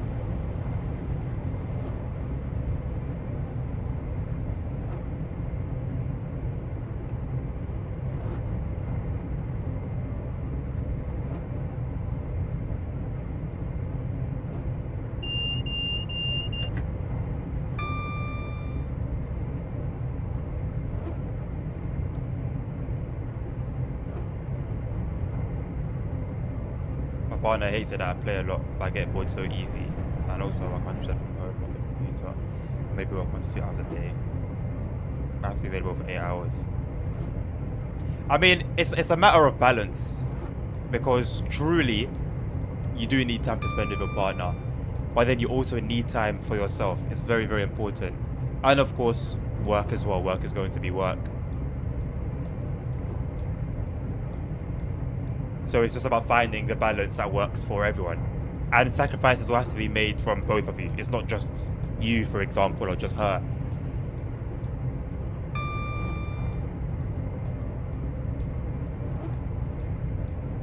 For once, I have a lot of simulating truck playing space. I still haven't seen any gameplay on that truck, that space truck one. I saw it in my recommended on YouTube yesterday, and I was going to click it, and I thought, nah, I don't really want to watch it right now. It just, I don't know, I just don't. I know it's like fun sim, but trucks in space, I don't know.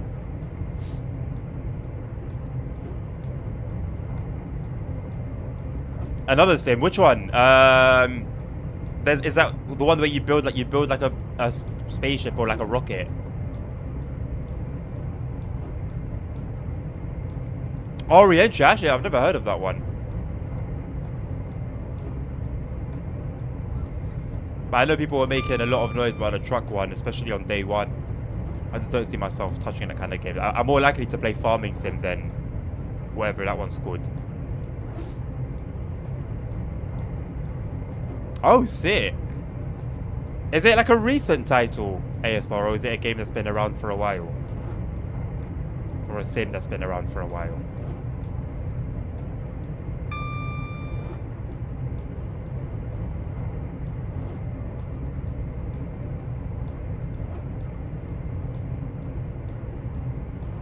It's been around for a few years, but still early access. Okay, one of those titles. Oh yeah, is it DayZ or Rust or something? One of those ones. I just learned the other day it's still in early access. It's been like, what, over a decade?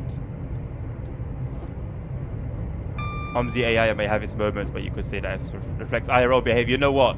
Actually, there was something that happened about in I did crash in the ATS video into that Jeep that came onto the highway, and I was like, yeah, this is probably realistic for Arkansas drivers.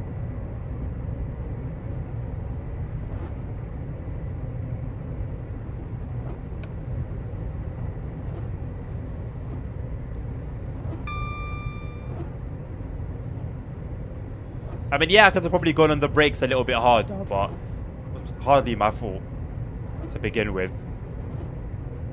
They recently added the campaign that simulates Apollo 13, as close as it could get. Oh, so they're going like in with it.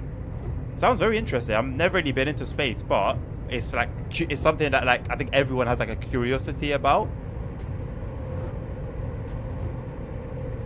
He didn't stop until I crashed into him, Nabil, but he should have sped up. They need to make it so that when AI enters the highway, they speed up, because the entry lanes, realistically, they're not as they are in real life.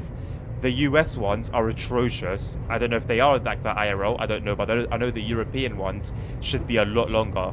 The slip roads should be a lot longer than what we have. So they should make it that, especially when the slip roads are short, the AI should speed up quickly.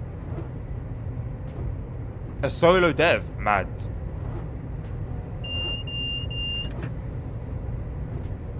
Did he actually slow down before I hit him? I didn't even notice. I need to watch it back. If so, that's even worse. But the tutorials for a pretty realistic space sim are pretty good. But it's made easy because you can follow the normal tutorial order. The historical one, which would make sense, right? Yeah, I don't see myself playing it, but it's definitely something that I would, I think, enjoy watching.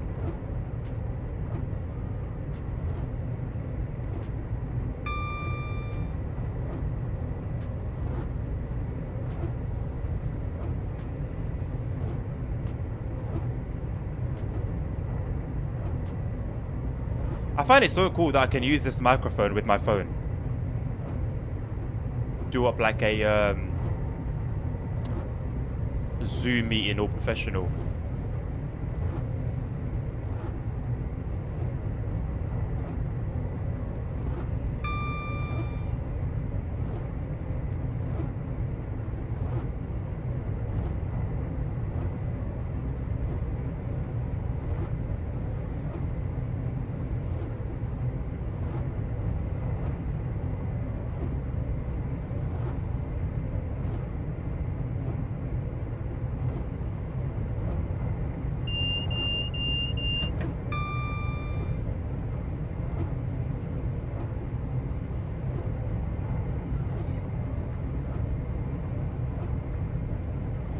Done what? Your run? Is that it? That was short. Just like the lessons are long sometimes. I mean, I can't say I'm surprised. Probably as long as what the flight sim ones should be, really. 26. Yeah, that's short for a bus route. I don't know. Maybe in like a quiet village, maybe that's fine.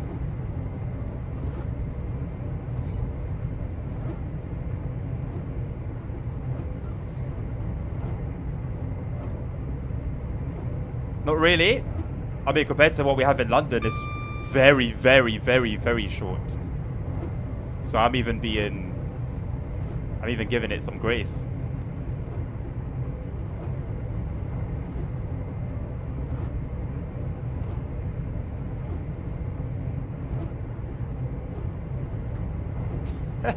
It's responding to nerd in German too. Nice. Apollo 13 has like 20-something different missions divided into different stages of the IRL mission, which makes sense. You consider the last mission alone is 2 hours. How long are the other ones, generally speaking?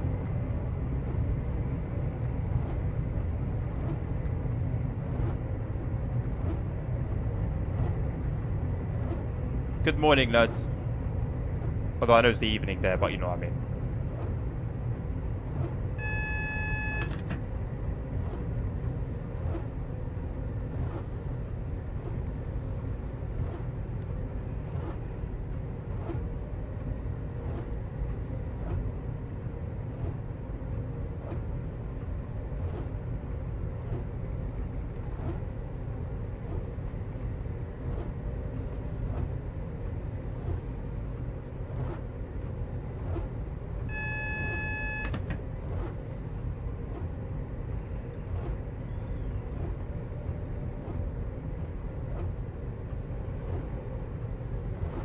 Depends. Some are as short as 20 minutes, but it really depends a lot. It can be the mission where Houston have a problem with the settings as said. Or where they're just chilling. Fair enough. I like that. It's good to have that variety. Re-entry. Re-entry. I need to remember that.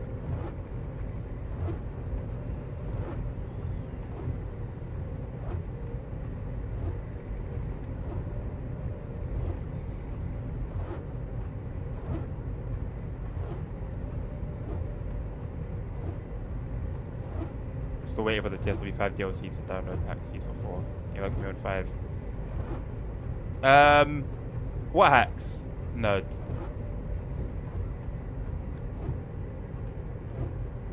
To copy the folders over from TSW4.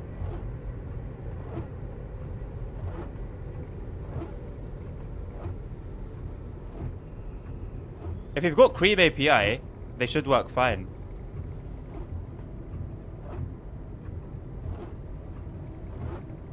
I can attest to that. I won't drag anyone else down with me.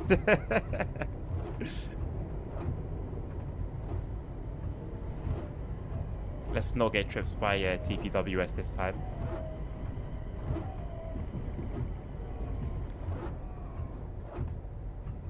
Gives you a sweet break in between as well. How long's the break in between? I used to enjoy those breaks, you know. Man, the only route I ever really took properly seriously was the X10, Berlin X10 route. Like, that was one where I would go all in. Like, I would never speed up the time of the breaks. I would just let them be.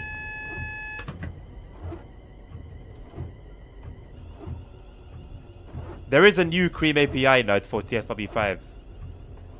If you've got the TSW4 one, it probably won't work. That could be your problem. This one like 5 minutes, but we need back at the start. It's a longer break. Even 5 minutes is decent, you know. It's actually enough time to like walk, stand up, walk around, take a breather, get a drink, and then get cracking again. Transfer from 45 via local Japanese Cream.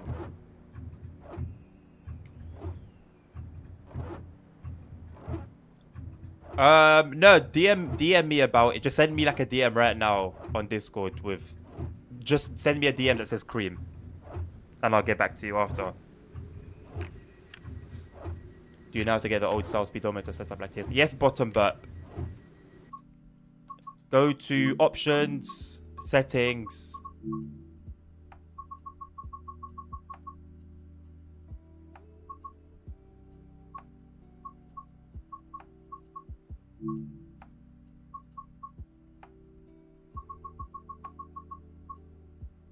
Accessibility, and then HUD type, and instead of minimal, change it to normal.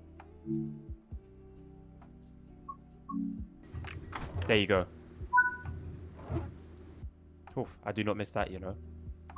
I really don't miss it. Alright, let's do a Pendolino run to switch things up a little bit. And then you consider that all of those missions were done with the public editor.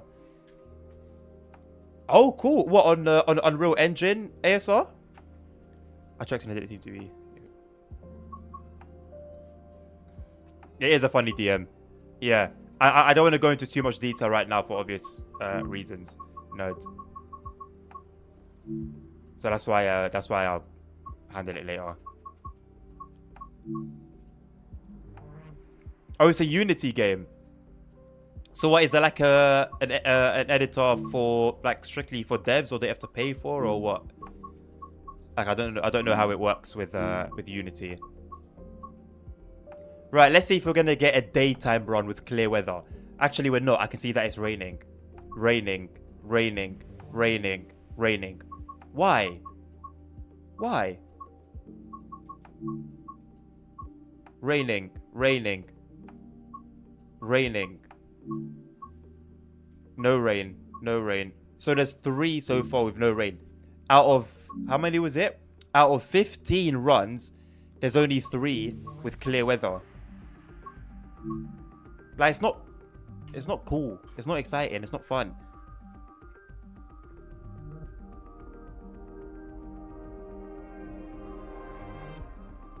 Yesterday would have been a yes, but today it's a yep. It's a public editor made exclusively for the game. Okay, sick. Represent British weather. Yeah, but Nabil. Yeah, we get a lot of rain, ha ha ha, but it's not every single day, you know? Like, even if it was just grey without rain, that would be fine. But it's the fact that it's raining and it's just like, it just kills it a little bit, you know?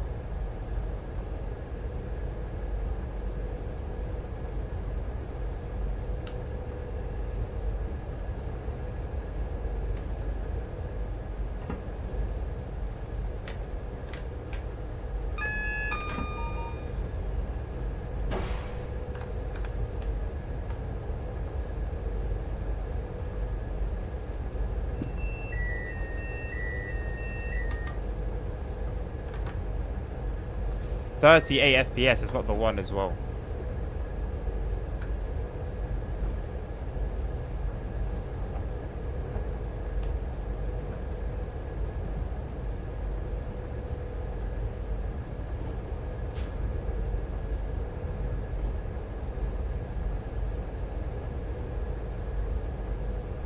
It's not about 8ball liking me, no. 8ball just tells the truth.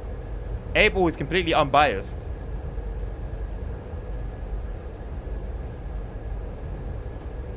It's true, Code. It's just that it's always grey, so it's like, well, it might as well rain, innit?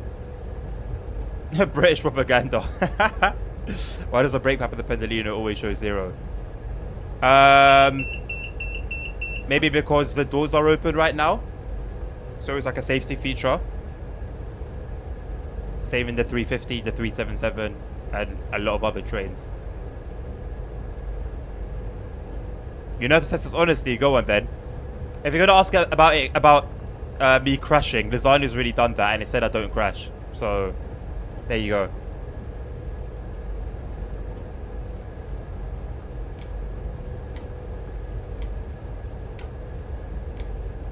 Radio stops and going at 125. Oh, I don't know then. I don't know.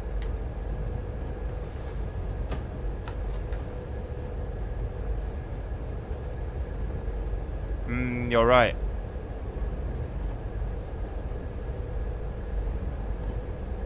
I don't know.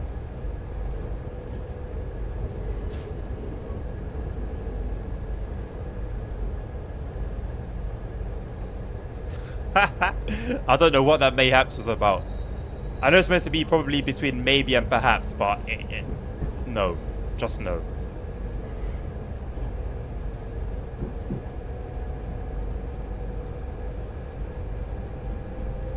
%300 size, what?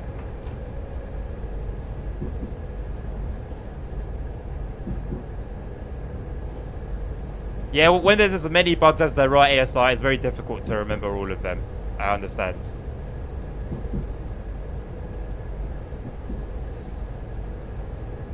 It was waiting for you, nerds. It was waiting for you to ask that question.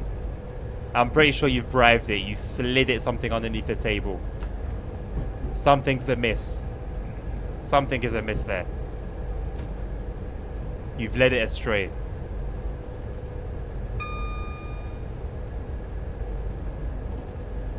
Oh, lasagna with a curveball. Lasagna with a curveball. And the fact that it's not responding is very suspicious. See, doubtful, and it's laughing. So it was joking. It was having a little bit of banter.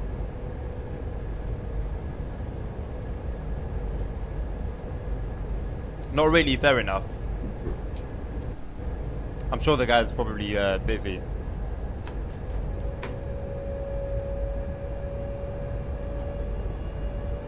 Probably cooking something, yeah, hopefully.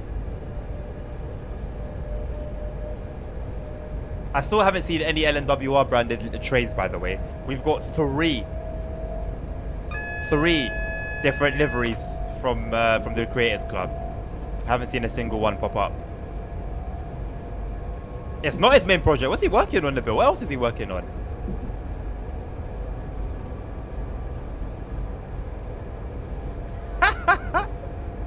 You know what? Accurate response.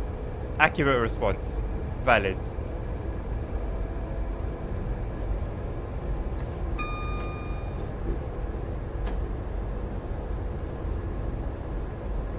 R.I.P. lasagna. 6,400 points. What a loss. The economy's changed. The economy has changed. Something that will hopefully come soon. Okay, okay, cool. I ask you the question. Are you looking forward to it? Or let me say, are you excited for it?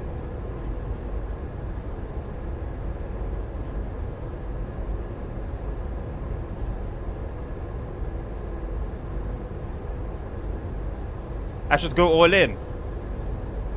Okay. Yes, with capitals and a full stop, then it's going to be good. It's going to be good. Just like what I'm about to do with the roulette. Like I said, it's going to be good. Oh, bearing in mind as well, remember, I wasn't playing when I made it 100% win rate. So these points are legit. Those points are legit. 100k. Oh, ASR. You were seconds too late. No, how much do you have altogether? I'd say you're probably on what? Maybe 500k legit? 550? Probably 550k or 500. Around there.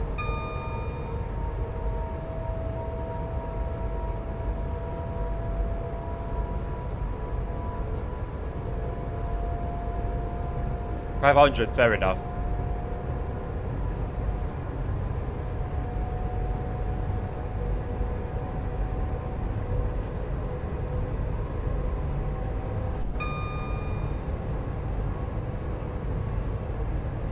Nabil's got more than me.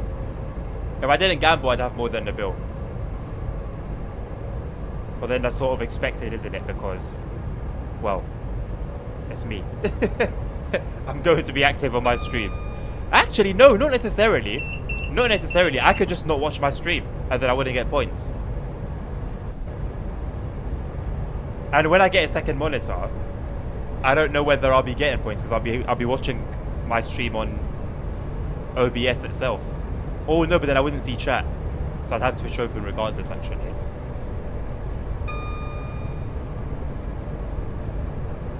That would be a sweet feature, wouldn't it be, nerd?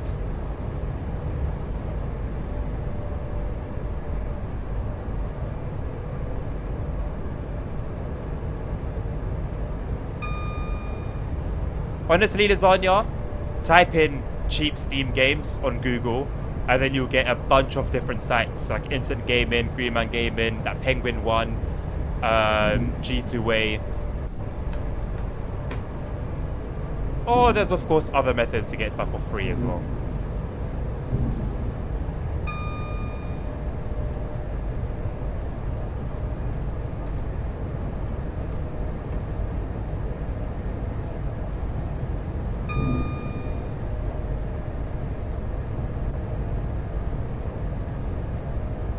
Why is the performance always worse with this train? It's this train that's the problem. It's not something you see often with TSW, it's a shame.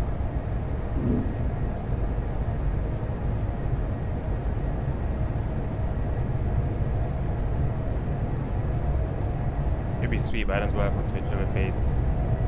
Won't be happy. Why could it be me that's paying? I'm not doing that. Although I am gonna start doing DLC giveaways. Hey, hello Sammy. It has been a minute indeed. How you doing?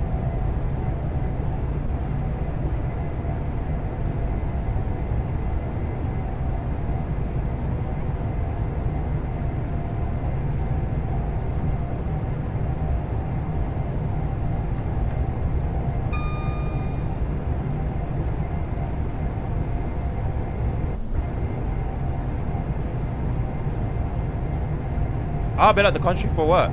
Nice. We love a week off, man. What games? Probably what I'm playing. So if I'm playing TSW that week, then it'll be a TSW DLC.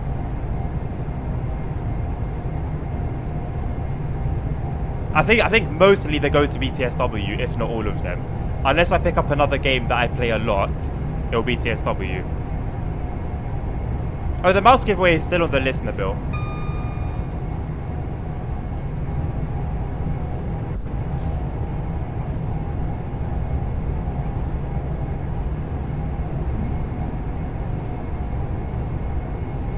I'm not playing Barbie. You couldn't pay me to play Barbie.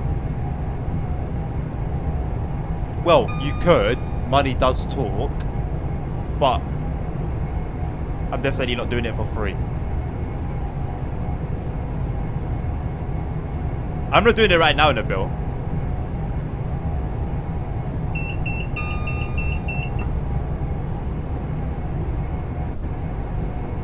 What do you mean the tube is so flat, lasagna? 150 megabytes. Sounds like a fix or like a patch. Actually, no, that would be even smaller. What sounds funky? Opposite of tall, short.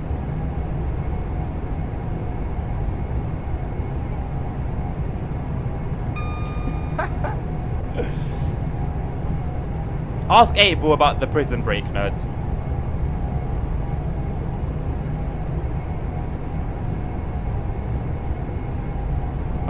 What if right now, yeah, I just like I just leaned out of shot and then came back with like stacks.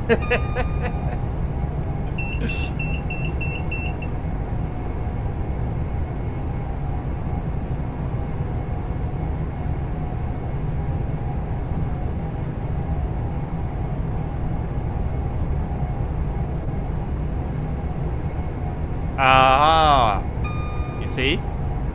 Told you so many times there was no prison break. You didn't believe me.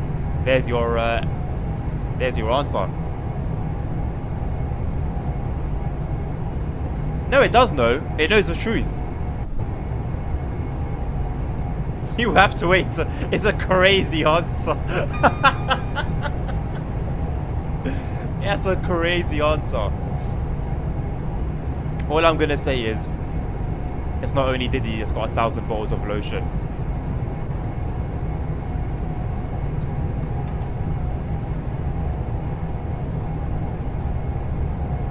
I don't like that, mayhaps. Don't like it.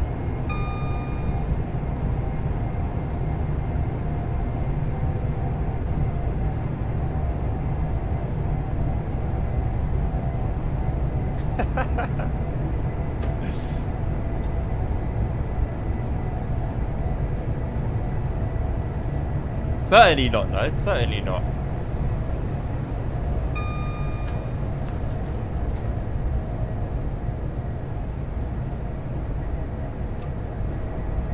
That took me so long to click.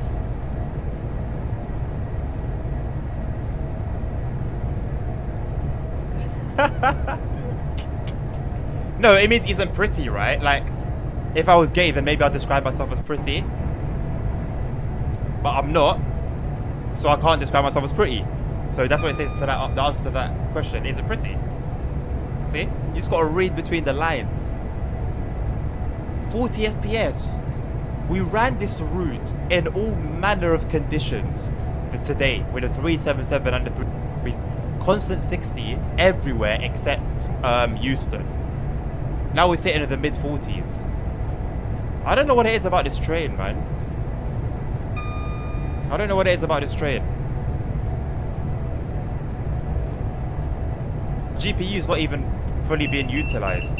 Maybe it's just bad game optimization. Then why didn't it?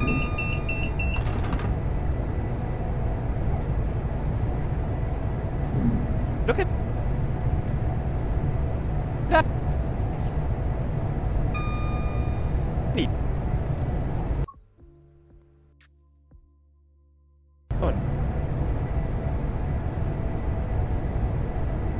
We've been doing complete.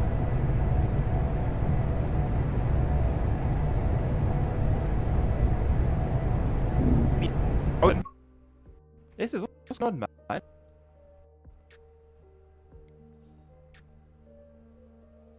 Still frozen? Oh, it's not smooth, is it? It's not pretty. Oh no, it's fine now, I think. It should be fine. It should be fine. They haven't added much on this update. Some improvements to the AGC flat model, major remodels and remasters of Maggie.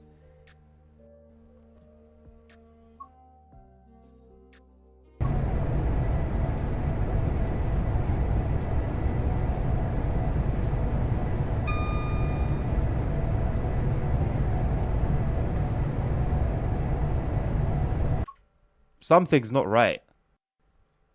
Is it just a game or is it something else?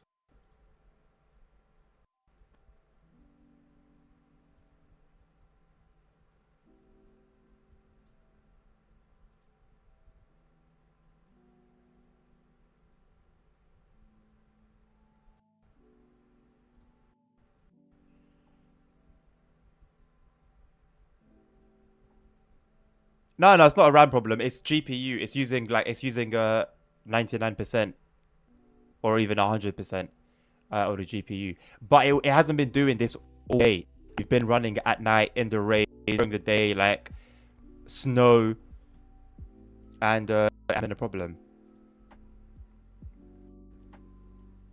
OBS is also using a ton, but I mean, what can I do? I'm literally streaming.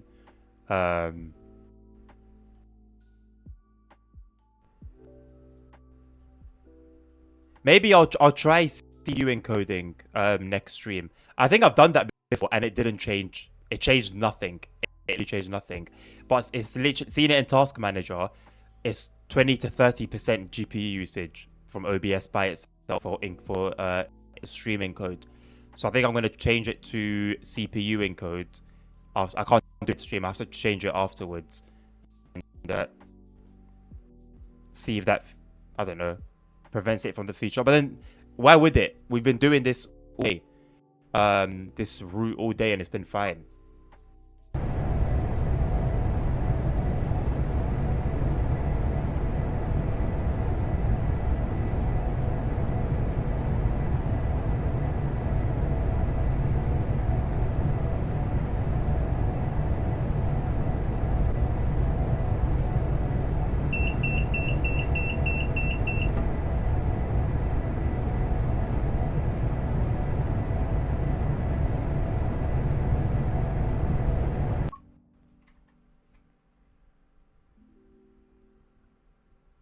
I'm gonna reset